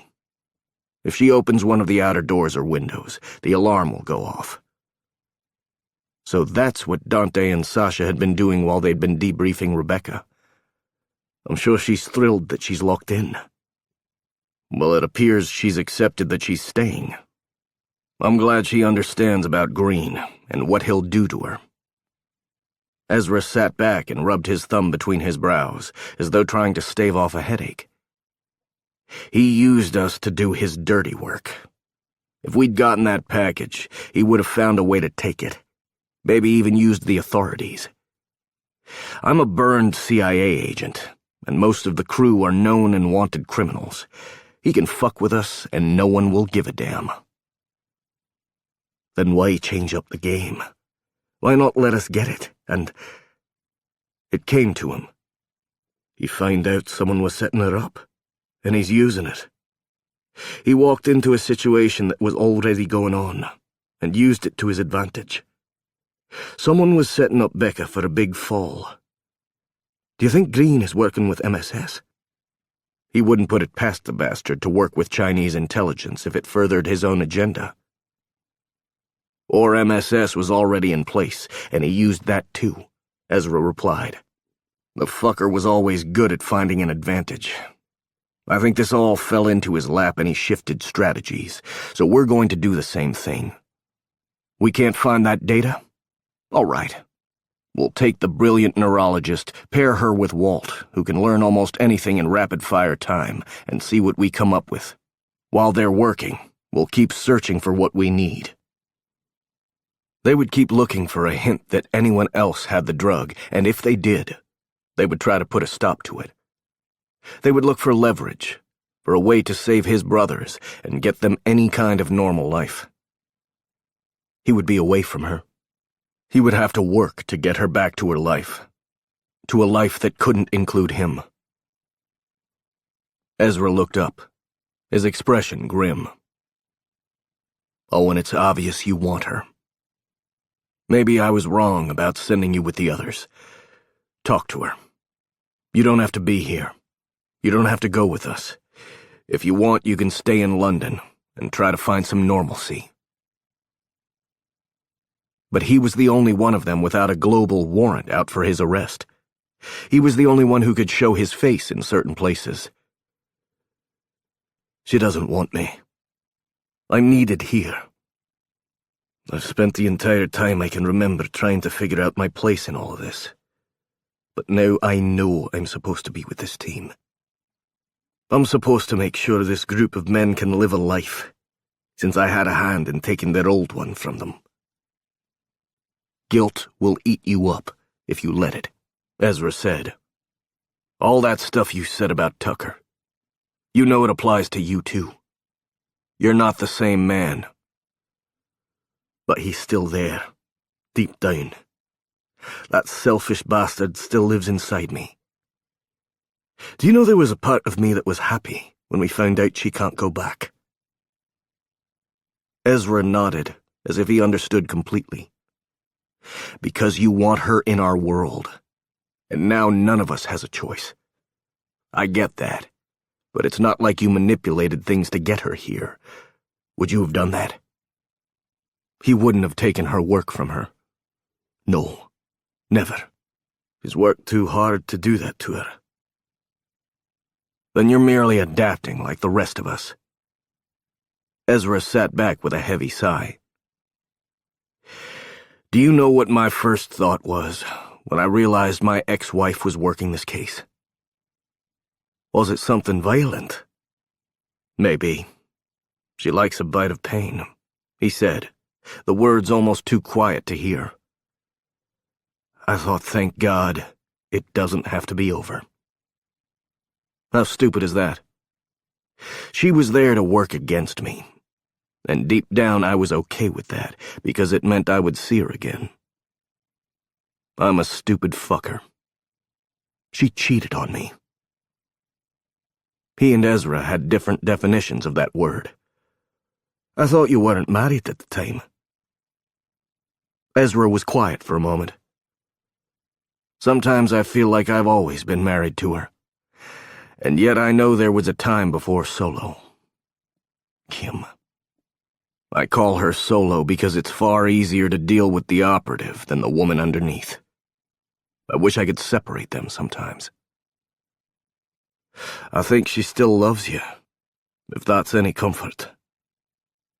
Sometimes love isn't enough. And it wouldn't be for him, either. Becca doesn't know me. She knows who I've shown her. She fell for a lie. Was it? Ezra asked. You didn't step into that elevator with plans to seduce her, did you? No, but it hadn't taken him long. It would have been simpler for you to have introduced yourself the way you were supposed to. You know, we had an argument about why you changed up the plan. Some of the guys thought you might have done it because Big Tag took you off lead. I didn't. He wasn't surprised they thought that way, though. Tucker bought the whole line about how you realized she needed to be played differently, Ezra pointed out. I told you what happened. I wasn't lying. Ezra chuckled and sounded a bit amused. Oh, you were lying, but mostly to yourself. A couple of us knew why you'd done it. Me and Robert and Jax. We knew it had been about her. You see, we all know what it's like to meet a woman and know. We might not have known exactly what we knew, but it was there deep down, like a memory of something beautiful, a hint of some life we used to lead.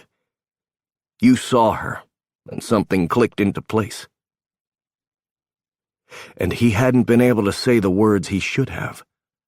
He hadn't been able to lie about his attraction to her.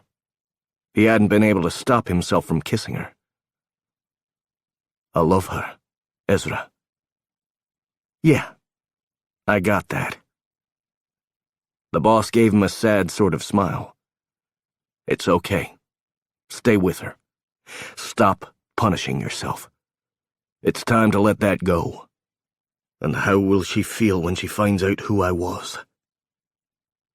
It was his greatest fear, that she would learn what he'd done and turn away in disgust. When she finds out you were so desperate to save your mom and sister that you made a poor choice. Somehow I think she'll forgive you for that. Everyone else has. Even Erin. Oh, that woman won't ever let you know it, but she disagreed with Big Tag about pulling you from the lead. And Big Tag didn't pull you because he was still angry with you.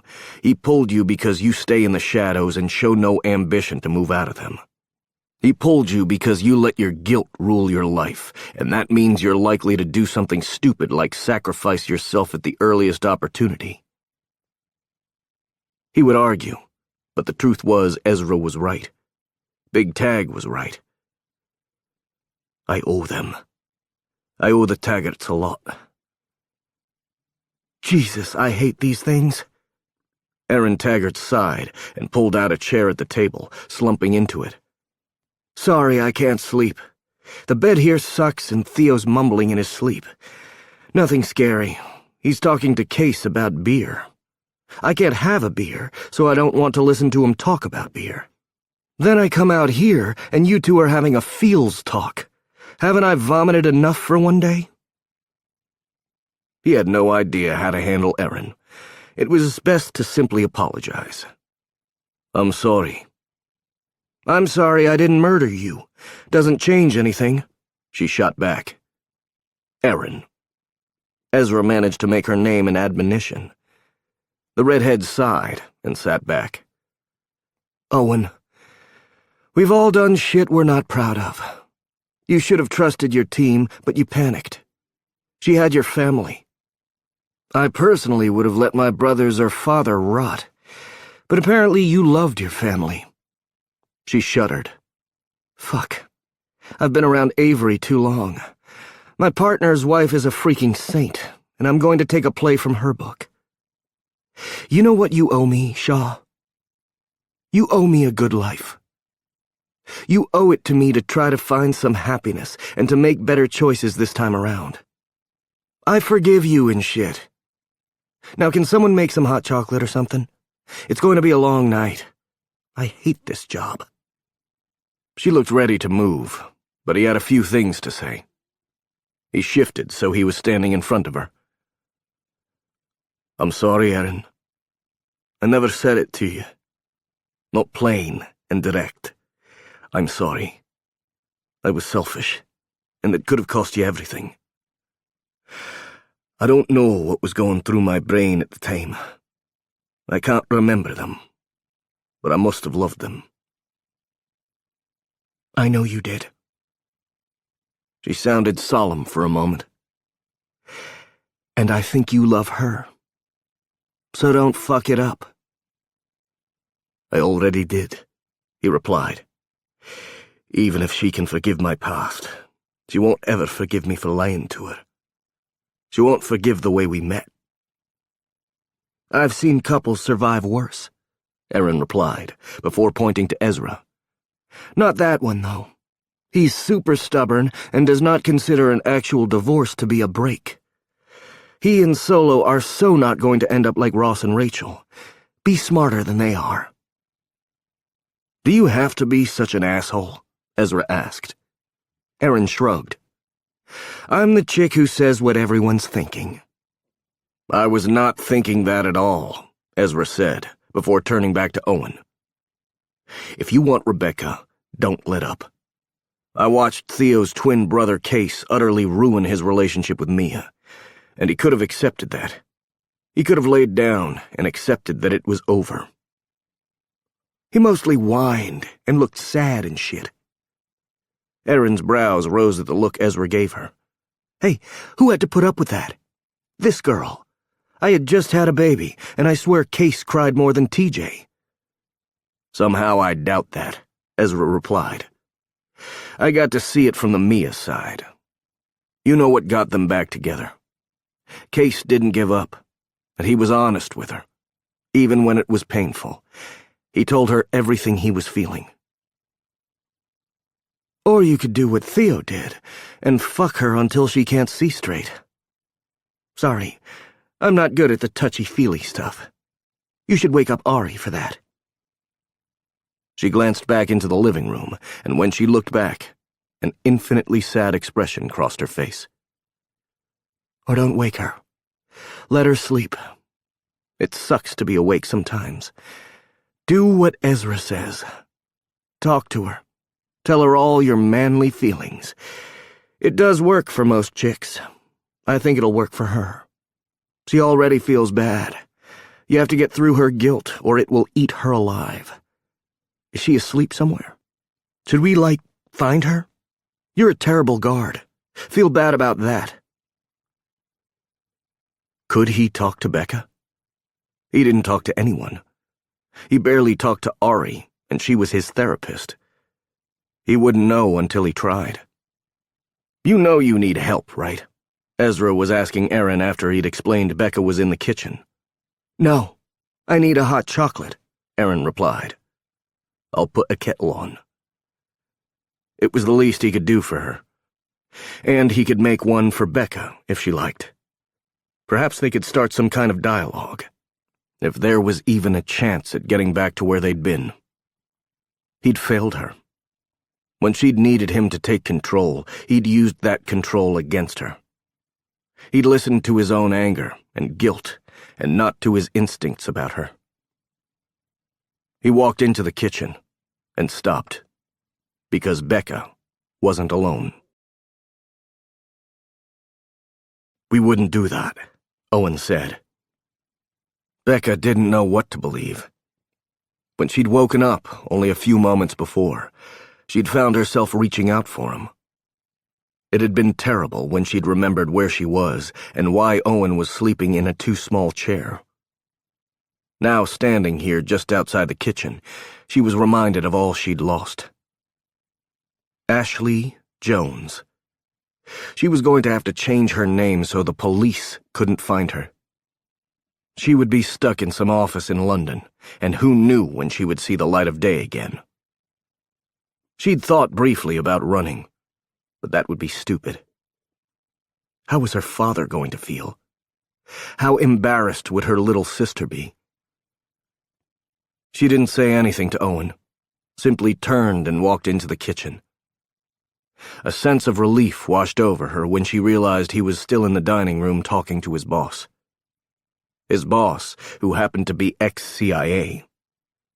There were a whole bunch of ex-soldiers and operatives. Even her barista had worked for Interpol. She'd never had a chance. She wasn't even certain why. That was what killed her. Why had Dr. MacDonald chosen her to send this mystery box to? "Don't freak out," a voice said from the gloom beyond her sight. She reached out to find the light switch. A cone of light popped on from above the sink, and she saw what she hadn't before. Her breath caught in her throat, and she really wanted to freak out. It was Stephen Reeser. He stood up, his hands out as though to show her he didn't have a weapon. "I'm sorry. I didn't have another place to go. Sasha snores and Dante sleep punches. I'll go sleep in one of the cars." He didn't sound like Stephen Reeser.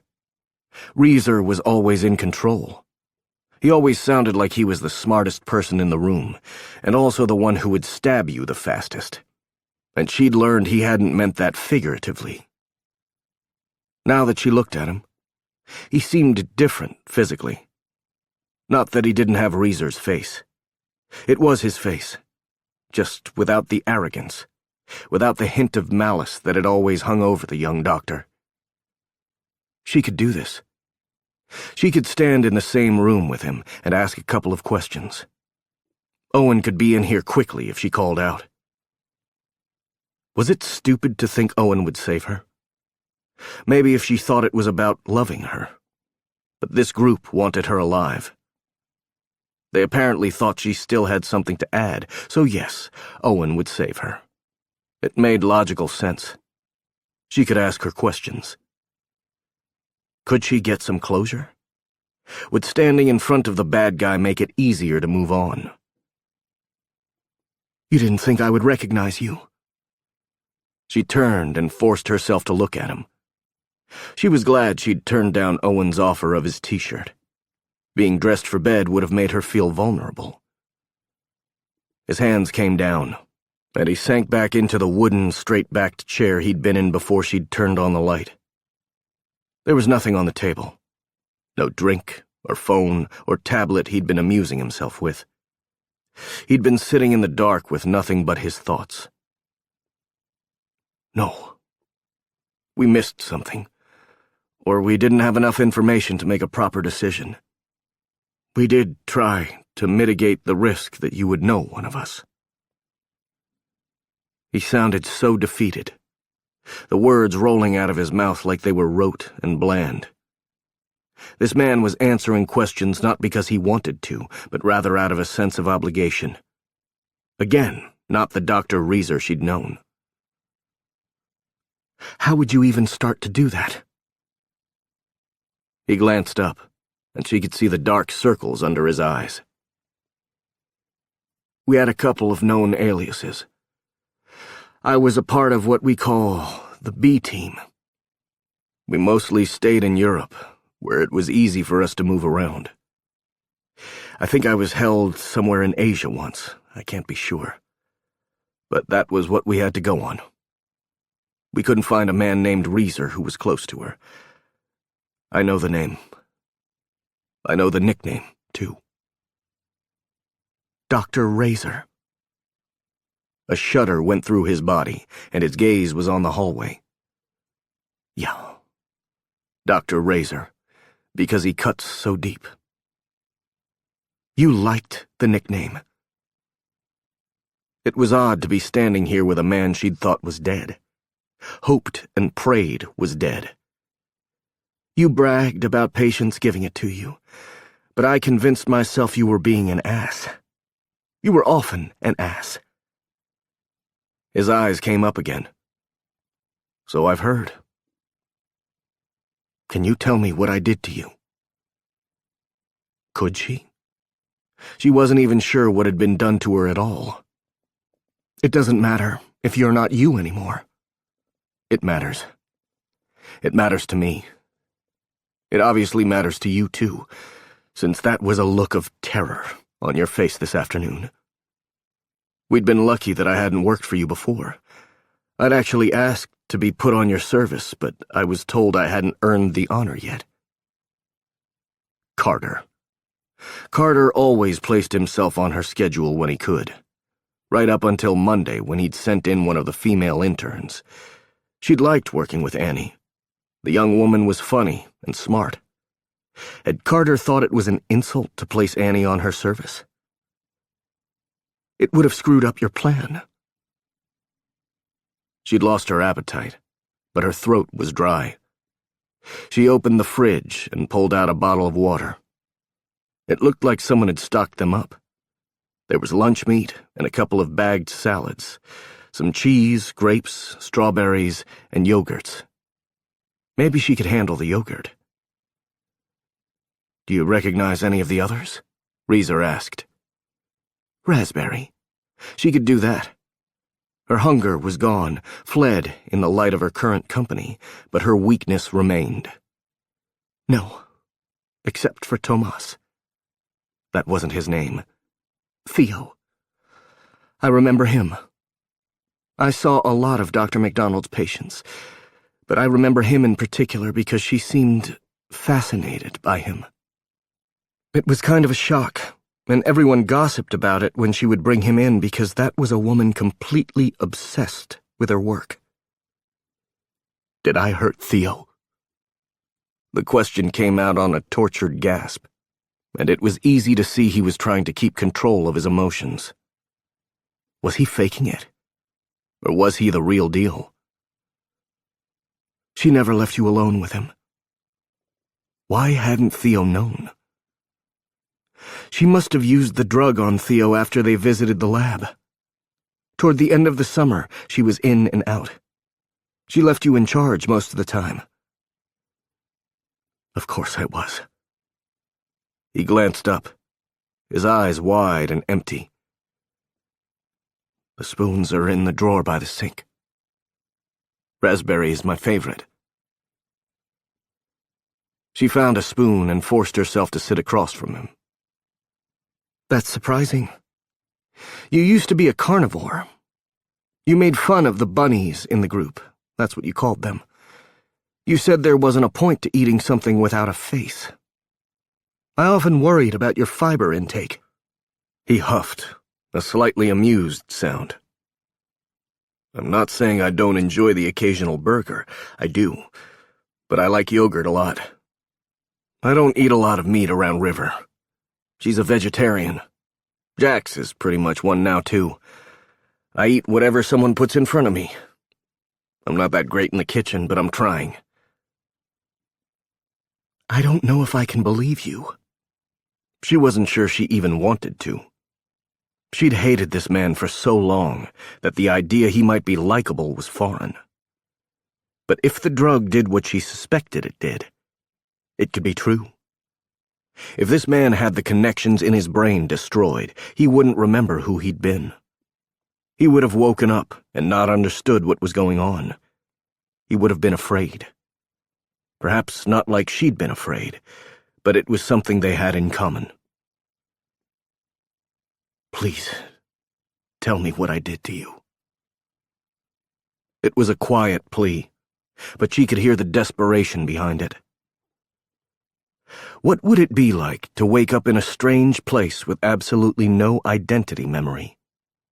Fear and sorrow and rage had been fueling her since that moment she'd seen Reeser, but curiosity was starting to swirl around in her brain.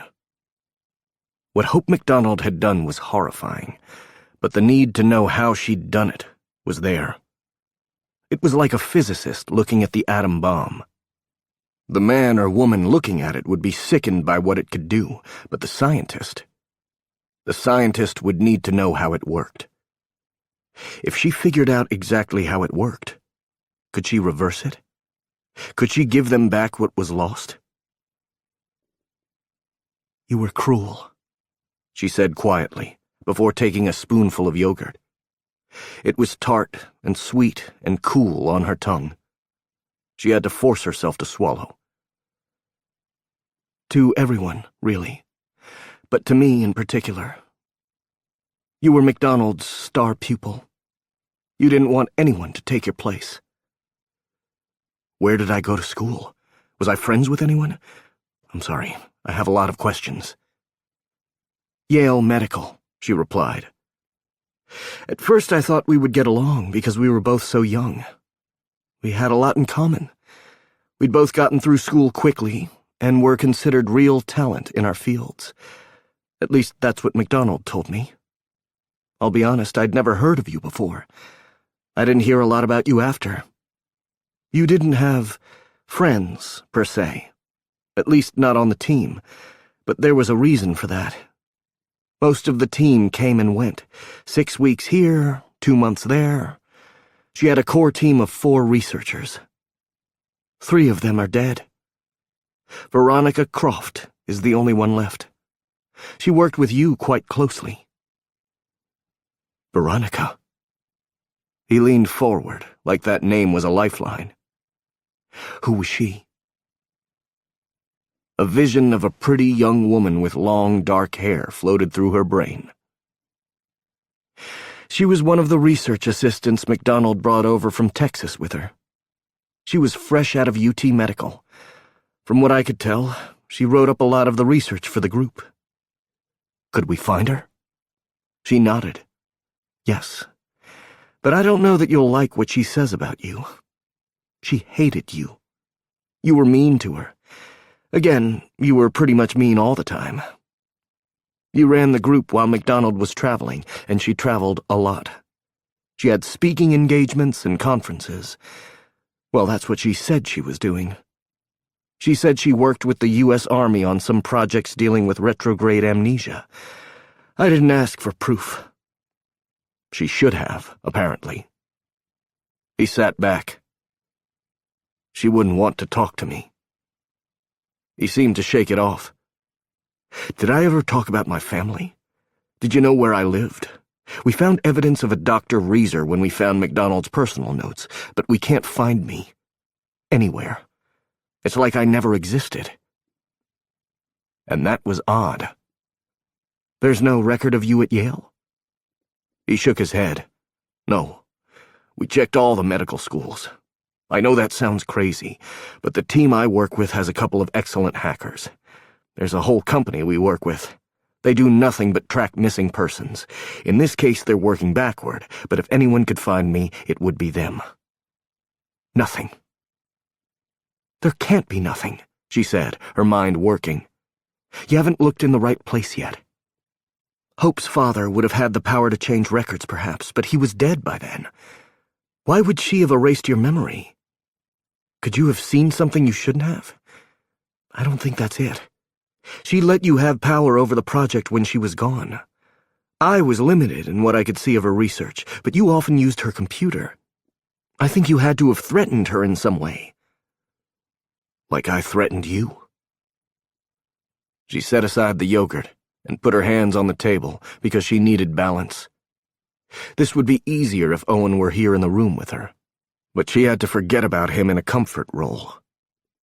She was certain all his talk was about keeping her under control. Pleasing her sexually had worked well once. He was simply going back to a familiar tactic. Yes, you threatened me. You scared me so badly that I ran and I didn't look back.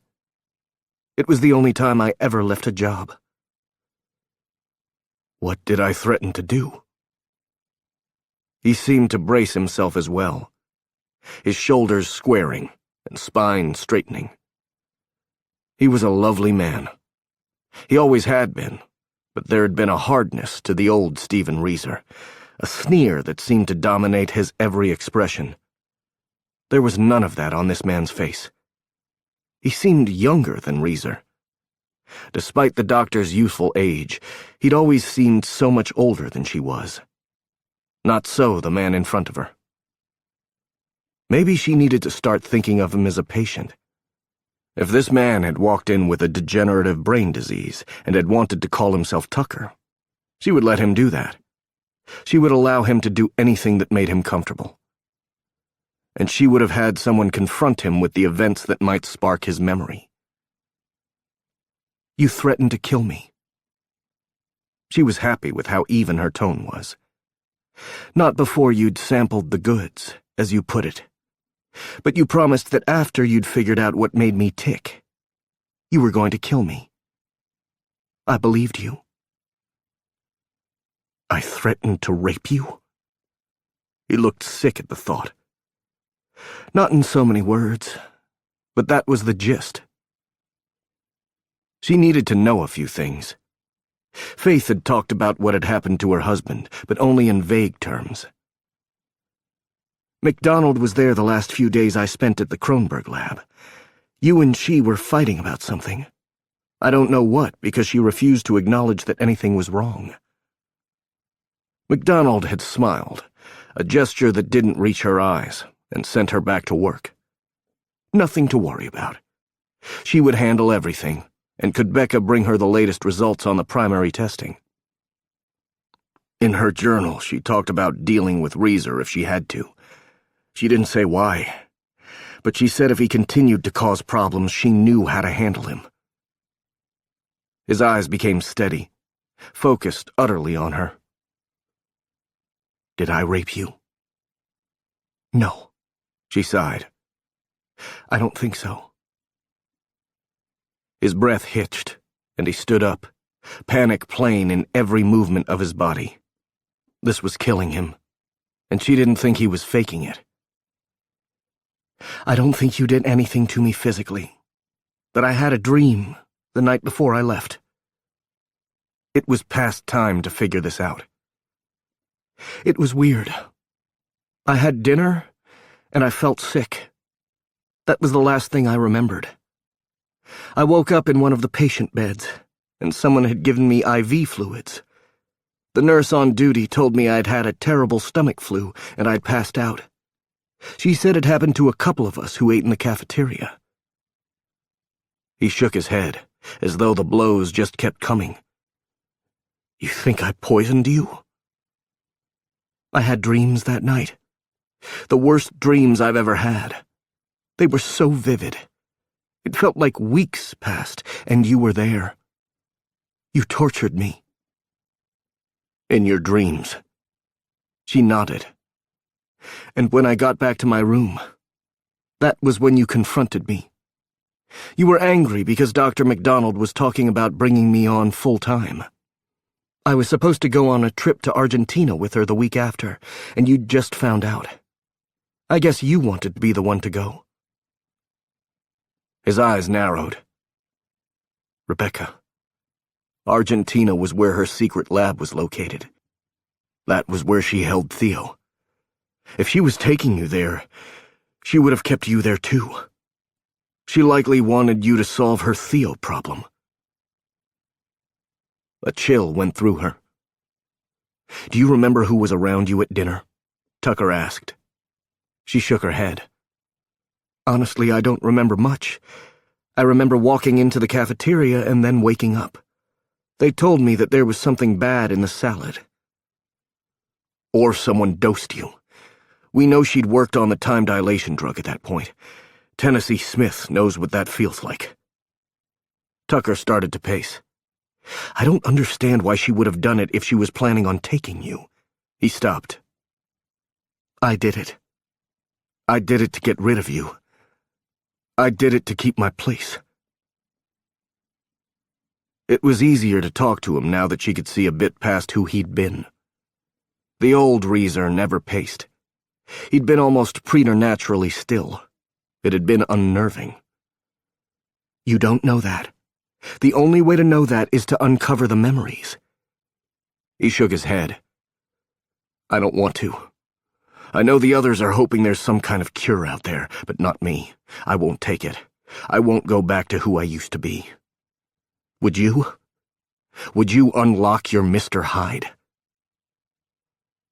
Knowing what you did for MacDonald could help the others, she said, her doctor brain working on how she would do it.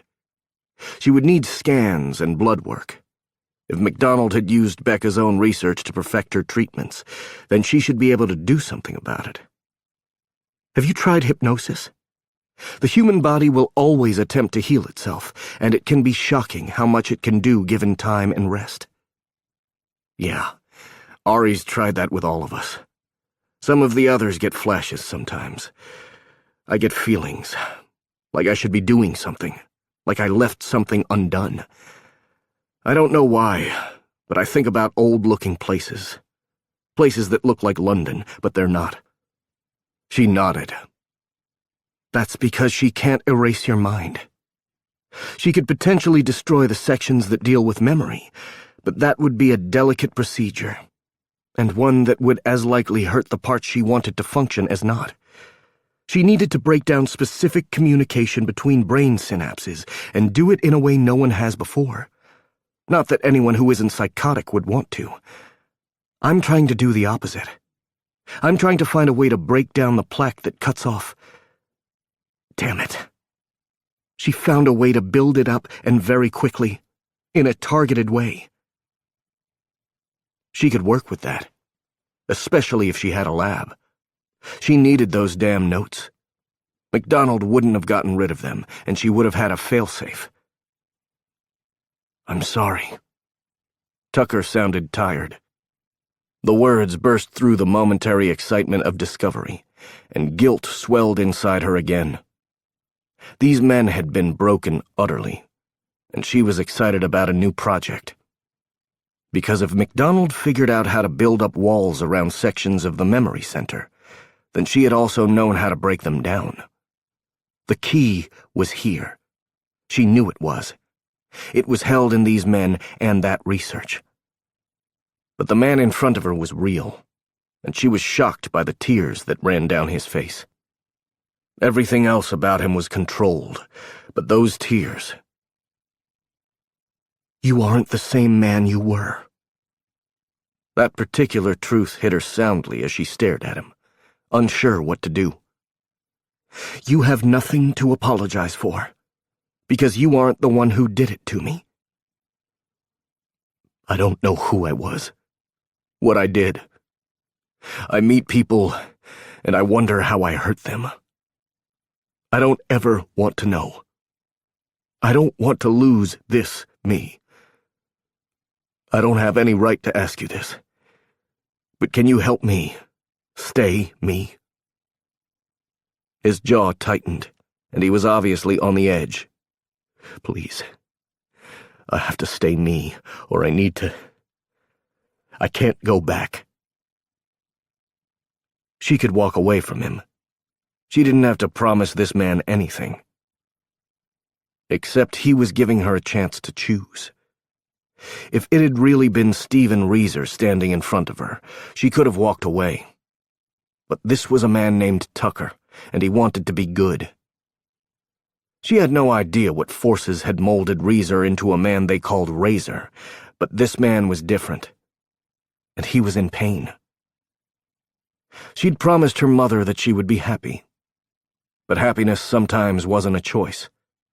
Happiness could be taken away, made into an impossibility due to circumstance. Maybe what her mother should have asked her was to always be true to who she was, because then, even if her world got ripped away, she could be content. She could hate this man for what he'd done to her in another life. Or she could see him as a man who needed help, and she'd dedicated her life to giving help when and where it was needed. Becca stood and crossed the space between them.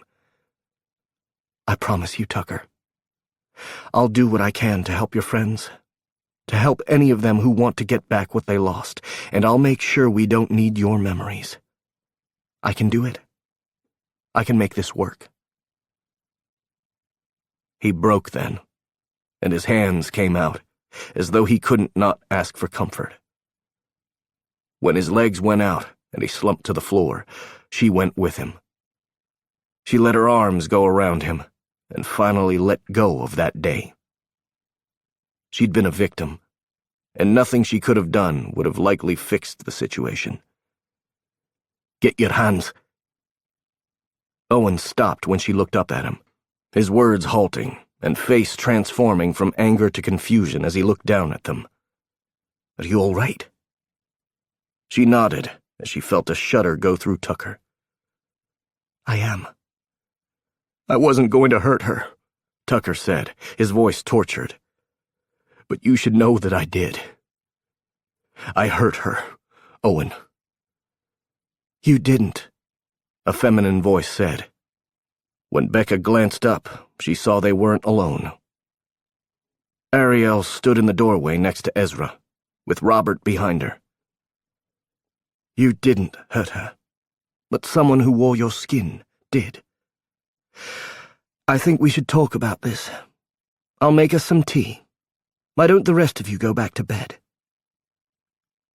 Go back to bed with Owen. That seemed like a bad idea. Even being in the same room with the man was dangerous, and after her talk with Tucker, she was on the edge again. Ezra stepped away, pulling a phone from his pocket. "Thank you, Dr. Walsh," Tucker whispered. "I'm still sorry. I'll try to stay away from you. I don't want to make you uncomfortable." But he was the only one who knew anything about medicine, and she wasn't certain he would have forgotten what he'd learned from Dr. MacDonald. That kind of knowledge could remain, even when personal memories did not. She might be able to coax some of that information out of him, and might lead them one step closer to a cure. Sometimes bad things happened, and it was up to her to make the most of them, to try to see the positive that could come from it. "I'm okay. You're Tucker. You're not Stephen. And we're okay, you and I." She let Owen help her up. "Good night, Tucker. I'll see you in the morning. We can fight it out over the last raspberry yogurt." "It's all yours." Tucker managed to make it back to his seat. Owen didn't let go of her hand. "Good night. We'll see you all in the morning." She followed him out, a piece of herself settling. But the larger piece was still in turmoil, and it was all about Owen. Maybe it was time to have it out with him, too. Ezra stepped back in. "We need to move out now. There's a team on the way. I don't know how the fucker found us, but he did. Big Tag says we've got maybe 5 minutes. Owen, take Dr. Walsh in my SUV. Ari and Robert, go with them." Owen's hand found hers, and he started into the living room. "I'll go wake my sleeping prince," Erin said. "We'll stay behind and deal with the fallout. I can't wait to answer all those questions." "Tucker, take Nina and hop in the van with River and Jax. I'll take Dante and Sasha," Ezra said, reaching for his backpack. "You know the protocols. Let's move." Owen frowned at his boss. "You know what this means?" Ezra nodded tightly. "I do. We have to deal with it later. Scatter now and implement a 24-hour blackout on communications. See you on the other side, brothers." It looked like her night was taking a turn for the worse. Chapter 19. Owen looked out the window from his place in the back seat, his eyes on the blue and red lights in the distance.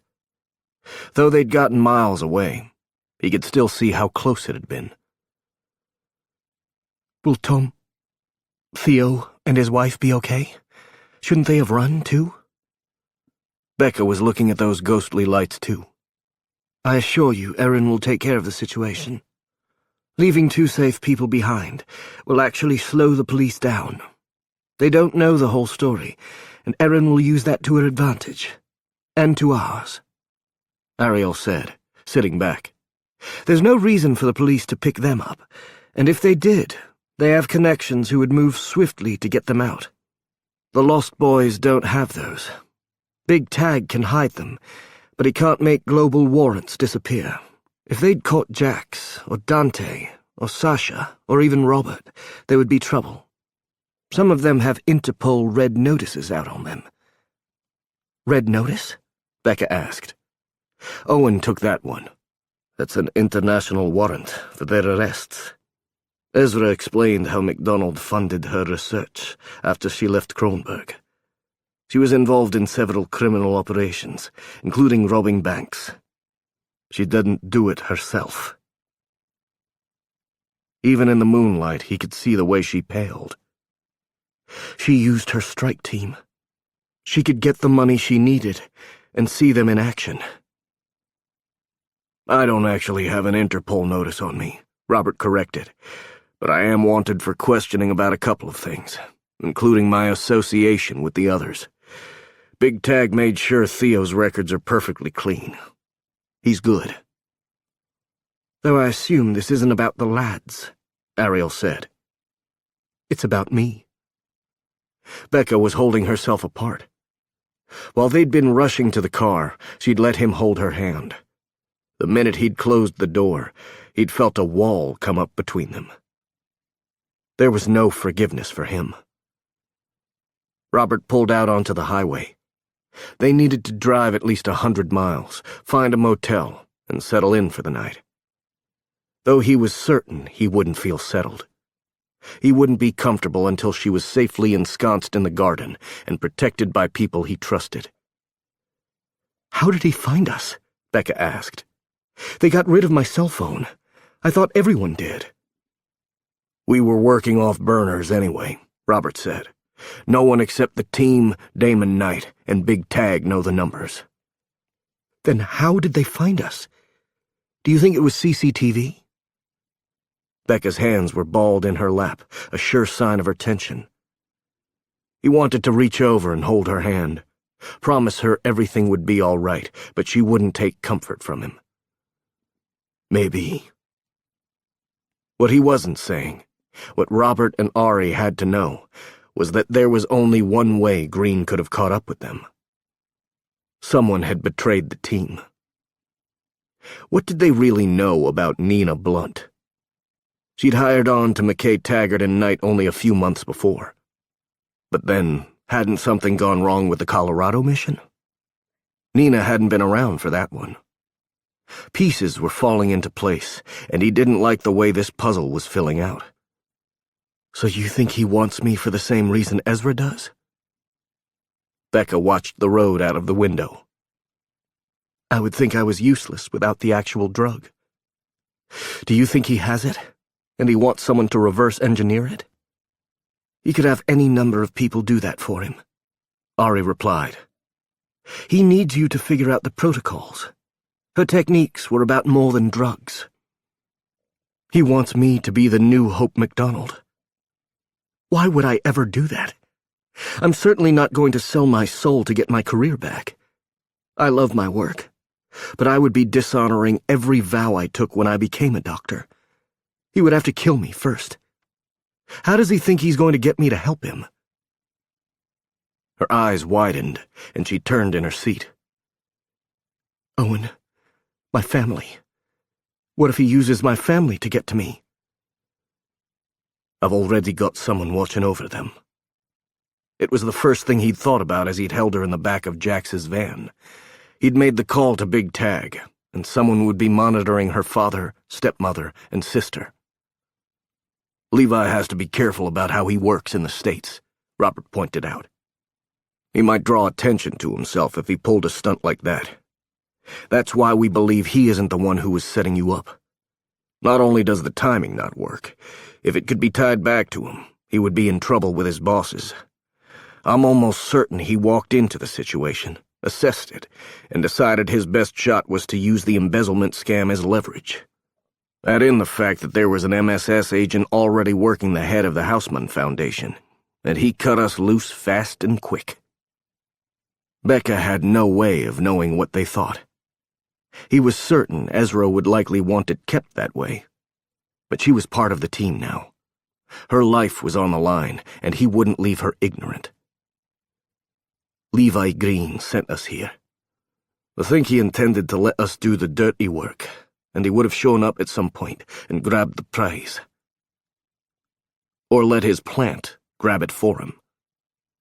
His mind sought any other explanation for what had happened tonight.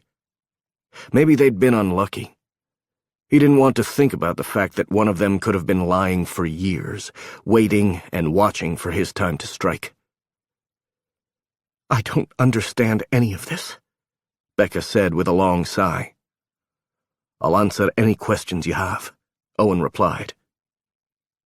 A long silence followed, and he watched her in the moonlight, half her face shrouded by night. He should have told her everything that day in the lift. He should have trusted his instincts. There were so many places where he could have turned this thing around, and time again he'd missed the moment. What you did for Tucker tonight was amazing, Rebecca, Ari said, her voice soothing. She'd turned so she could get a glimpse of the woman she was talking to. I wish they'd let me go with him, but I'm glad he's got River and Jax. I can't imagine how hard this is on him. He's been afraid of this since the moment he heard the name Razor. It wasn't him, Becca said, the words sounding dull out of her mouth. He hated how the light in her eyes was dim again. Briefly, he'd seen her come alive when she'd been comforting her enemy. He wanted desperately to see anything in her eyes but this grim sadness. How much time would they have together? In 24 hours, they would get the new orders that would move her out of the country as quickly as possible. Somewhere, Big Tag had a team together, and they would be making plans that would separate him from her. Was he willing to let her go without a fight? He wasn't sure she would be alone with him again. She might cling to Ariel, and he wouldn't have a chance to talk this out with her. I'm sorry, Becca. I need you to understand that I didn't walk into this with the thought of hurting you, he said. It wasn't supposed to go down this way, and I'll do anything I need to do to make it up to you. There's nothing you can do. She leaned against the door, staying as far from him as possible. This isn't like Tucker. You knew who you were when you walked into my life. He forgot who he was supposed to be really fast, though, Robert added, sounding cheerier than he did before. Ari turned to Robert and sent him a wilting look. Robert shrugged. It's true. One minute I had an exotic Scottish lover, and the next I was a lonely man. I was looking forward to playing twink to his bear. He was about to tell Robert to stop with the sarcasm, but Becca had sat straight up. What? She leaned toward where Robert was sitting. I thought he was sent in to seduce me. It was the most animation he'd seen on her in half an hour. This could get embarrassing, but if it made Becca smile, he would suffer through it. Not exactly. Not at all, is what he means, Robert replied with something akin to glee. He wasn't supposed to get close to you. I was. Really? Her nose wrinkled up. No offense, but you're not my type. I mean, you're attractive and all, but I don't know that I would have responded to you. A deep sense of satisfaction welled inside him. Robert turned women's heads wherever they went, but he wasn't Becca's type. Owen was. She likes a bit of the bad boy in there, and she loves this accent of mine. Becca glared his way. I think I'll stay away from bad boys from now on, since I got taken by one. Before Owen could reply, Robert was chuckling. I wasn't going to seduce you. I was going to befriend you. And trust me, you would have wanted to befriend me. I had plans. I bought board games and everything. A couple of rounds of Ticket to Ride, some wine and a nice dinner. And you would have been eating out of the palm of my hand. You would have been thrilled to befriend the new couple in the building. Of course, we would have bonded over talking about my surly husband there. He wasn't going to talk much. She finally glanced his way. You and Robert were going in as a couple? You didn't mention that to me. When did that change? Did Ezra order it? Speaking of couples, why were Ezra and Ariel posing as a married couple when it's obvious she's involved with Robert? I wouldn't say involved, Ariel began. Because I looked better with Owen than Ezra. I was the obvious choice, and no one consulted me about the whole married to Ezra thing, Robert continued, as if Ariel hadn't said a thing. I would have gone with sister. Ari snorted. Seriously? You think I look like Lily White, Ezra's sister? And how would you explain the accent? She shook her head, but there was a smile on her lips. He's insane. He was also staring at the two of you, like he was going to rip Ezra's head off that night at dinner. It was way better to talk about Robert's flaws than his own. He noticed Becca had moved closer to him. He wanted to reach out and get a hand on her, but he wasn't about to push his luck. You two should be damn glad I got her out of there early, because I think she would have figured out something was wrong if you'd spent the entire dinner glaring at Ezra every time he touched his wife. Everyone at that dinner was in on it. Becca sat back, her hands in her lap again. The whole thing was done to trick me. The whole thing was done so I could get a feel for who you are as a person, Ariel corrected quietly. I really am a psychologist. I wanted to spend time with you so I could evaluate whether or not I thought you were capable of working with MacDonald on a project like Tabula Rasa. You have to understand that it was important to know who you were personally. All of these men's lives depend on who you are. On paper, I would have said no, but getting to know someone in person is important. I didn't get the chance because Owen hustled you out, and no one changed up the assignments. Owen did that because he couldn't keep his hands off you, and he knew it the minute you stepped on that lift. He could easily have given you his cover, and that would have been the end of it. But he didn't, because he'd been thinking about you since the moment he saw a picture of you. He wouldn't have put it so baldly, but the words seemed to have an effect on Becca. She'd turned to him, and there was a softness to her expression. Was this what Ezra had been talking about when he'd mentioned Case and Mia? Had he been talking about letting himself be vulnerable? It wasn't something he wanted to do, but she'd been made to feel that way, and he'd had a hand in it. We had 2 pictures of you, he began. One was the picture you use on all your Foundation informational materials. You look very professional. And the other? He couldn't help but smile. You're wearing spandex, and your smile is so bright. You reminded me of the sun. I think something about that picture brushed against those memories you say are trapped inside me, because after I saw it, I could remember what it felt like to be in the waves, with the sun on my face. I think that picture opened up a place inside me I didn't know I had. You didn't tell me you were getting flashes, Robert said. Not the point, dear, Ari said, and they went quiet for a moment. Captain Neuro. It's stupid, but I have fun with it, Becca said after a long moment. Had fun with it. I liked being around the kids. I liked showing the girls they could be doctors and talking about science with the classes. I don't think it's stupid. I think you found a way to get them to think about science, he replied, hating the inches between them. It felt like miles. Yeah, well, it's gone now, and I won't be allowed to do it again. The funny thing was, I didn't start it until I came here to Canada. I set up the charity years ago, but I didn't know what I wanted to do with it.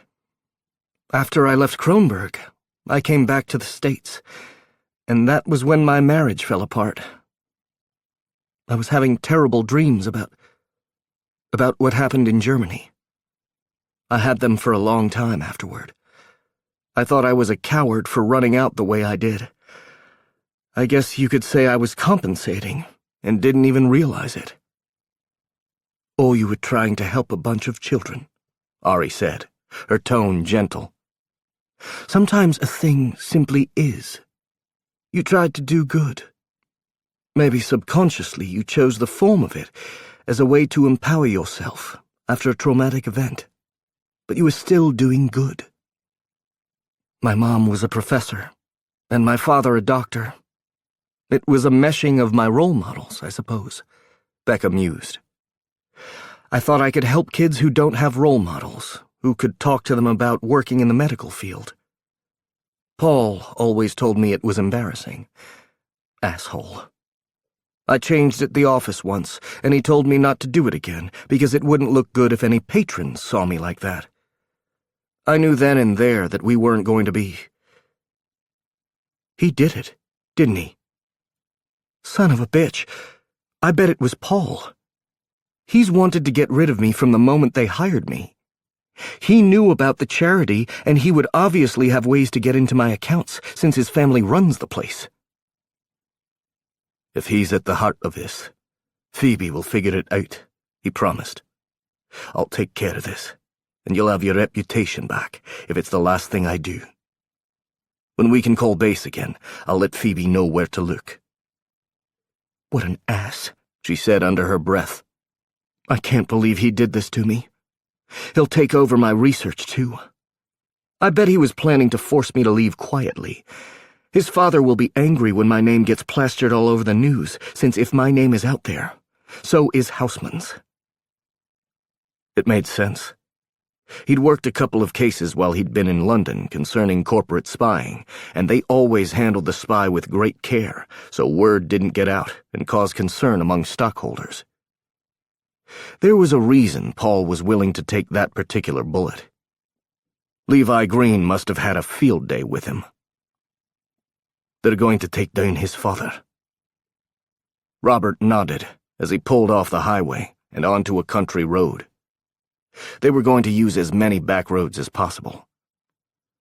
They'll use the fact that he's got ties to Chinese intelligence to do it. I bet Green himself brought in the operative. I wonder what he's giving her for her cooperation. I wonder if we can find a way to prove he's working with her, Ari said. I bet the agency would be interested in that. Robert said something about Levi being made of Teflon, but Owen was staring at Becca. I will do everything I can to get you out of this. She wouldn't look at him, simply stared at the back of Ari's seat. It's not your problem. I'm going to London, and I'll be safe there. You can do what you want to. He doesn't have to be with us, Robert explained. He's here because he chose to. Owen could have stayed in London and worked and rebuilt his life, but he chose to come with us. His old partner, Nick, had tried to talk him into staying in London. They'd worked a couple of jobs together, and he'd been perfectly competent, but it had felt wrong to stay. It felt like he owed these men. Owed them? God, it hit him like a slap in the face. He'd walked away from the garden out of guilt. Loyalty was in there, yes, but at the heart of everything was the deep desire to eradicate himself. Deep in his heart, he'd come out here because he'd thought he wouldn't come back. Suicide by martyrdom. I didn't do it for the right reasons, he said slowly, forcing the words out of his mouth. He didn't want to say them, but he had to. Becca deserved his honesty. So did the rest of them. I did it because I don't think I deserve to live. I did it because I thought if I went out in a blaze of glory, saving my brother, then maybe I could make things right. Becca gasped, and Robert's hands tightened on the wheel, but Ari turned and looked at him, sympathy plain on her face. I know, Owen. I'm glad you realize that. Maybe we can work through it now. Becca turned to him. Why? Why would you do that? Why would you think that way? He should have known Ariel saw right through him. Now Becca could too. Because it's true? Owen, if you care for her, tell her. Talk to her about it. Robert didn't sound cheery now. He sounded grim and sure of himself. Don't hold on to this because it's eating you up inside. If you won't tell her, you won't tell anyone. But he didn't want to tell her. She already hated him. She already thought he was a liar and a user. Owen, I want to know.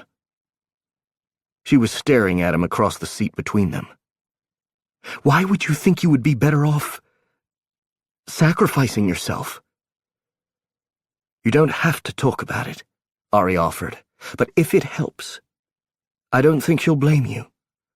I think Rebecca is a sympathetic person who will understand why you did what you did. They were your family. Owen, were your mother and sister really killed in a break-in? Becca asked the question as though she already knew the answer. He could say yes, and leave it there. She would believe him. No one on the team would talk about it. The lads could be terrible gossips, but not about anything important. And then he would never give her anything of himself that was real. He'd loved every moment he'd spent with her, and every moment had been a lie, because he'd been playing a part. One where he was whole and clean. No.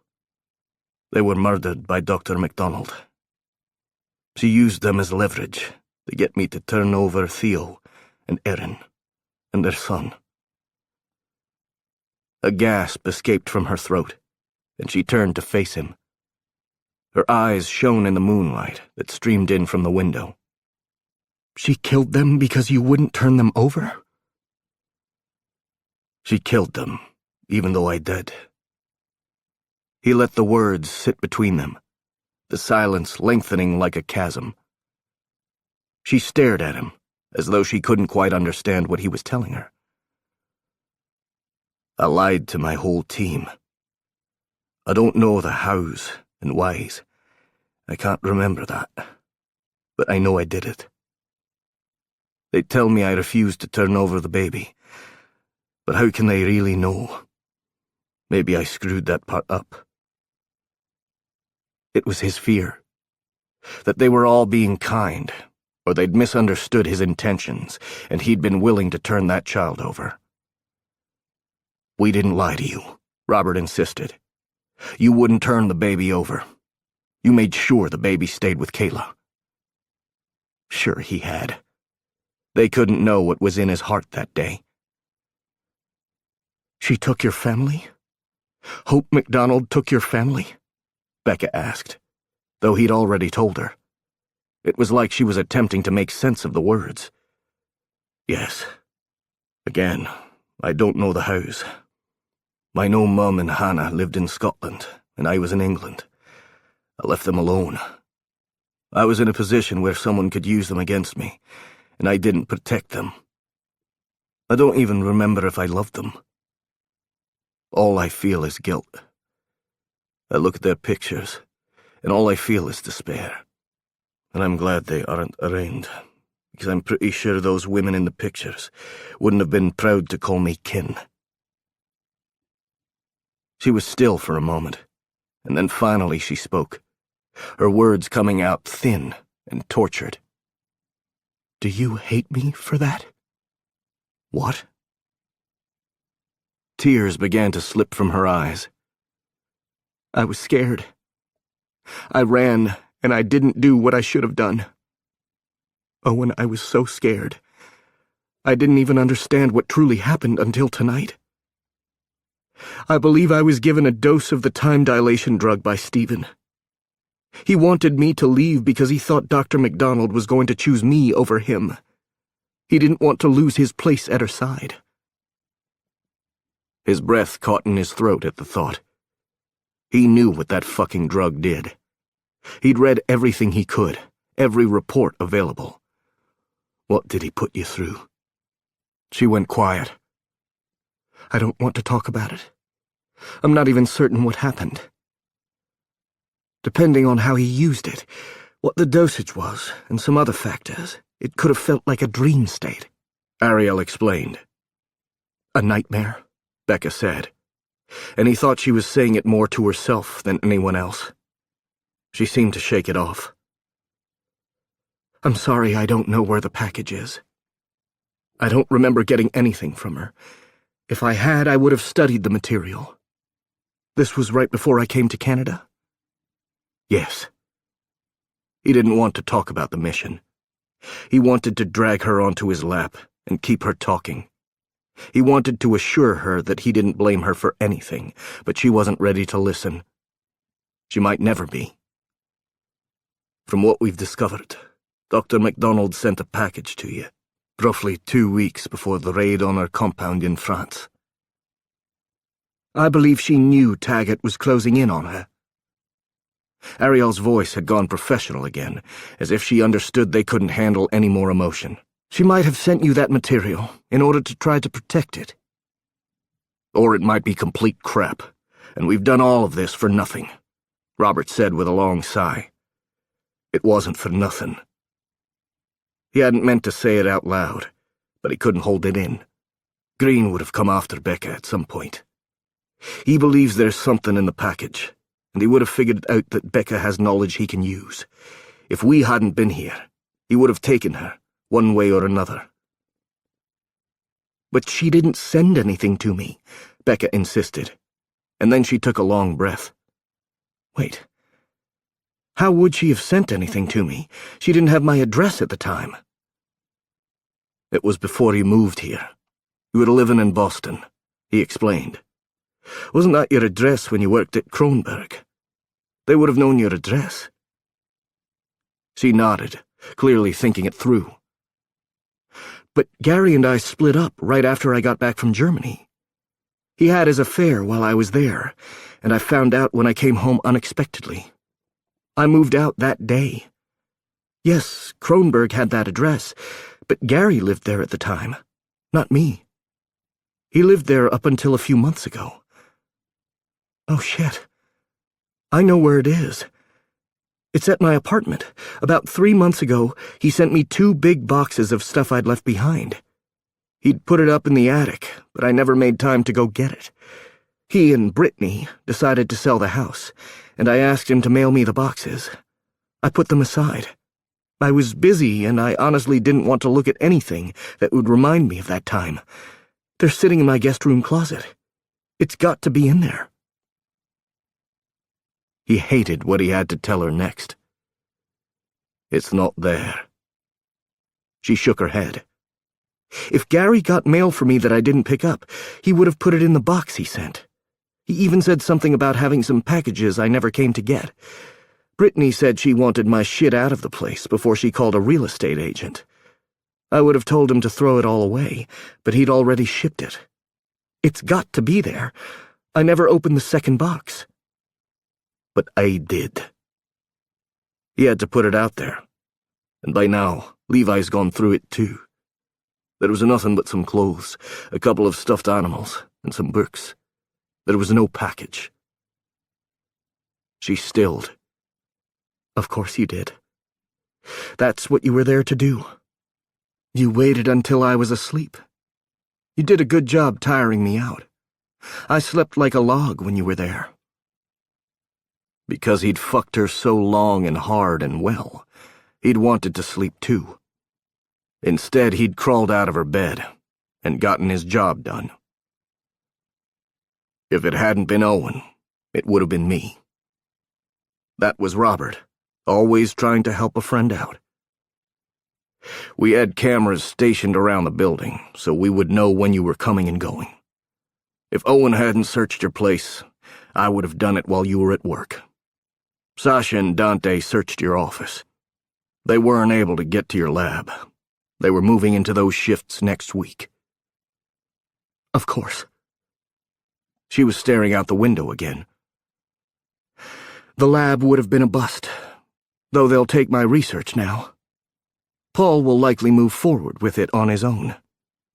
I'll try to get it back for you. He could steal it.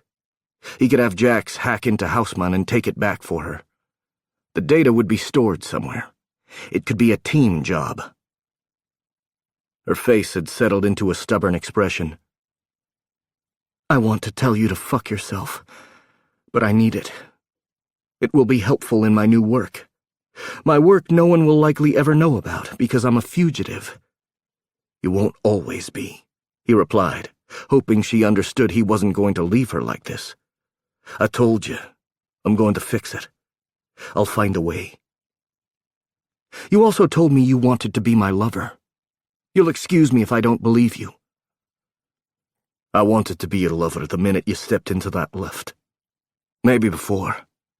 Is it really my fault you also happen to be the target? Yes, it's your fault. At least she was looking at him again. I think we should take a moment. Ariel began. Stay out of this. Becca looked like she was ready to take them all on. This is not a therapy session, and while we're discussing it, how do you reconcile lying to people? You're a therapist, and you help these guys put people into positions where they will inevitably need your services. That's quite a racket you have going. That is certainly not my plan, Rebecca, Ariel replied primly. Robert chuckled. Actually, it is a great business plan when you think about it, babe. Tell me you weren't already planning Becca's sessions. Ariel frowned his way. Of course I was. She's going to have trust issues. She already has them. And I've only recently realized that they aren't merely caused by her childhood. They've also got an enormous amount to do with what happened to her at Kronberg. We'll need to work through that. I don't have trust issues, Becca argued, pointing Owen's way. Well, I didn't, until I met this one. That's not true, Owen replied. Ariel wasn't the only one who'd made a study of Rebecca Walsh. He'd gotten to know her, spent long hours thinking about her. He'd come to some conclusions. You don't have friends, Becca, and you're the type of woman who needs them. She seemed to think about that for a moment. I have Kathy. How much does she know about your life? Owen asked. Think about this. You see her at work, and you talk about research, and what you're going to eat for lunch, and how her children are doing. When do you tell her about your hopes and dreams? She set you up with the most boring lawyer on the planet, and why? Because all she really knows about you is how hard you work. The tears were back in her eyes, and he hated the fact that he was the one who had to point this out to her. I wanted to take some time after the divorce, she said. I guess I didn't realize how much I isolated myself. After a trauma, it can be hard to open up, Ariel said, her tone back to soothing. It's not surprising that you kept to yourself. It would feel safe to keep yourself locked away, to not become intimate with the people around you. I'm bloody glad you didn't open up to that arsehole, Carter. If there was one good thing that could come out of this, it was getting her away from Carter. I swear if I'd had more time, I would have had a long talk with him. Why? Becca asked. He's a jerk, but I'm pretty sure he's harmless. Or at least I thought he was until he basically blackmailed me. I knew he was obnoxious the day I met him, but I didn't think he was abusive. A chill went through him as he realized something he'd missed before. He'd been so wrapped up in his own misery, he hadn't been thinking. How did he know? Know what? Becca asked. Owen, we have a problem, Robert said, his tone going dark. Is everyone buckled in? I didn't see him before because he's got his headlights off, and it's dark as hell. Owen turned his head and saw what Robert was talking about. In the dim shadows given out by the rear lights, he saw the outline of a vehicle following them. His heart rate ticked up, and he pulled his cig, aware of how Becca's eyes widened. Maybe it's someone out for a drive, she said, looking around the interior, as Robert passed Ariel his gun, and she competently handled it. At 3 a.m, in the middle of the country. His revelation would have to wait. With their lights off, I doubt it. Apparently Green was waiting for us, and now he doesn't even have to deal with the police. Yeah, I was thinking that too, Robert said tightly. Whoever set us up knew what they were doing. Green was probably watching us from a distance, and he knew exactly which car to follow. Ari, if I can't lose him, I'm going to find the nearest police station, and I want you to take Rebecca and run in. Give yourselves up. Big Tag will move heaven and earth to get you both out. You call the Dallas office as soon as you can. Owen, find us the nearest station. I'm not leaving you. He'd expected Ariel to say that, but the words came out of Becca's mouth. She was leaning toward him expectantly. He would have replied to her, would have told her that she'd damn well better do as Robert said, but that was the moment a shot split the air, and the SUV careened to the side. He heard Robert curse, trying to stay in control as they lost one of the tires while speeding down a country road. Something hit the back of the SUV. Just a bumping of metal on metal, but it was enough to send them off the road and rolling. The world upended, and he heard a scream as metal crunched and crushed. He reached out, trying to get Becca's hand in his, but his head snapped back, and he saw stars. He could have sworn the world was twisting and turning. He saw Becca lurch forward, and then back, before her body went limp. After what seemed like the longest time, the car stopped. They hadn't landed right. They were upside down. The car swayed briefly, as though it would make one more turn, but they stayed where they were, the world going startlingly still. For a moment, all he could hear was the harsh sound of his own breath sawing in and out of his body. Then the sound of shoes crushing against the ground. "Hello, Owen," a familiar voice said. "Robert, if you don't want me to kill your lovely lady, you'll drop that. You'll see I've brought a few friends. We can do this the friendly way, or the hard way. I personally prefer friendship. Owen is going to make some new friends, and I'm going to become very good friends with Dr. Walsh. She seems to be sleeping." Owen was upside down, his weight hanging from the seatbelt. He'd dropped his bloody gun. He couldn't feel its weight in his hand. All he could do was dangle there. Though it hurt like hell, he forced his head around to look for Becca. A low moan shuddered through his system because her eyes weren't open. Rebecca. He managed to get her name out of his mouth. A prayer, a plea, a recognition that if she wasn't alive, he didn't want to be either. Somehow this woman had invaded his soul and taken up all the empty spaces. Everything he'd lost was somehow replaced because he loved this one woman. "Don't hurt her." Robert's voice sounded tortured. "It's okay. Why would I hurt her? Ariel's never done anything but been lovely to me, and you know I don't like to kill the beautiful things of this world." Levi's voice floated through the vehicle like a wraith about to strike them all. It was so dark. He tried to let his eyes adjust, but his head was ringing. The gun. He needed to get it in his hands before they came for Becca. He couldn't let them take her. You, on the other hand, have been a pain in my ass for a long time, so I don't have a single problem shooting you," Levi said. And then there was the tiny ping of a gun being fired through a suppressor. Robert? Fuck all. Green had shot Robert, and he was next. And then Becca would be alone. It was so hard to think. His brain wouldn't work.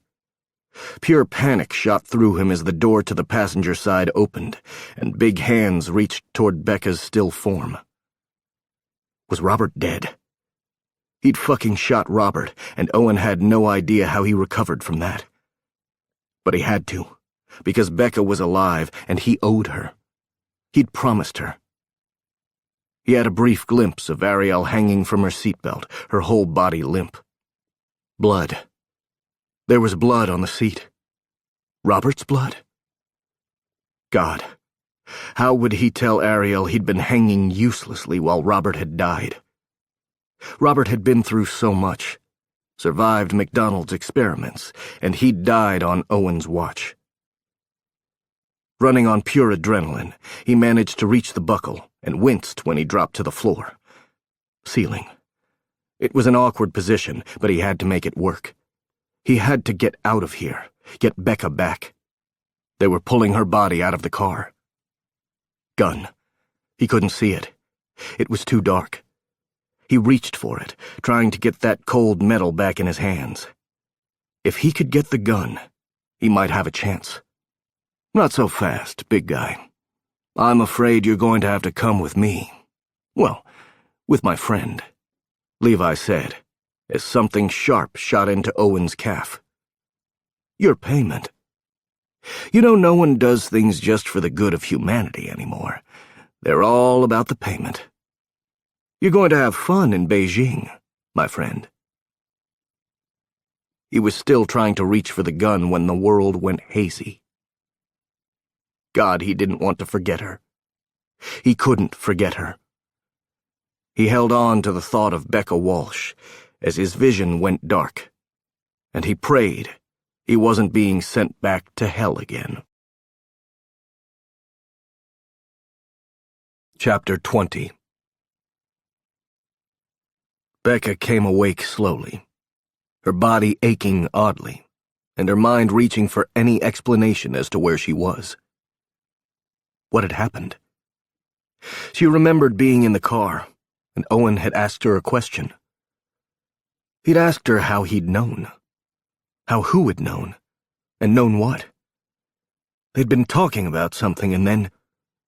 I don't understand why you had to bring them here, a familiar voice whispered, though she could plainly hear him. Paul. What was Paul doing in the car? I can't have anyone know I was involved in this. And no one will, a deep voice replied. We came in under cover of darkness and hauled our guests in through your very spacious garage. Old money. Was that a Rolls I saw in there? This is serious, Mr. Green. A long huff was heard, as though the man making the sound was incredibly bored. I'm not about to call your neighbors, but where did you think I would take them until we're ready for transport? I certainly can't carry 2 unconscious people through the lobby of my hotel. And poor Mojo can't show up at her condo building with a couple of new friends she needs a bellman to carry up for her. There would be questions. Here, we're all alone. What's wrong, Paul? Getting a little real for you?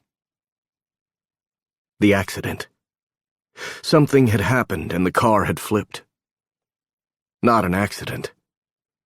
Those brief moments of terror came crashing back in on her. Someone had shot out their tire, and Robert had lost control of the car. You're a man who doesn't want to know where his food comes from, aren't you, Paul? You like it all wrapped in plastic, so you don't have to see the dirty work. Did you think she would happily walk away with me? I thought she would do it so she didn't go to jail, Paul replied.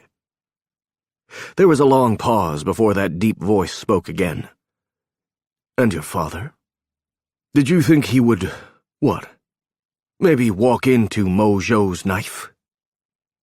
I'm going to shoot him, a feminine voice said. Easier, and I don't have to get dirty. Dry cleaning bills are expensive. Becca forced her eyes open, and gradually figured out where she was. Daylight streamed in through the windows. She blinked, the light far too bright. She was at Paul's house, the one he kept in one of the wealthiest parts of the city.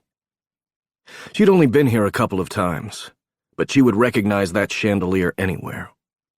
His whole home was exquisitely done in old-world elegance. She looked up and saw the balcony across from her.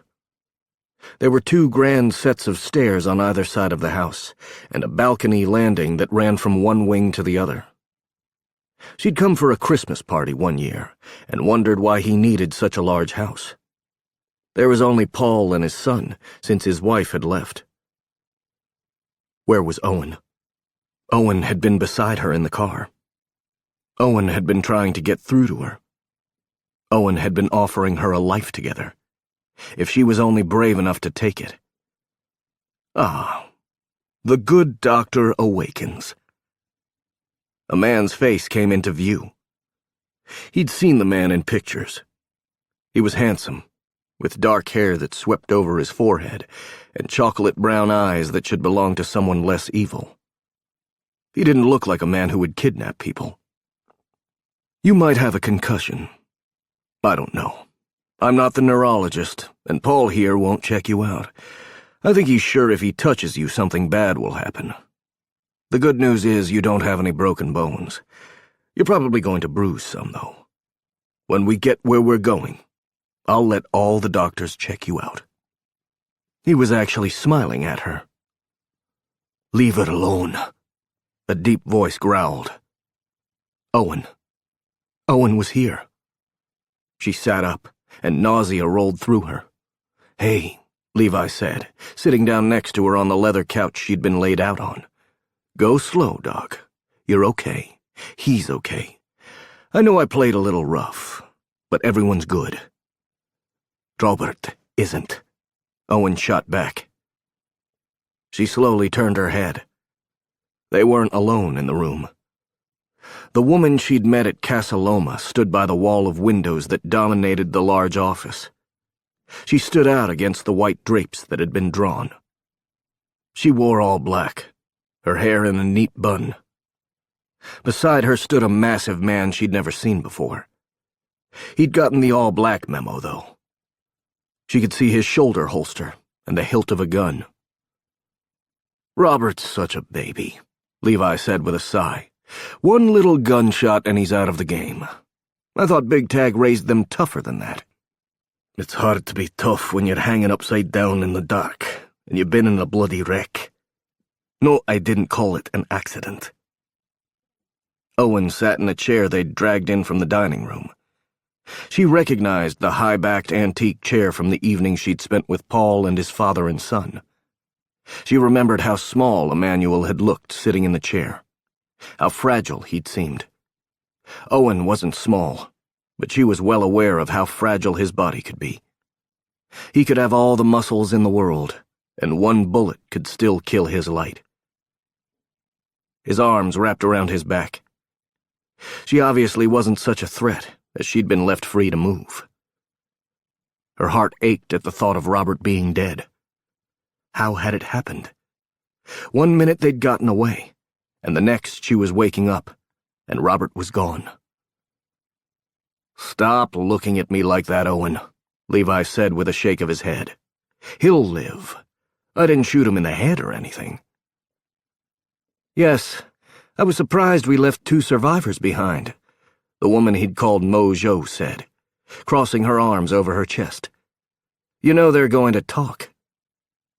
Yes, well, dead bodies mean something to Taggart and Knight, Levi replied.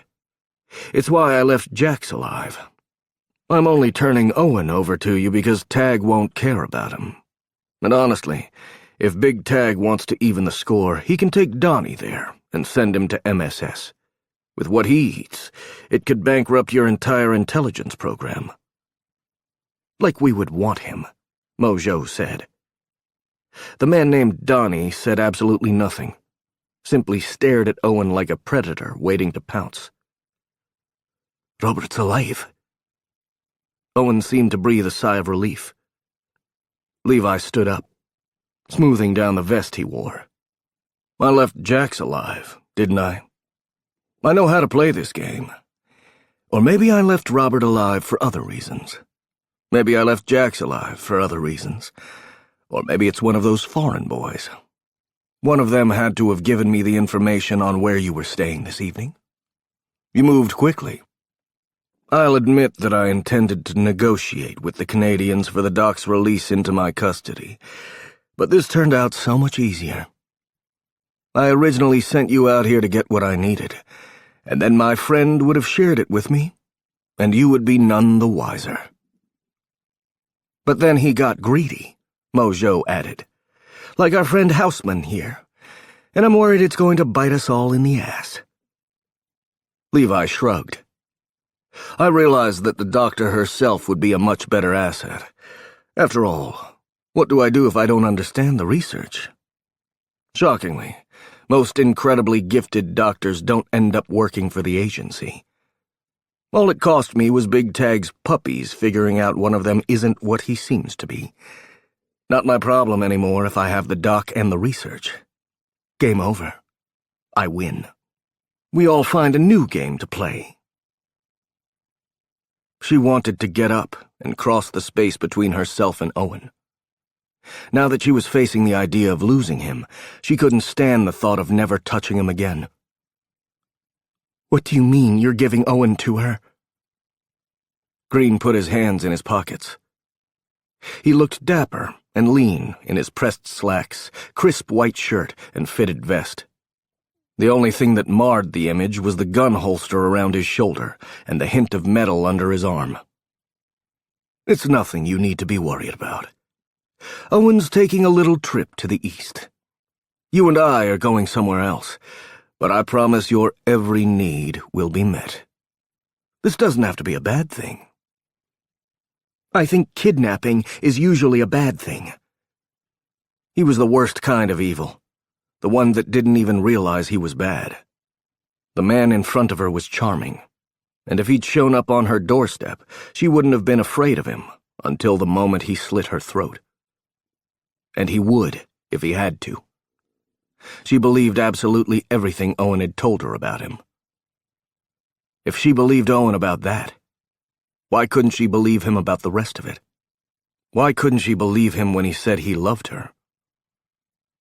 Green merely sent her a charming smile. You call it kidnapping. I call it the necessary acquisition of valuable resources. You are the key to all of this. I figured that out too late to go after you myself. I take care of my people, Dr. Walsh. I'm sure Ezra and his group have filled your head with all sorts of lies about how I would hurt you, but it's not true. Play nice with me, and I'll treat you like a queen. You'll have everything you could hope for. How about my freedom? He had the grace to wince. You've got me on that one. But once you finish with the project, I'll make sure your reputation is restored and that you get full credit for all the good that's going to come out of this. And you know there will be good that comes from this. You'll thank me in the end when you win a Nobel Prize for medicine.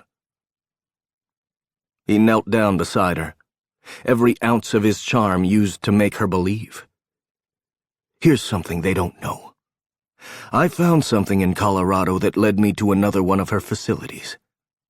I found one dose of what Dr. McDonald thought was the cure. I need you to break it down for me, so we can move forward with this project. You have a cure? That cure could be the key to Alzheimer's and dementia. If McDonald had truly figured out how to reconnect those neural pathways, it could open up 1,000 doors. I think so. I'm not sure. I only know that I found something she thought was the cure, Levi replied. She'd made it specifically for one of the men in Owen's unit. She wanted him to remember something. We can use it for something more, can't we? He knew exactly what to say to her. He knew how to get inside her head and coax her. Don't listen to him, love, Owen said. Wait a minute. Paul seemed to forget he was trying to make himself invisible. He strode across the large room, a steely look in his eyes. I thought you were going to ensure she never had power again. Now you're planning on giving her one of the major finds of the century. You're going to hand over the cure to dementia. That was not our deal. Mojo rolled her eyes. I should have known you'd be difficult. Green stood again, facing off with Paul. Our deal was that I wouldn't turn you over for setting up Dr. Walsh for embezzlement. You get her research, and you get to take over the Houseman Foundation. You can be happy with that, or not. It's your choice. Mojo moved toward the back of the house. There was a hallway under the balcony that Becca thought led to the kitchen and the garage. My team should be here in half an hour. We've got a plane ready. I'm going to make a phone call. Is that creepy kid still around? That's my son, Paul said between clenched teeth. Another reason you should have taken them somewhere else. I have a child. He can't be involved in this. Maybe you should have thought about him before you started doing criminal things. Becca was done with that asshole. She managed to get to her feet. Maybe you should have thought about a lot of things. You won't get away with this. Kathy knows I wouldn't do this. Becca, darling, please sit down, Owen said, pleading in his voice. Paul stepped into her space. Kathy doesn't matter. She can fall in line or I'll deal with her too. I'm done being everyone's weeping boy. I want this project. He turned to Green again. I'm every bit as smart as she is, and we can do it all here. I have a whole foundation at my fingertips. Her first impulse was to stand in front of Paul and let him know exactly how she felt. But Levi Green was speaking to him in hushed tones, and that meant he wasn't paying attention to her. She moved to Owen. The massive man who'd spoken not a word stepped in her way. Please let me talk to him. I want to make sure he's okay. I'm a doctor. Maybe they would buy it. He didn't move an inch. She decided on a different tactic. What do you think I'm going to do? You're right here. I don't have any weapons on me. I want to talk to him. Donnie, she's harmless, Green said. And she likely has a few words to say to our friend. Why don't you stand by the door and make sure Mojo doesn't decide to take more than she's been offered? I can handle this. She dropped to her knees in front of Owen, looking him over as best she could. She felt stronger now. At least her limbs moved. Are you okay? He shook his head. It doesn't matter. I need you to listen to me, Becca. You do whatever he wants. Do you understand me? His eyes were clear, though there was a cut on his forehead. Someone had cleaned him up and dressed the small wound. What are they going to do to you? It doesn't matter. He stared at her, as though he could force his will on her. You do whatever he asks of you, and you wait for the right time. Someone will find you, and they'll come for you. Which is why we should kill them both and let me take over the project, Paul argued. Green ignored him. They won't come after either of you. I intend to give them something else to run after. I'll give them just enough of whatever I find to satisfy them. I have no intention of playing hook. Yes, I know Tag calls you the Lost Boys. Hook was an idiot.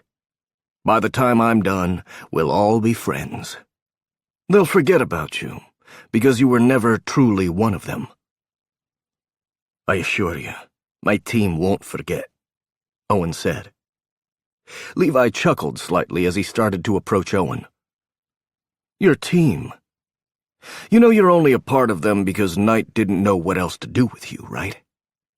Your old partner, Nick Markovich, is the reason you didn't get kicked to the curb. The way I heard it, he fought to keep you with the team when Big Tag wanted to get rid of you. She looked at Owen, her heart breaking because he was so strong and they were trying to bring him low. She'd been angry all day, and she'd had a right to be. But somehow, looking at him now, she couldn't work up the will to hate him. Maybe she'd never hated him, raged at him, been hurt by him. But under all of it, there lay a deep and never-ending longing she'd never felt before. Doesn't matter, Owen said, forcing his head up to look at his enemy. Doesn't matter what happens to me. They won't leave her behind. They'll come for her. You can kill me here, and they'll still move heaven and earth to find her. Green seemed to consider it for a moment. Because they all want a cure? It doesn't seem like poor Tucker did. My source tells me he cries a lot when he thinks about who he used to be. That must have been something. That little ray of sunshine as a psycho. Makes me think of Mengele with a movie star face. I don't know that he's going to fight for the doc here. Now Owen shifted his focus. She knew the words he spoke were meant for Green, but his will was all directed at her. He will. Tucker will come for her, not because he wants a cure, but because we're brothers, and I love her. He'll save her, because I would do the same for him. Because I would risk my life to save River, and Ariel, and Erin, even though she might not thank me for it. That's what I didn't understand before. We are a family, no matter what, and we protect what each brother loves. Levi stood in front of him, and for a moment, Becca was terrified he would lash out. Then he sighed and stared down at Owen. It must be nice to have a brother who cares about you, who acknowledges you. I suppose I'll have to be ready for it when they come for her then. He turned around, facing Becca again. Now, Dr. Walsh, or should I call you Rebecca? After all, we're going to get close, you and I. I swear if you touch her, I'll kill you, Owen said. In a few hours, you'll be on your way to Beijing. I don't think you'll do anything to me. Green dismissed him utterly. Now we need to talk about where that package is, because I might have something MacDonald called the cure, but I'm going to need the rest of her research. I think you have it. If we're going to restart Project Tabula Rasa, I need the background materials. Something tightened in Owen's eyes, like he was trying to tell her something, like he was desperate for her to do something, or not do something. I don't know where it is. She breathed a sigh of relief as that tightness eased. We were talking about it when you decided to nearly murder us all. Again, apologies. Green gave her a courtly bow and offered her a hand up. She stared at him like he was a snake, ready to strike. Let him help you, Owen said. He won't hurt you, as long as you do what he wants. That's the deal we're making, Levi. You're not in any position to make a deal, Green replied. But I'll take it, because I was already planning on doing that. Dr. Walsh will find me a perfectly pleasant companion, as long as she behaves. And as long as she behaves, you'll be fine in my custody as well. He would hurt Owen. Of course he would. He would use Owen to force her to comply. She put her hand in Green's and allowed him to help her up. She was unsteady on her feet for a moment. This was really happening. She wasn't going to wake up and turn over in bed and tell Owen about the crazy dream she'd had. This was happening. And she was going to be taken. And Owen was going to be taken. It's going to be okay, Rebecca, Owen said. I want you to know that I love you. Survive. They'll come for you. You can believe that all you like. Green dropped her hand. But I think after you realize what you can do, the difference you can make in the world, you won't want anyone to come for you. I'll take care of everything else, and all you'll have to do is your research. Nothing will touch you. You can spend days and days in your lab, your every need met. You'll thank me one day. But I do need that package. It wasn't in your office or apartment. I need to know where you put it, so we can begin again. You're not going to restart anything at all without me, Paul declared, his shoulders squaring. He'd started all of this. There was one thing she was absolutely certain of. I'm not working with him. Paul's eyes narrowed. I think I have some leverage here. I want her dead. I want you to kill her right now. Levi Green turned. You want her dead? Not a problem. Becca's heart seized as Green pulled his gun. Owen tugged at the ties that held his hands. They'd bound his hands to the chair, pulling each behind him and zip-tying him to either side. They'd left his feet free, but his bloody feet weren't going to do him any good if Levi Green shot Becca. Why? Why would he do that? A heavy hand hit his shoulder and held him there. Don't move. Donnie Lennox stood over him. The CIA agent was a hulking mass of muscle, and Owen was trying to figure out how to take him out. He would have to, if Green was going to hurt her. Green flipped the gun around and offered it to Houseman. Becca, get behind me. That hand on his shoulder tightened, but Owen couldn't leave her out in the open like that. He couldn't watch her die. He'd been calm because he'd known Green wouldn't physically hurt her as long as she complied. He'd been willing to go with MSS calmly if it meant Becca lived and remained unhurt, but he would fight like hell now. Nothing mattered. Nothing except her. She had to stay alive because his brothers would come for her. They wouldn't leave her behind, and Green was wrong about Big Tag.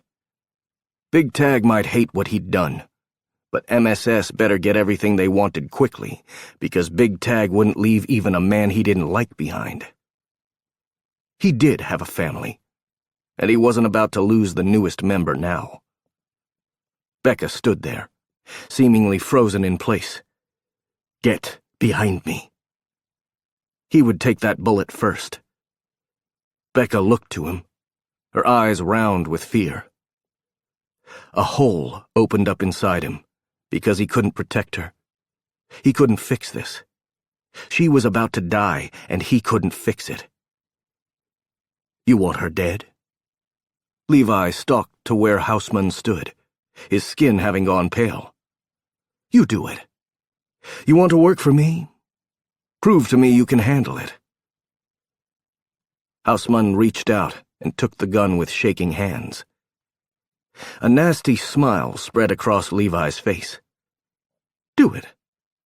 All you have to do is pull the trigger, and your enemy is dead. You're the man, right? You're better than she is. You deserve this. Think about it. You're her god right now. You decide if she lives or dies. Levi! Owen shouted, his heart pounding in his chest. He could feel it. Pain ripped through him as he twisted his wrists, trying to get his hands free. Don't do this. Houseman shook his head. I can't.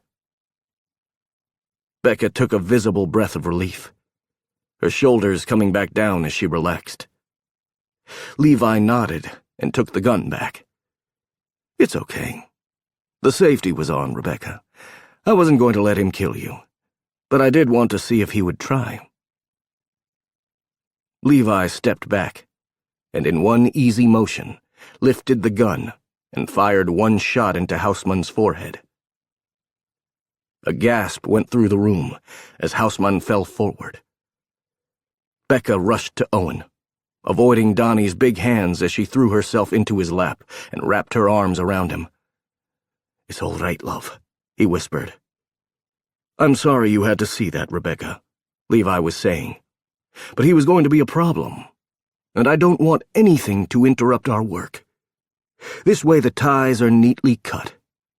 Mojo didn't want to lose her position with his father anyway. Sometimes side deals are far more important than the main deal. You have nothing at all to fear from me. Nothing has changed. He glanced down at his watch. Donnie, go and see what's taking Mojo so damn long. We need to move out. Rebecca's not going to give me any trouble. Donnie nodded and strode to the hallway, stepping over the body. Becca was shaking, her mouth against his ear. These chairs are surprisingly delicate. If you can break it, would your hands come free? Shit. She was likely terrified, but she wasn't letting it hold her back. You stay safe. You let me go, love. She took a deep breath and slid off his lap, standing in front of Levi Green. I'll do what you ask, if you'll take Owen with us. I don't even understand why they want... It seemed to hit her suddenly. They want to experiment on him. They want to see if they can figure out what she did to erase his memory. Yes, I believe that's what they'll try to do, Levi replied evenly. But the only way they can do that is to study his brain, she replied. A single brow rose over Levi's eyes. Yes. Did I misjudge the situation? I thought once you figured out how he used you, you wouldn't be so emotional about him. He set you up every bit as much as Hausmann did, and I don't see you crying over him. He had in so many ways. He didn't blame her if she saw it that way. I'll go quietly, and I'll do all the work you want me to do if you let me keep Owen, she offered.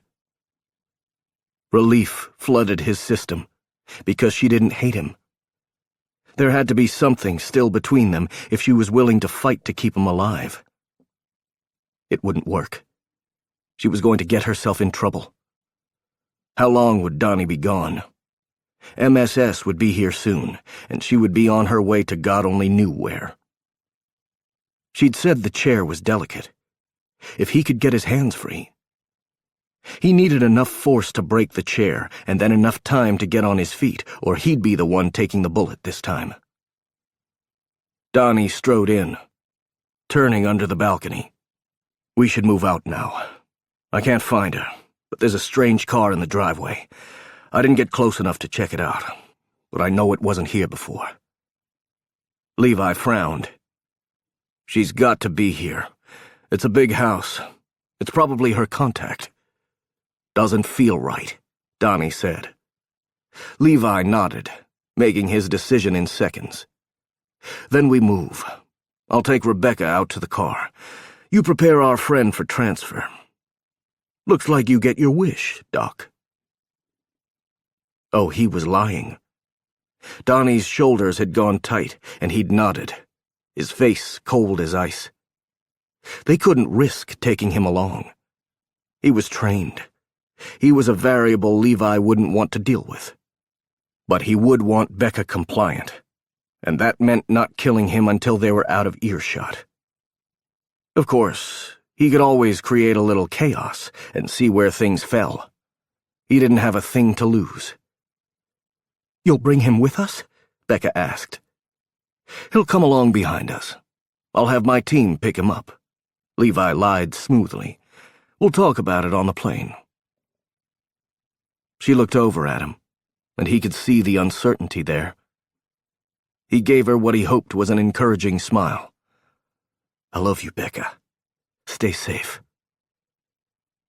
He would have said more, but there was the crack of a gun going off, and then blood bloomed across Donnie's chest. It took him a second to realize what had happened. A sniper. There was a sniper inside the house, on the balcony above them. Stand down, Levi.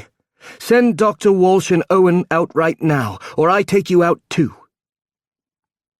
That had not been the voice he'd expected to hear. For a mere second he'd thought somehow Ezra had found his way here, or Dante and Sasha and Tucker, but they were radio silent for hours yet. Only 2 people knew they'd been taken. That commanding voice had a crisp English accent and an unmistakably feminine tone. Ariel was pissed. Levi had Becca in his grasp, his gun lodged firmly in her side. Dr. Adisa, I didn't think you had it in you. And you would have taken the shot if you had it. I salute you. You're willing to do what the boys aren't. You play hardball, sister. How about we make a deal? I leave Owen for you, and you let me head out of here with Rebecca. Levi had shrunk back against the wall. He'd moved them under the balcony where Ari would have no shot. Levi looked to the hallway under the balcony, as though trying to decide if it was a path that wouldn't get him killed. Owen took the opportunity to stand up. It was awkward, and he felt ungainly, but if there was even half a chance, he had to take it. "After what you did to Robert, I think I'll pass," Ari yelled. "And we're done playing your games, Levi." Levi's eyes turned to Owen. "Well, then I guess I can do what I like." He was out of time.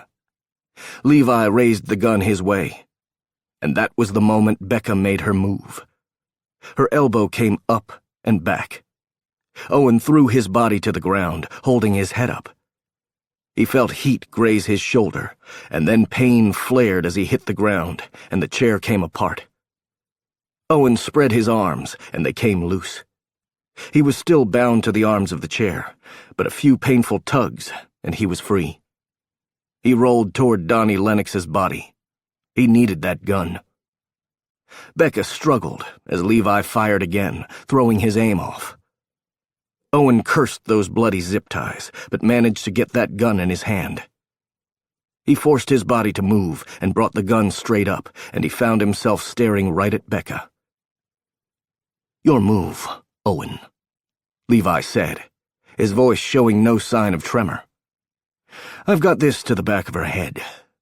You might be able to make the shot, or you might hit that big, gorgeous brain of hers." Levi wasn't much taller than Becca. He was right. Taking the shot would be risky, and he wasn't as steady as he should be. "Becca, do not move," he commanded. "Don't hurt her." "We're at a standoff, you and I," Levi said. "I'm going to back out. I don't trust that Ariel is still in that perch of hers, so I need to get out of here now, or she'll come in behind me. We can do this the nice way, or I can go down in a blaze of glory. It's your choice." There was no choice at all. Just let her go. He struggled to get to his feet. "I'll take her place. I'll go with you, and we can work something out." He wouldn't. He would kill the fucker the first chance he got, but he would lie through his teeth if it meant Becca was standing at the end of this. And Levi was right. Ari was out there. Ari was coming down those stairs, and not for a therapy session. "I think I'll skip the hostage-taking portion of the day, but I need a head start. Sorry about this." Levi pulled the trigger, and Becca screamed. Owen's shoulder lit up like it was on fire, but he stayed on his feet. Levi shoved Becca his way, and she stumbled into him. He looked her over. She shook her head. "I'm fine. Go. Get that asshole." It was all he needed. Despite the fact that his left arm didn't seem to work anymore, he took off after Levi Green. He caught a glimpse of the man running down the hall before he turned and disappeared. Owen slowed, not wanting to get caught in a trap. He eased around and saw the door closing. He raced to the end of the hall and flung it open just in time to see Levi Green hit the street. Levi had dropped his weapon, and he started down the street, seeming to revel in how many people were walking along the front of the house. "Damn it," Ariel said, running up behind him. "You can't shoot him here, and he knows it. Bastard."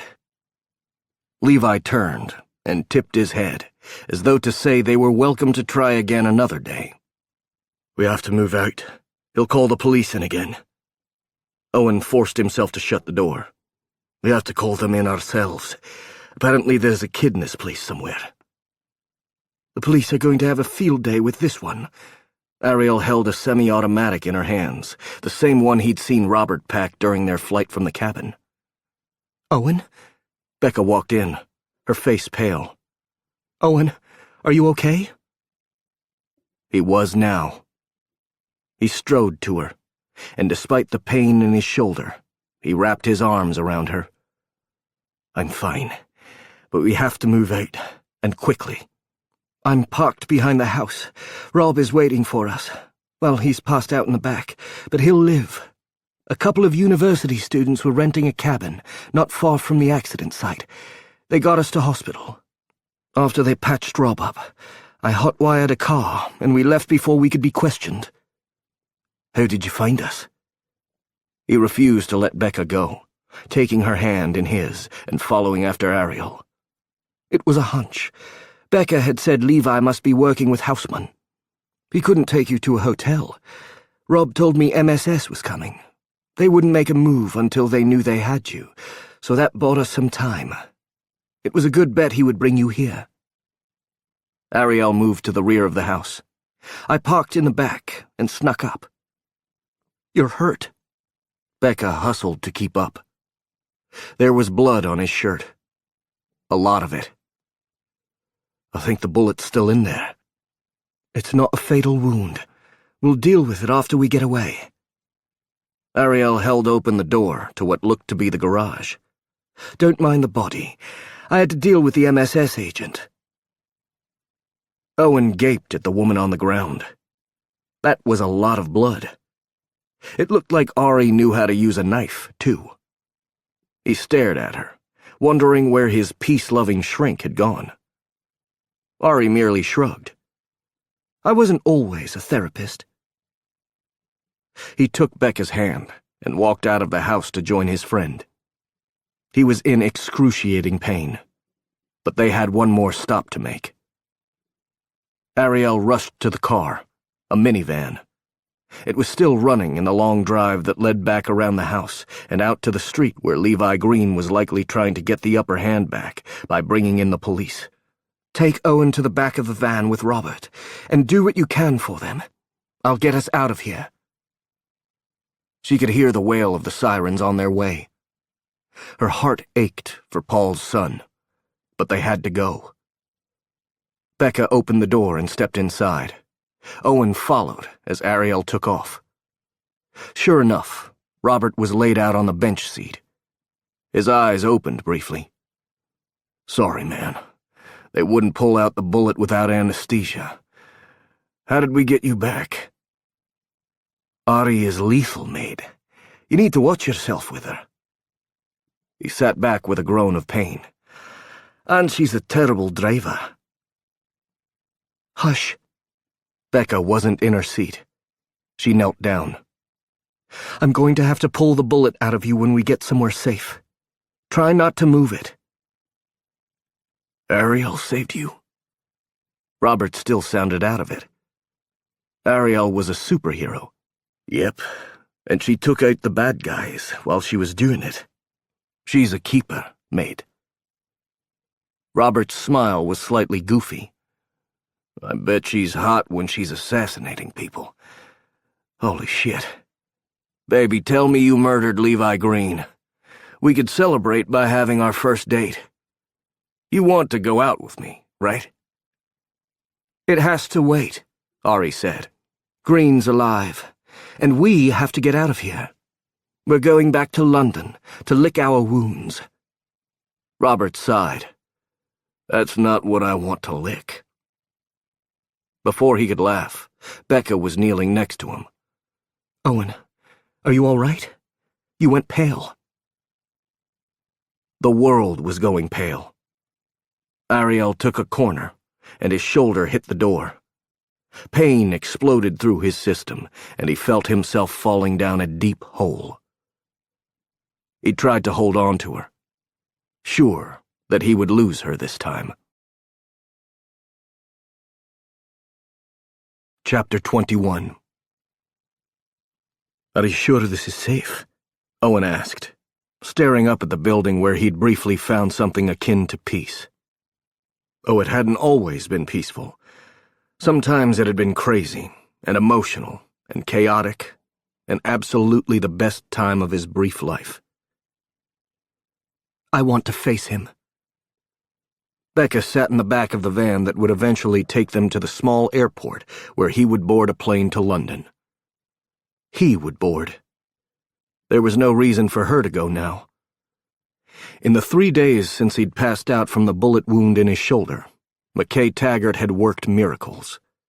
Phoebe Murdoch had managed to find the proof that was needed to exonerate Rebecca Walsh, and the Houseman Foundation was standing behind her. The story was Paul Houseman had been involved in a plot to help a Chinese agent steal medical research. Jean-Claude Houseman had come out in the press, vowing to better protect the Foundation and denouncing his son, not bothering to mention that he'd been the one having the affair with an MSS agent. Owen rather thought the agency was working some magic, since in all the reports on the news, no one had mentioned the dead CIA employee or the MSS agent's corpse in the garage. According to the media, Paul Houseman had likely been murdered by one of his criminal cohorts. Are we worried this guy is dangerous? Ezra sat in the driver's seat, Theo Taggart beside him. Becca snorted. Only if you're something that got mailed to me. The asshole picked up my mail from time to time. It's one of the reasons he had a key. Apparently he liked to look through it. Jerk. Ezra sighed and put the car in park. I'm sorry we didn't send someone out earlier, but until yesterday I was worried it was too risky. According to my source at the agency, they're backing off for now. It's why we can take the team back to London for a while, where they would have to figure out who the mole was. It was all too clear now that they had a traitor in their midst. Levi Green had been fucking with his head, yes, but he'd also been telling the truth. He had someone on the inside, and they would have to deal with it, one way or another. And he would have to deal with the fact that she was going to stay here. There was no reason for her to leave her home now. She was high profile after all the press, and that would give her some cover. A bodyguard would keep her safe. It was all about who she wanted to watch over her. It wouldn't be him. We're sure he has it? Theo asked, turning slightly in his seat. His wife had gone home the day before, but not until she'd stopped by the small clinic that had been willing to give Owen and Robert a place to recuperate. Becca had stabilized him in the field, but they'd been separated when they'd driven hours out of Toronto and found a tiny backwater clinic that was willing to take a large donation in exchange for losing all record of their 2 patients suffering from gunshot wounds. Oh, I'm sure, Becca replied. He's waiting to use it against me. I'm surprised he hasn't gone to the press with it. I think he's waiting until he can talk to you, Ezra said. He's probably planning on using it as leverage. He's been leaving voicemails. Someone has my phone? Becca asked. We tossed it out, but that doesn't mean Jax can't get into your account and see who's calling. Carter has been trying to talk to you for days, Ezra explained. That asshole is going to try to blackmail me, she said. He won't, after I'm done with him. Owen wasn't giving up. He couldn't.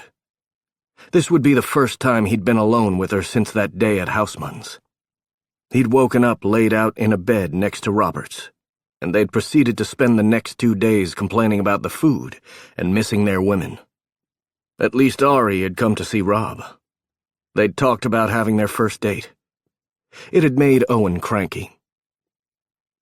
Let's get this over with if you're going to do it. Ezra unlocked the doors. Theo and I will stay out here in case we need a quick getaway. But remember, we just managed to get off the police's radar. Try not to kill him. I'll try, but it's going to be hard. Becca got out of the van. I think he was talking to me. Owen followed her. Well, I'm the one who's pissed. That weasel. She strode into the building. As for you, don't fight with him.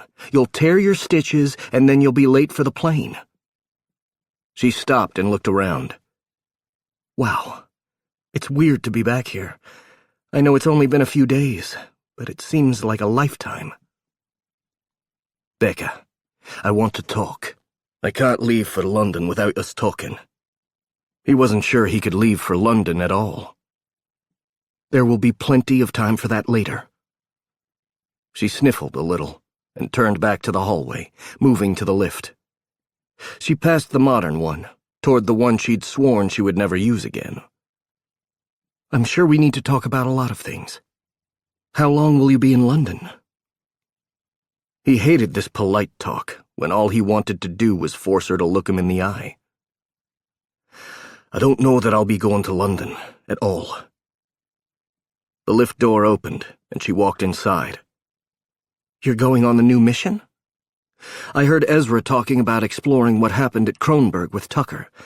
I'm going to put him in touch with a woman who worked there. I should have known you would go with your brothers. How was he supposed to answer that? He would go if he had to. He owed those men. But he wanted to be with her. I missed you. I wanted to see you the last couple of days. That seemed to fluster her. I wasn't avoiding you. There was a lot of stuff that had to be done. I made sure you were stable. The doctors at the clinic seemed knowledgeable. You weren't in any danger, and neither was Robert. How kind of her. The doctors at the clinic were bribable. The door opened, and she strode out. She didn't seem to care that they'd been in the very lift where they'd first made love.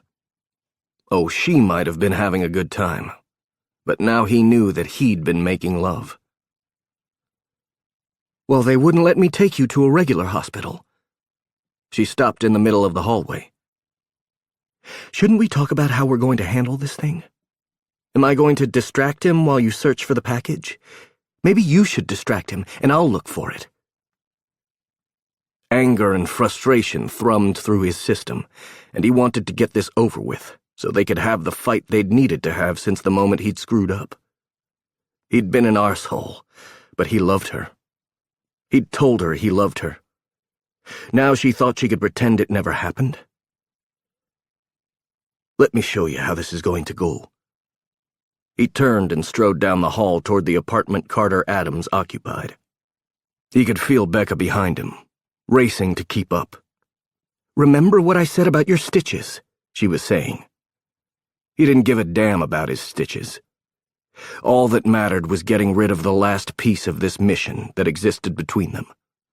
When he had that damn package in his hands, they could be done with all the stupid things that had come between them, and maybe he could finally gain her forgiveness. He slammed his fist against the door. Owen, maybe we should talk, she said, more tentative than she'd sounded before. Before he could reply, the door opened, and he was staring at Carter, who glared at him before turning his attention to Becca. Ah, Dr. Walsh, he said with a frown. I knew you would be here after your brush with the law. You'll have to tell me how you managed to get out of that. You didn't have to bring your meathead boyfriend with you. I think we should discuss this situation alone, don't you? That was not happening. He needed to make a few things plain. If Carter thought he was some kind of a thug, he could play that role. He pulled back his right hand and smashed it into the fucker's face. Carter's head snapped back, and he heard Becca gasp. Owen, someone could call the police, she said. He was sick of that argument. Who? Carter's not going to be able to breathe in a few moments, and the rest of the bloody floor is currently preparing to flee the country. He followed Carter inside, and was satisfied when Becca closed the door behind them. Carter was on the ground, desperately backing away while trying to ensure his nose stayed on his face. He looked like a three-legged crab, except far less coordinated. Get out. Not until he had what he'd come for. Where is it? Becca seemed to have found something that interested her on his bar. This is my mail. And my hair clips. Why do you have my hair clips? Owen could answer that one. He's a pathetic pervert who can't understand why no one wants to sleep with him. But it's all right.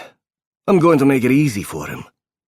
I'm going to cut that prick right off you, Carter. Then you won't have to worry about it again. Carter's eyes went wide. It's in my desk. It's a letter that asks Becca to keep this for her. For old time's sake. It's a thumb drive. It's got a bunch of medical research and files on it. Tabula rasa. I think it's illegal. She was testing on humans, and I think she was doing it against their will. Becca was involved. She was in on it. She had no idea. And if you decide to tell anyone, the next time you see me will be right before I slit your throat. Owen promised. Do I make myself clear? If you have other copies, tell me now, because I won't take it kindly. He shook his head. None. That's the only one. I bribed the postal worker to let me take them to her. I looked through her mail so I would know her better. I was trying to find things we had in common. You have nothing in common. Owen found the desk and opened the top drawer. There was a box with Becca's name on it. It was posted from Malaysia. Dr. MacDonald had reportedly held several of the men, including Tucker, there. Owen picked it up and made sure the thumb drive was there. The desk had nothing else of interest in it, though the man needed to lay off the mints. If you come anywhere near her again, I'll kill you. If you talk about her, I'll kill you. Do you know what I'll do if I even find out you'll whisper her name again? You'll kill me? The question came out on a squeak. It's good that we understand each other. He turned to the door. Let's go. He was done here. It was time to deal with the real problem. I would take back my hair clips, but I don't know what you've done to them, Becca said. And while I took a vow to do no harm, that doesn't mean I can't let him do you harm. Asshole. Owen stalked down the hall to the lift. It was a fitting place to have this particular conversation. I can't believe he did that to me. I can't believe I didn't realize he was such a pervert. Kathy told me she didn't like him, but I was trying to be tolerant, she said as she hustled into the lift. She hit the button for one, and the doors closed, but he knew how to handle the lift. He pressed the emergency stop button and turned on her, holding the package out.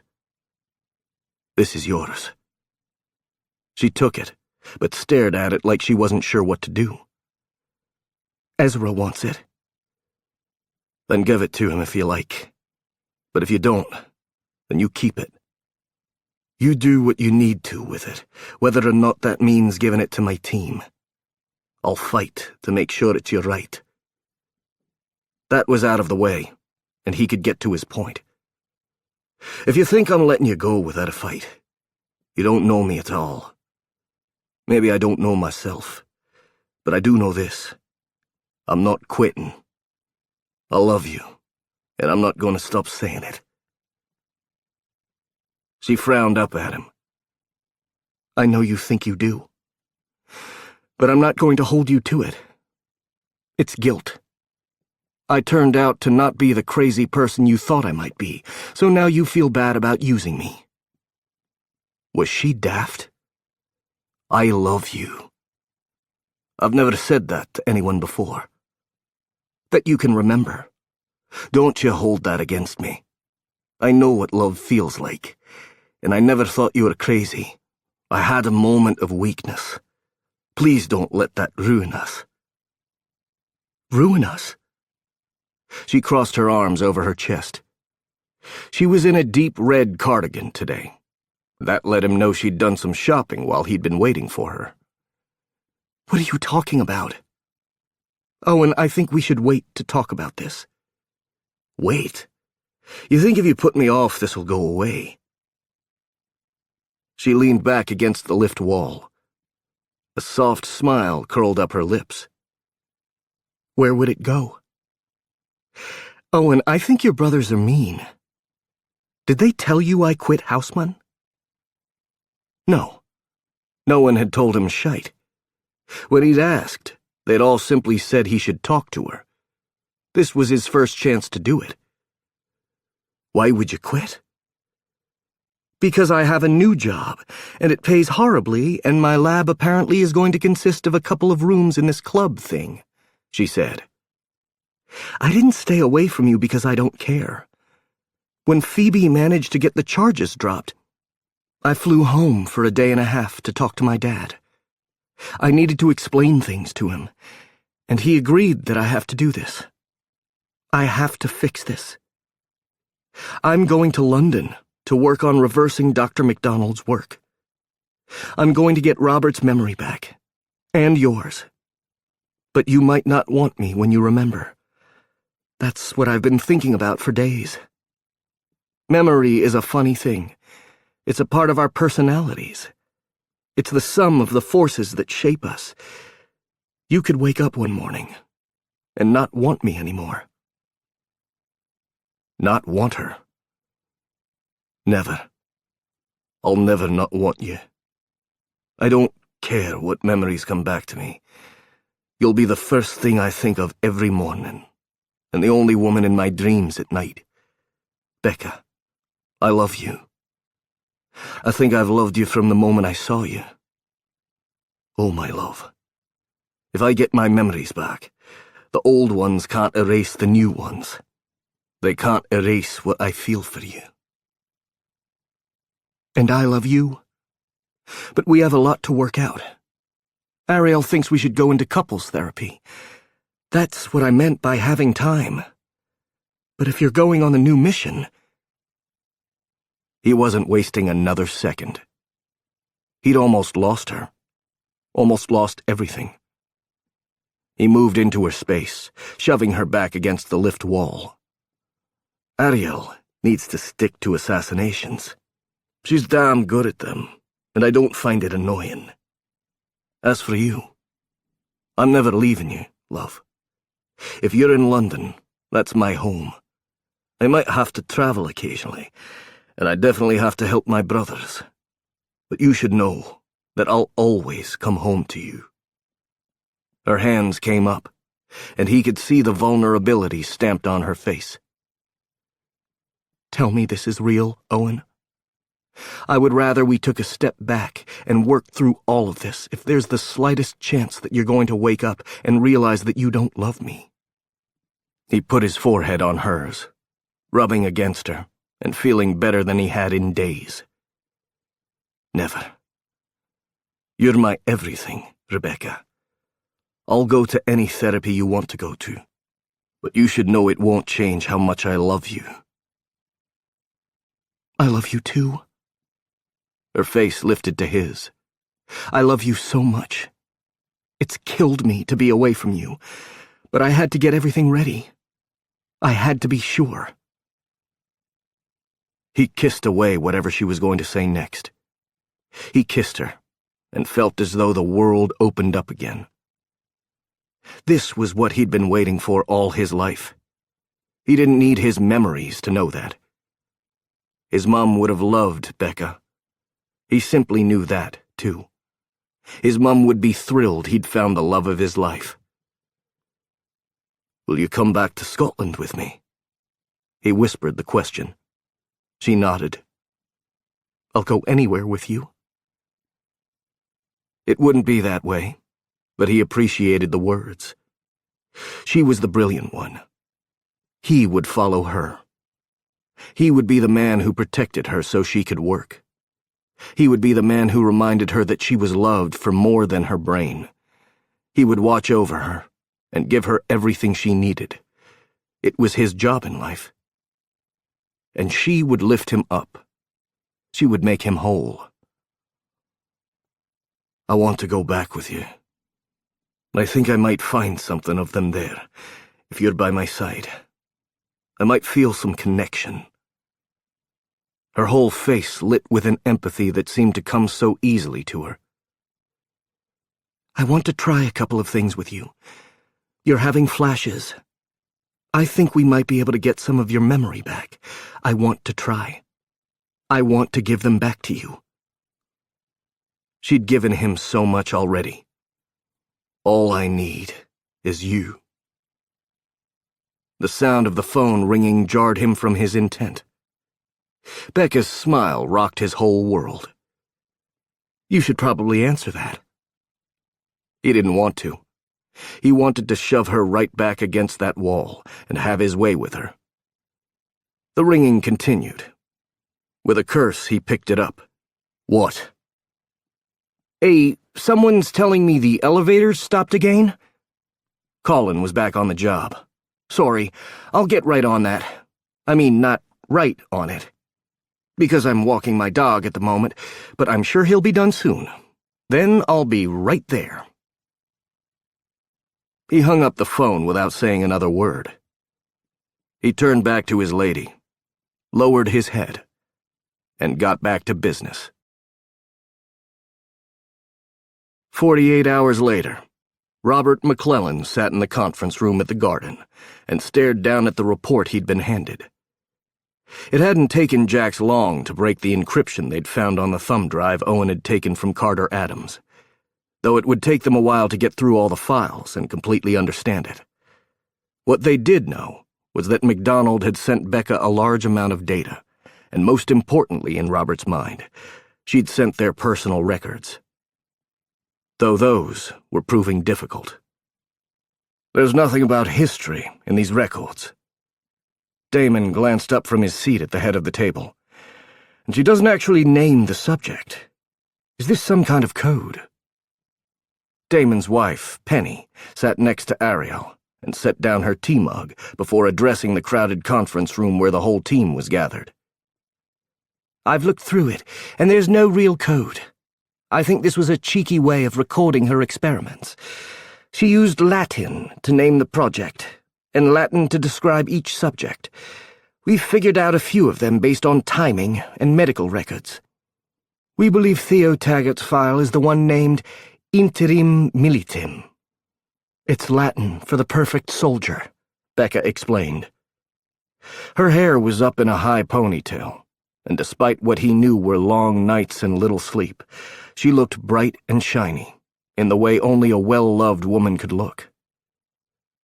I'm fairly certain Robert's file is the one marked ex novo. That means built from nothing. I'm not sure why she named your file that, but you have a rare blood type, and this file is the only one that matches. You can match us by blood type? Dante asked, leaning in. Not always, she replied. There are over 70 files in here. It's going to take some time to match them up. I'm afraid I think most of these test subjects are no longer with us. Because they were dead.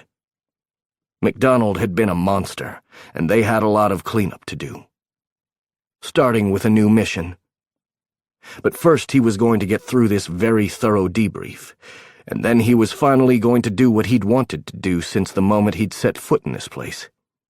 He was going to take Ariel Adisa out on a date. Sure, he would have to do it in a foreign city, because they were hopping on another plane in a few hours, but that would make it all the more special. Becca went on about the files, but Robert had more pleasant things to think of. Ari. Gorgeous, smart, surprisingly mean Ari. He would never forget how she'd fought to get him the help he'd needed after that massive ass had shot him. Ari hadn't faltered. Not once. He'd pulled away from her initially because she'd been worried about their patient-therapist relationship, but he knew what he wanted, and he'd never wanted anything more than Ariel. Not even his freedom. He'd separated himself from her professionally. Ari served as the therapist for the rest of the group, but Robert was seeing Kai Ferguson. He did it via phone calls and over the internet, but it worked, and it meant he was free to pursue the woman of his dreams. Her eyes caught on his, and they warmed, her sensual lips curling up. God, he loved it when she wore white. It made a stark contrast against her gorgeous skin. Her dark eyes practically ate him up. He was going to get his hands on her tonight. This was the right time. This was their time. Robert, are we boring you? Damon's icy tone cut through his inner thoughts. Ari grinned his way, as though she'd known exactly what he was thinking. He asked the question 3 times. Yep, he was in trouble. Sorry, boss. My mind was elsewhere. Damon sighed. Yes, that seems to be a problem these days. I asked if everything was set for the flight this afternoon. Everything was good to go, including reservations at a very nice restaurant that Damon didn't need to know about. The jet is ready. Tucker's finishing up his prep, which is why he isn't here. Everyone's got new passports, and we've got the go from the McKay-Taggart team. They say Green is in D.C., and he seems to be hunkering down after the defeat we handed him. Or he's found someone new to work on this cure he claims to have, Owen said. Do we believe him? Ariel sat back. He's been known to lie. I'm looking through the material we found, Becca replied. But there's a lot of it. Walter, Steph, and I are going through it down in the lab. Faith Smith is coming in next week, and she's going to help us. So far, I've seen nothing that makes me think she'd worked on a cure, but I've still got hundreds of files to go through. Walt, Becca, and Brody's wife, Stephanie, had taken over the lab. It was now filled with whiteboards and computer equipment, and apparently they were getting some high-tech medical stuff that the docs would be playing with. All so they could potentially get their memories back. He wasn't sure he wanted to know, but he intended to cooperate. After all, he meant to help his brothers. Except one of his brothers was a traitor. All right, then. Damon nodded his way. Let's break, and we'll meet tomorrow morning for a regular weekly. Robert, could you stay behind? Ariel, we might need you. Ariel's eyes flared briefly, and he knew she was surprised. But he wasn't. Tucker's mission to explore some of his past was one they'd all argued over. Going back to Kronberg was dangerous, but Tucker was insistent. He needed to know. Robert was likely going to have to advocate for his brother again. Get ready, Rob, Owen said, his hand tangled in Becca's as they moved to the door. I promise I won't crash the plane. I can't promise I won't lose Tucker. You'll need to keep eyes on him. The boy needs a leash. He follows every shiny object he sees, and by object, I mean women. Becca laughed and shook her head as she followed her boyfriend out of the conference room. Boyfriend? Not for long. Owen was already talking about rings. He would be attending another wedding soon. And then maybe he could start thinking about his own, because Ari was the one. The only one for him. And he'd known Ari far longer than Owen had known Becca. Sure, they'd had their ups and downs, but starting tonight, they were going to be a couple, and it would be smooth sailing from here on out. The conference room emptied, and he was left with Damon, Penny, and Ari. Tucker is going to be fine. We won't let him do anything crazy. Another thought hit him. You can't possibly be worried about Owen. Or is it Tucker you're worried about? They had a mole. No one was talking about it, but Robert was sure Damon was working with the Dallas team to figure it out. He hated the thought that one of them wasn't what he seemed. Or maybe there was another explanation. As Ari had pointed out, Levi Green lied. A lot. I'm not worried about Owen. Of all of you, Owen is the one I'm certain didn't have ties to Green or MacDonald beforehand, Damon replied, his expression grim. I've known Owen for years. Despite what happened with his mum and sister, I trust him implicitly. That's why he's still on my team. Big Tag and I are going to work with Ezra to try to figure out what's going on. But I'm worried about Tucker for different reasons. Ari moved to his side. I've given you my assessment, Damon. Penny shook her head, blonde curls shaking. No, it's not about who betrayed the team. We're worried Tucker could be volatile when it comes to his past. Damon put a hand on his wife's shoulder. He's not rational about this. He needs someone who can take charge in the field and make the call to pull him out if needs be. That was what this was about? Of course. I'll handle it all. You don't have to worry. Damon frowned and sighed, as though he didn't like what he was about to say. Ariel, you're in charge of this operation. You understand me? Robert can have the final say when it comes to logistics, but on whether or not the op continues or gets shut down, that stops with you. Embarrassment flashed through his system, but he tamped it down. Damon was worried about Tucker's state of mind. Ari was the shrink.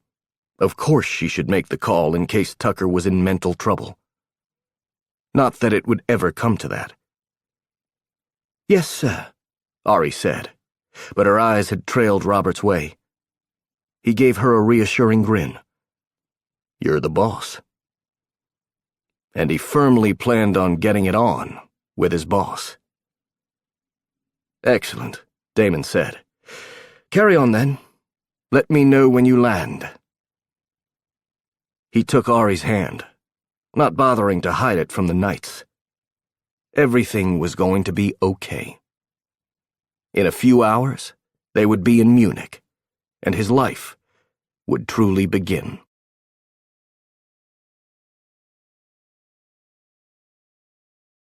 This concludes the reading of Lost and Found by Lexi Blake. Copyright 2018 by DLZ Entertainment, LLC. This book was read by Ryan West. This unabridged recording was produced in 2019 by Blackstone Publishing, which holds the copyright. Neither this recording nor any portion of it may be reproduced or used for any purpose without prior written authorization from Blackstone Publishing. If you would like to obtain a monthly update telling you about new releases, call 1-800-SAY-BOOK. That's 1-800-729-2665. For a complete listing of our titles, visit our website at www.downpour.com. Thank you.